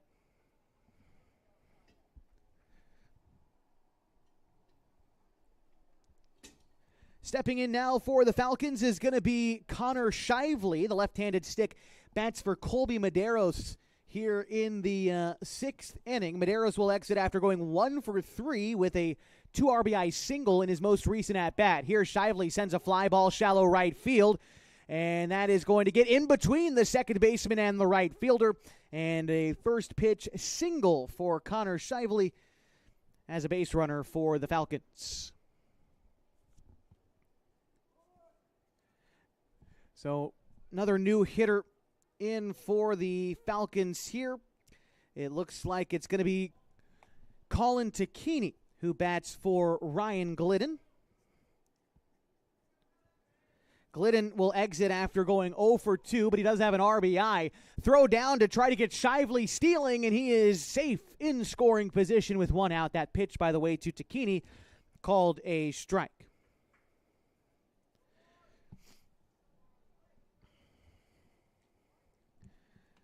Colin didn't get the start in this game. It's the 0-1 pitch.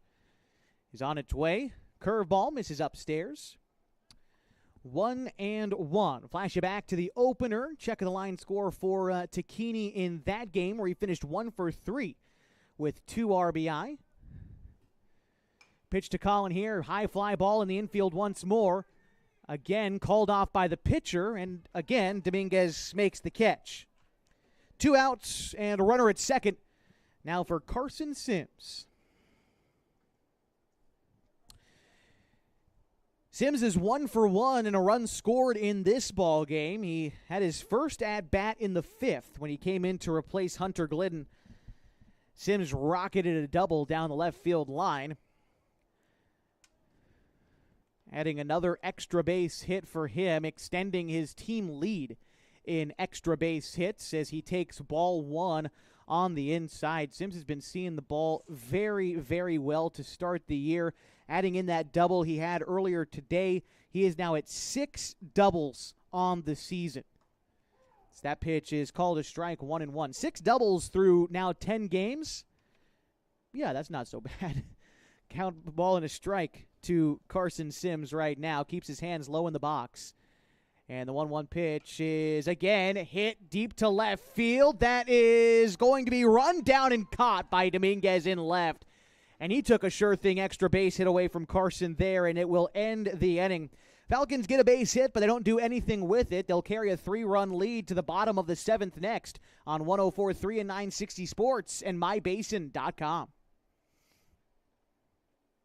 Introducing Smith Bates Marcom Solutions, your trusted partner in marketing and communication. We specialize in crafting compelling campaigns, eye-catching graphics, and impactful branding materials. Smith Bates is like working with dependable friends. They always help us build our professional image. Through the innovative strategies that the team at Smith Bates suggested, we've been able to give the brand at Calor the boost that it desperately needed. Unlock your potential with Smith Bates Marcom Solutions. What rhymes with great? Participate. Where does greatness start? Here, in the classroom. On the stage. In the pool. On the field. Where will your greatness take you? To better grades. To more friends. Yeah! Be great. Participate!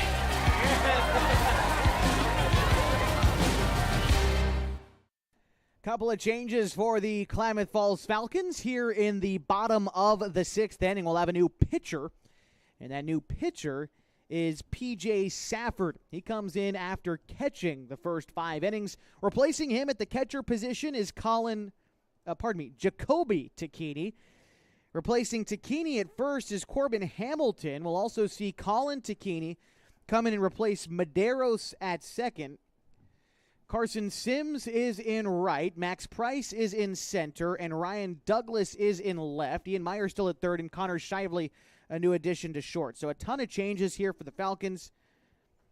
And, again, the new pitcher as well. Task out of the bullpen will be the middle of the order, Blake Zamora, Cruz Carnes, and Ryan Glenn. That is 3, 4, and 5 for the Diggers, who trail by 3. Again, a score of 10-7 as we start the bottom of the 6th inning.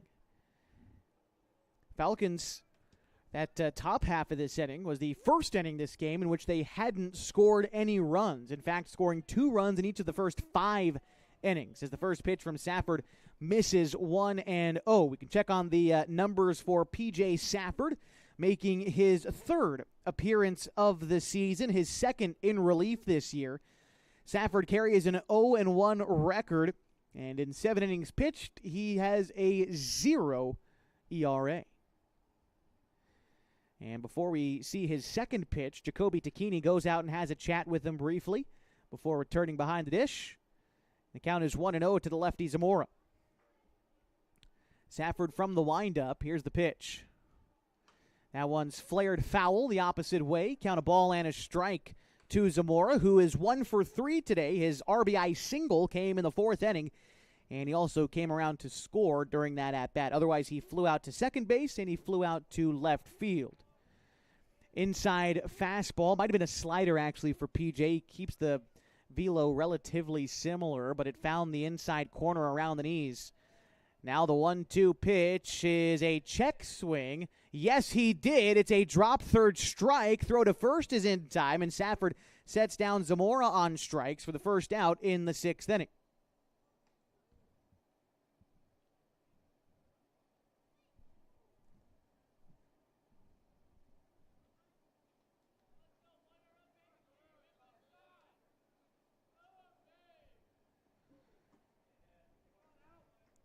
Swinging strike, 0-1 the count.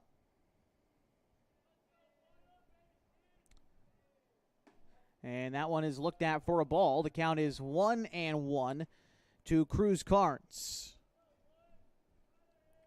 Ryan Glenn waits on deck for the Diggers. Is that pitch a two-seamer on the outer third, called a strike, 1-2. Safford trying to go for back-to-back Ks here and finds it. A curveball got him looking. A beautifully placed breaking pitch on the outside corner. Got Carnes looking for the second casualty in the 6th inning. And this will bring up Ryan Glenn, first baseman for the Diggers, who's 1 for 3 today. Grounded out in each the 1st and 3rd innings and singled in the 4th. Here he takes a look at a fastball that misses above his shoelaces. Did he go? Yes, he did. I thought he took it. No, he did not. So the count is 0-1. Glenn checked his swing to be sure. That pitch, again, just right above his shoelaces, but he offered up at it. The 0-1 knee-high strike over the heart of the plate. 0-2, Safford pumping him through the zone now. Ahead 0-2 against Ryan Glenn. Here's the pitch. Curveball, that one bounces to the plate. Count now 1-2. Trying to find that put-away pitch. Gets the sign from Tacchini, and Tacchini gives the target outside. The 1-2, two-seamer runs away, and the count is even to Ryan Glenn. On deck, if the inning continues, is Eli Dominguez for the Diggers. Here's the 2-2 on the way from Safford. Curveball below the knees over the plate, but a ball. And a good take by Ryan Glenn, who laid off a really tough pitch there from Safford. And now the count is full. Safford steps, kicks, fires in, two-seam fastball, swung on and missed, and he strikes out the side in the 6th inning. We'll go to the 7th, and the Falcons carry a 10-7 lead. Back after this on 104.3 and 960 Sports and MyBasin.com.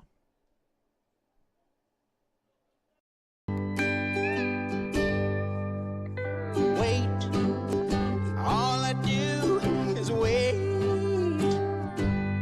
So lonely, I just sigh and moan. Seems like I've been waiting forever, wondering if you're coming home. I just saw your face, I know you're coming home.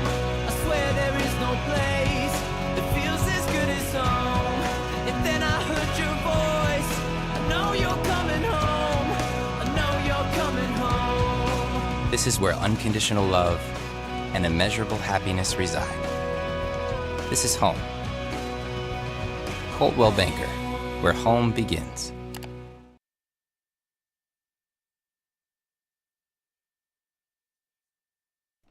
Top of the 7th inning, and the Klamath Falls Falcons lead the Grants Pass Diggers 10-7. Falcons will try to add a little insurance here in the 7th inning. It'll be the top of their order. Max Price, Ryan Douglas, Jacoby Tacchini to bat for Klamath Falls, still against Eli Dominguez. We can check in on the final line score for the previous two guys who threw today for Grants Pass.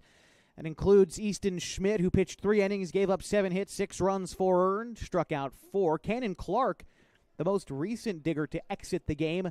2 innings pitched, 5 hits, 4 runs. Each of them earned. He walked 1 and struck out 1. Now he's catching here in the 7th inning. The first pitch from Dominguez popped up shallow center field. Could be tough to get to, but running in and making the catch on the run is Andrew Snodgrass for the first out in the 7th inning. Ryan Douglas to bat now for the Falcons. Douglas today is 2 for 4 with 2 RBI. Knocked in runs on singles in the 2nd and 5th inning. Also in that latter inning, he scored a run. Here's the first pitch to Douglas. That's a two-seamer that misses outside. 1-0. Misses a little bit low. Took up some dirt with it as well. After Douglas, once more, is Takini. Douglas also struck out back in the first inning of the day. Here's the 1-0. And that one will also miss in the dirt away. The count is 2 balls and no strikes to Ryan Douglas.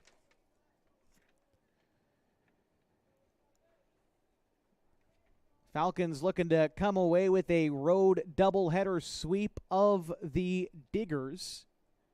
Curveball, that one misses upstairs. The count is 3-0 now to Douglas. Haven't played a road doubleheader yet this season. This is actually the first one. Here's the 3-0 to Douglas. That misses low and away, ball 4, and a walk delivered to Douglas with 1 out in the 7th. In fact, Klamath Falls have only played 2 road games total coming into this contest, and they split those. It was the loss in the opener against the Medford Mustangs, and then the and then the win against Roseburg, 15-0. That was back on Friday the 13th. So here's Jacoby Takini batting now with a runner aboard at first and 1 away, top of the 7th inning in a 10-7 ball game.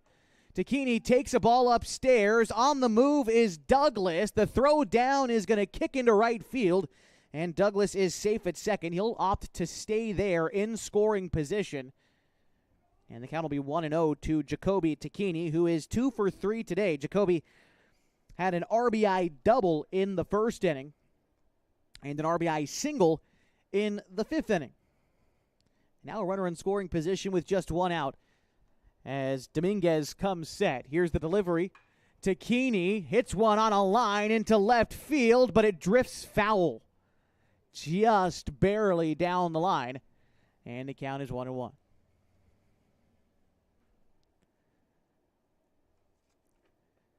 Jacoby, class of 28 at Henley High School. Like I said, only just finished up his freshman year, but this is his 2nd season with the Falcons after his 8th grade middle school season came up. And I've said this to just about everyone I've talked to, is that I think that summer helped Takini so much get prepared for the prep season. So 1-1 pitch to Jacoby, misses in around his elbow. Count 2-1. I don't think Takini would have been in the All-State conversation without it. He was very good this year defensively. He was very good defensively last year, and that was why I liked watching him catch so much. But I never expected him to lead the entire Skyline Conference in RBIs and not only be first-team all-conference, but like I said, be an all-state catcher as a freshman. It's just been remarkable to see his exponential growth week by week, day by day. 2-2 pitch to Jacoby. Here's a bouncing ball to the right side of the infield, picked up by the second baseman Stanislew, on to first in time. Douglas advances to third, but now there's 2 outs in the inning for P.J. Safford. Safford today is 1 for 4. He had a single back in the, a double back in the first inning and an RBI. Aside from that, Safford has struck out, grounded out, and flown out. Set on the mound is Dominguez, and the delivery home to Safford. Takes a cut at it, lifts it in the air right field. Making the catch in on the run is Zamora. And that will end the inning. The Falcons get a base runner, but can't get him around. And they will take a 3-run lead to the last of the 7th and look to close out a doubleheader sweep against the Grants Pass Diggers. We'll be back in just a moment here on 104.3 and 960 Sports and MyBasin.com. Threads. There are many threads that run through our region. There are churches and schools and Little League teams that bring us together and bind us into communities. There are roads and cars. There are houses and jobs and businesses, all woven together to make the fabric of our communities. There are financial threads that are part of that tapestry as well. For over 80 years, it's been our pleasure to be headquartered here, providing financial services to generations of our friends and neighbors. From that first savings account to retirement planning and all of the cars and houses and groceries in between, we keep your money local, investing it back into our communities, adding more threads to the fabric to make our community stronger. Pacific Crest Federal Credit Union. Find your path.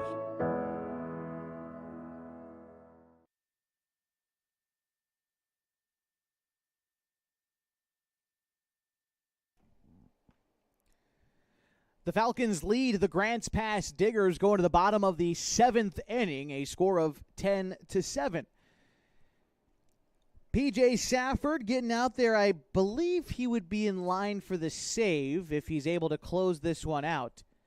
And P.J. will face Eli Dominguez, Nevin Diotti, and Skylar Stanislew.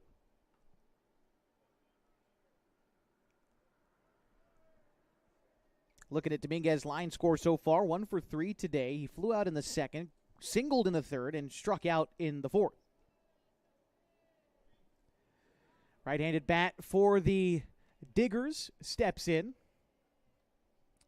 And here's the pitch from Safford. A firm fastball misses below the zone. The count is 1-0. Dominguez started the game as the catcher for Grants Pass, now has taken over pitching duties. And, for what it's worth for him on the mound as he takes ball 2 there, he's been the only guy to not allow the Falcons to score a run today. He's pitched 2 shutout innings, only given up 1 hit. Now it's up to his team to try to find the wherewithal to get on base and climb back into this ball game. He might do the job here, ahead in the count 3-0 to lead off the bottom of the 7th inning. And the pitch is going to miss wide, knee high, ball 4. And a leadoff walk delivered there to Eli Dominguez. Now, not to alarm Falcons fans, but it was only last night in which the Diggers were facing a 3-run deficit going to the bottom of the 7th against Roseburg and rallied to score 4 runs in that inning and secure a walk-off win. So we know these guys have got it in them. The Falcons cannot take their eye off the prize here in this last inning. Nice slider from Safford, broke all the way across the zone in there for strike 1 against Nevin Diotti. He's 3 for 3 today with 3 singles, an RBI, and a run scored. The 0-1 to Diotti. That time the pitch misses below the zone, had to get blocked by Tacchini, but he keeps it in front of him and therefore keeps the runner Dominguez over there at first. Decent lead off of first for Dominguez as Safford comes set. And here comes the pitch. Another slider dips below the zone to 0. After Diotti, Skylar Stanislew due up for the Diggers. Actually, it doesn't look like he will be batting next. It looks like it'll be, I believe that's Mason. Pulling it up here. Mason Scott is on deck for the Grants Pass Diggers. Count 2 balls and 2 strikes to Nevin Diotti. And the pitch, a curveball, popped up, out of play. Count will remain 2-2. Safford's been relying on the off-speed pitches, the breaking balls here since coming in relief last inning. Allowed him to strike out the side in the 6th. But he walked Dominguez to lead off the inning, and now in a 2-2 count against Diotti. Comes set and delivers the pitch. That one is a fastball and a nice frame job by Tacchini. I think he stole that strike 3 call there, and that's what you get for having a good catcher like him. Safford gets the first out in the 7th inning.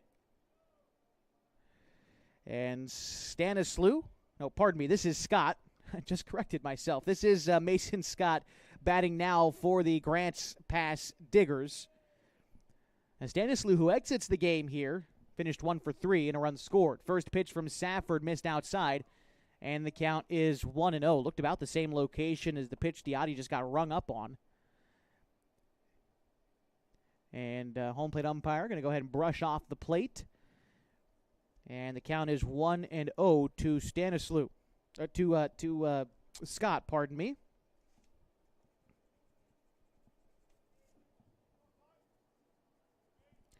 On deck is Cannon Clark for the Grants Pass Diggers. 1-0 pitch.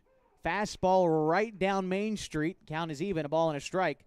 Hey, by the way, speaking of Main Street, tomorrow kicks off Third Thursday in Klamath Falls down on Main Street. Should be a fun time. Safford set with the 1-1 pitch, and it's a off-speed pitch, waved at and missed. Scott well out in front of that one. Count a ball and 2 strikes. This is Scott's first at-bat of the day. He played defensively in the opener, but was hit for by the designated hitter. A nice slider, front door down looking is Scott. That started in on his hands and broke back across the plate. A great pitch there from Safford to record the second out in the 7th inning. And just like that, Grants Pass down to their final out of the ball game. Clark is 0 for 1 today, grounded out to the pitcher in the 5th inning. First pitch from Safford. Again, that nice slider starts inside, breaks over the middle of the plate. Looks like it's not going to be a strike until suddenly it is. The 0-1 pitch from Clark. Another slider swung at and missed, but it's in the dirt. Runner on the move. The throw winds up in center field. Runner will just stay at second. And the count is 0-2. That was another slider that Clark chased out of the zone. I feel like Safford has thrown about 80% sliders since coming into the game last inning. But it's a pitch that works for him. He was highlighted by the Baseball Northwest prospect camp a couple weeks ago to start the summer. Had one of the highest spin rates on his slider. I think second highest spin rate on his slider at that entire showcase. The 0-2 pitch on the way to Clark. And it is fouled off back into the glove of Takini. That is strike 3, and that is the ball game. The Klamath Falls Falcons come away with a sweep on the road of the Grants Pass Diggers. We'll be back to recap it for you in just a bit. Keep it tuned here to 104.3 and 960 Sports and mybasin.com.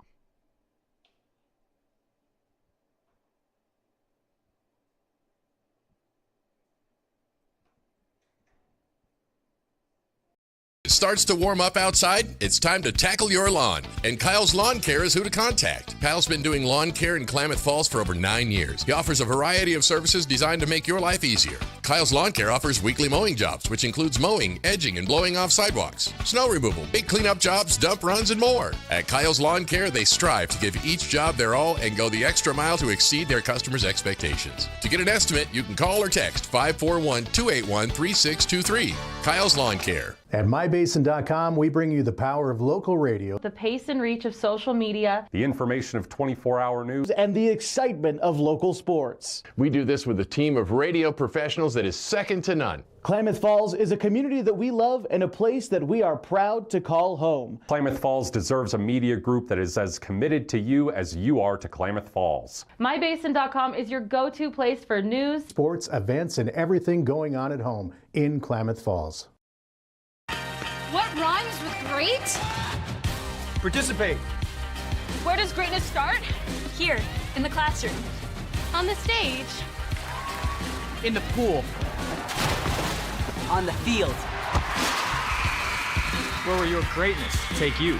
To better grades. To more friends. Yeah! Be great. Participate.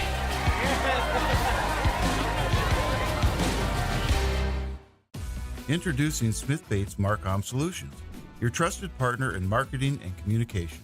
We specialize in crafting compelling campaigns, eye-catching graphics, and impactful branding materials. Smith Bates is like working with dependable friends. They always help us build our professional image. Through the innovative strategies that the team at Smith Bates suggested, we've been able to give the brand at Calor the boost that it desperately needed. Unlock your potential with Smith Bates Marcom Solutions.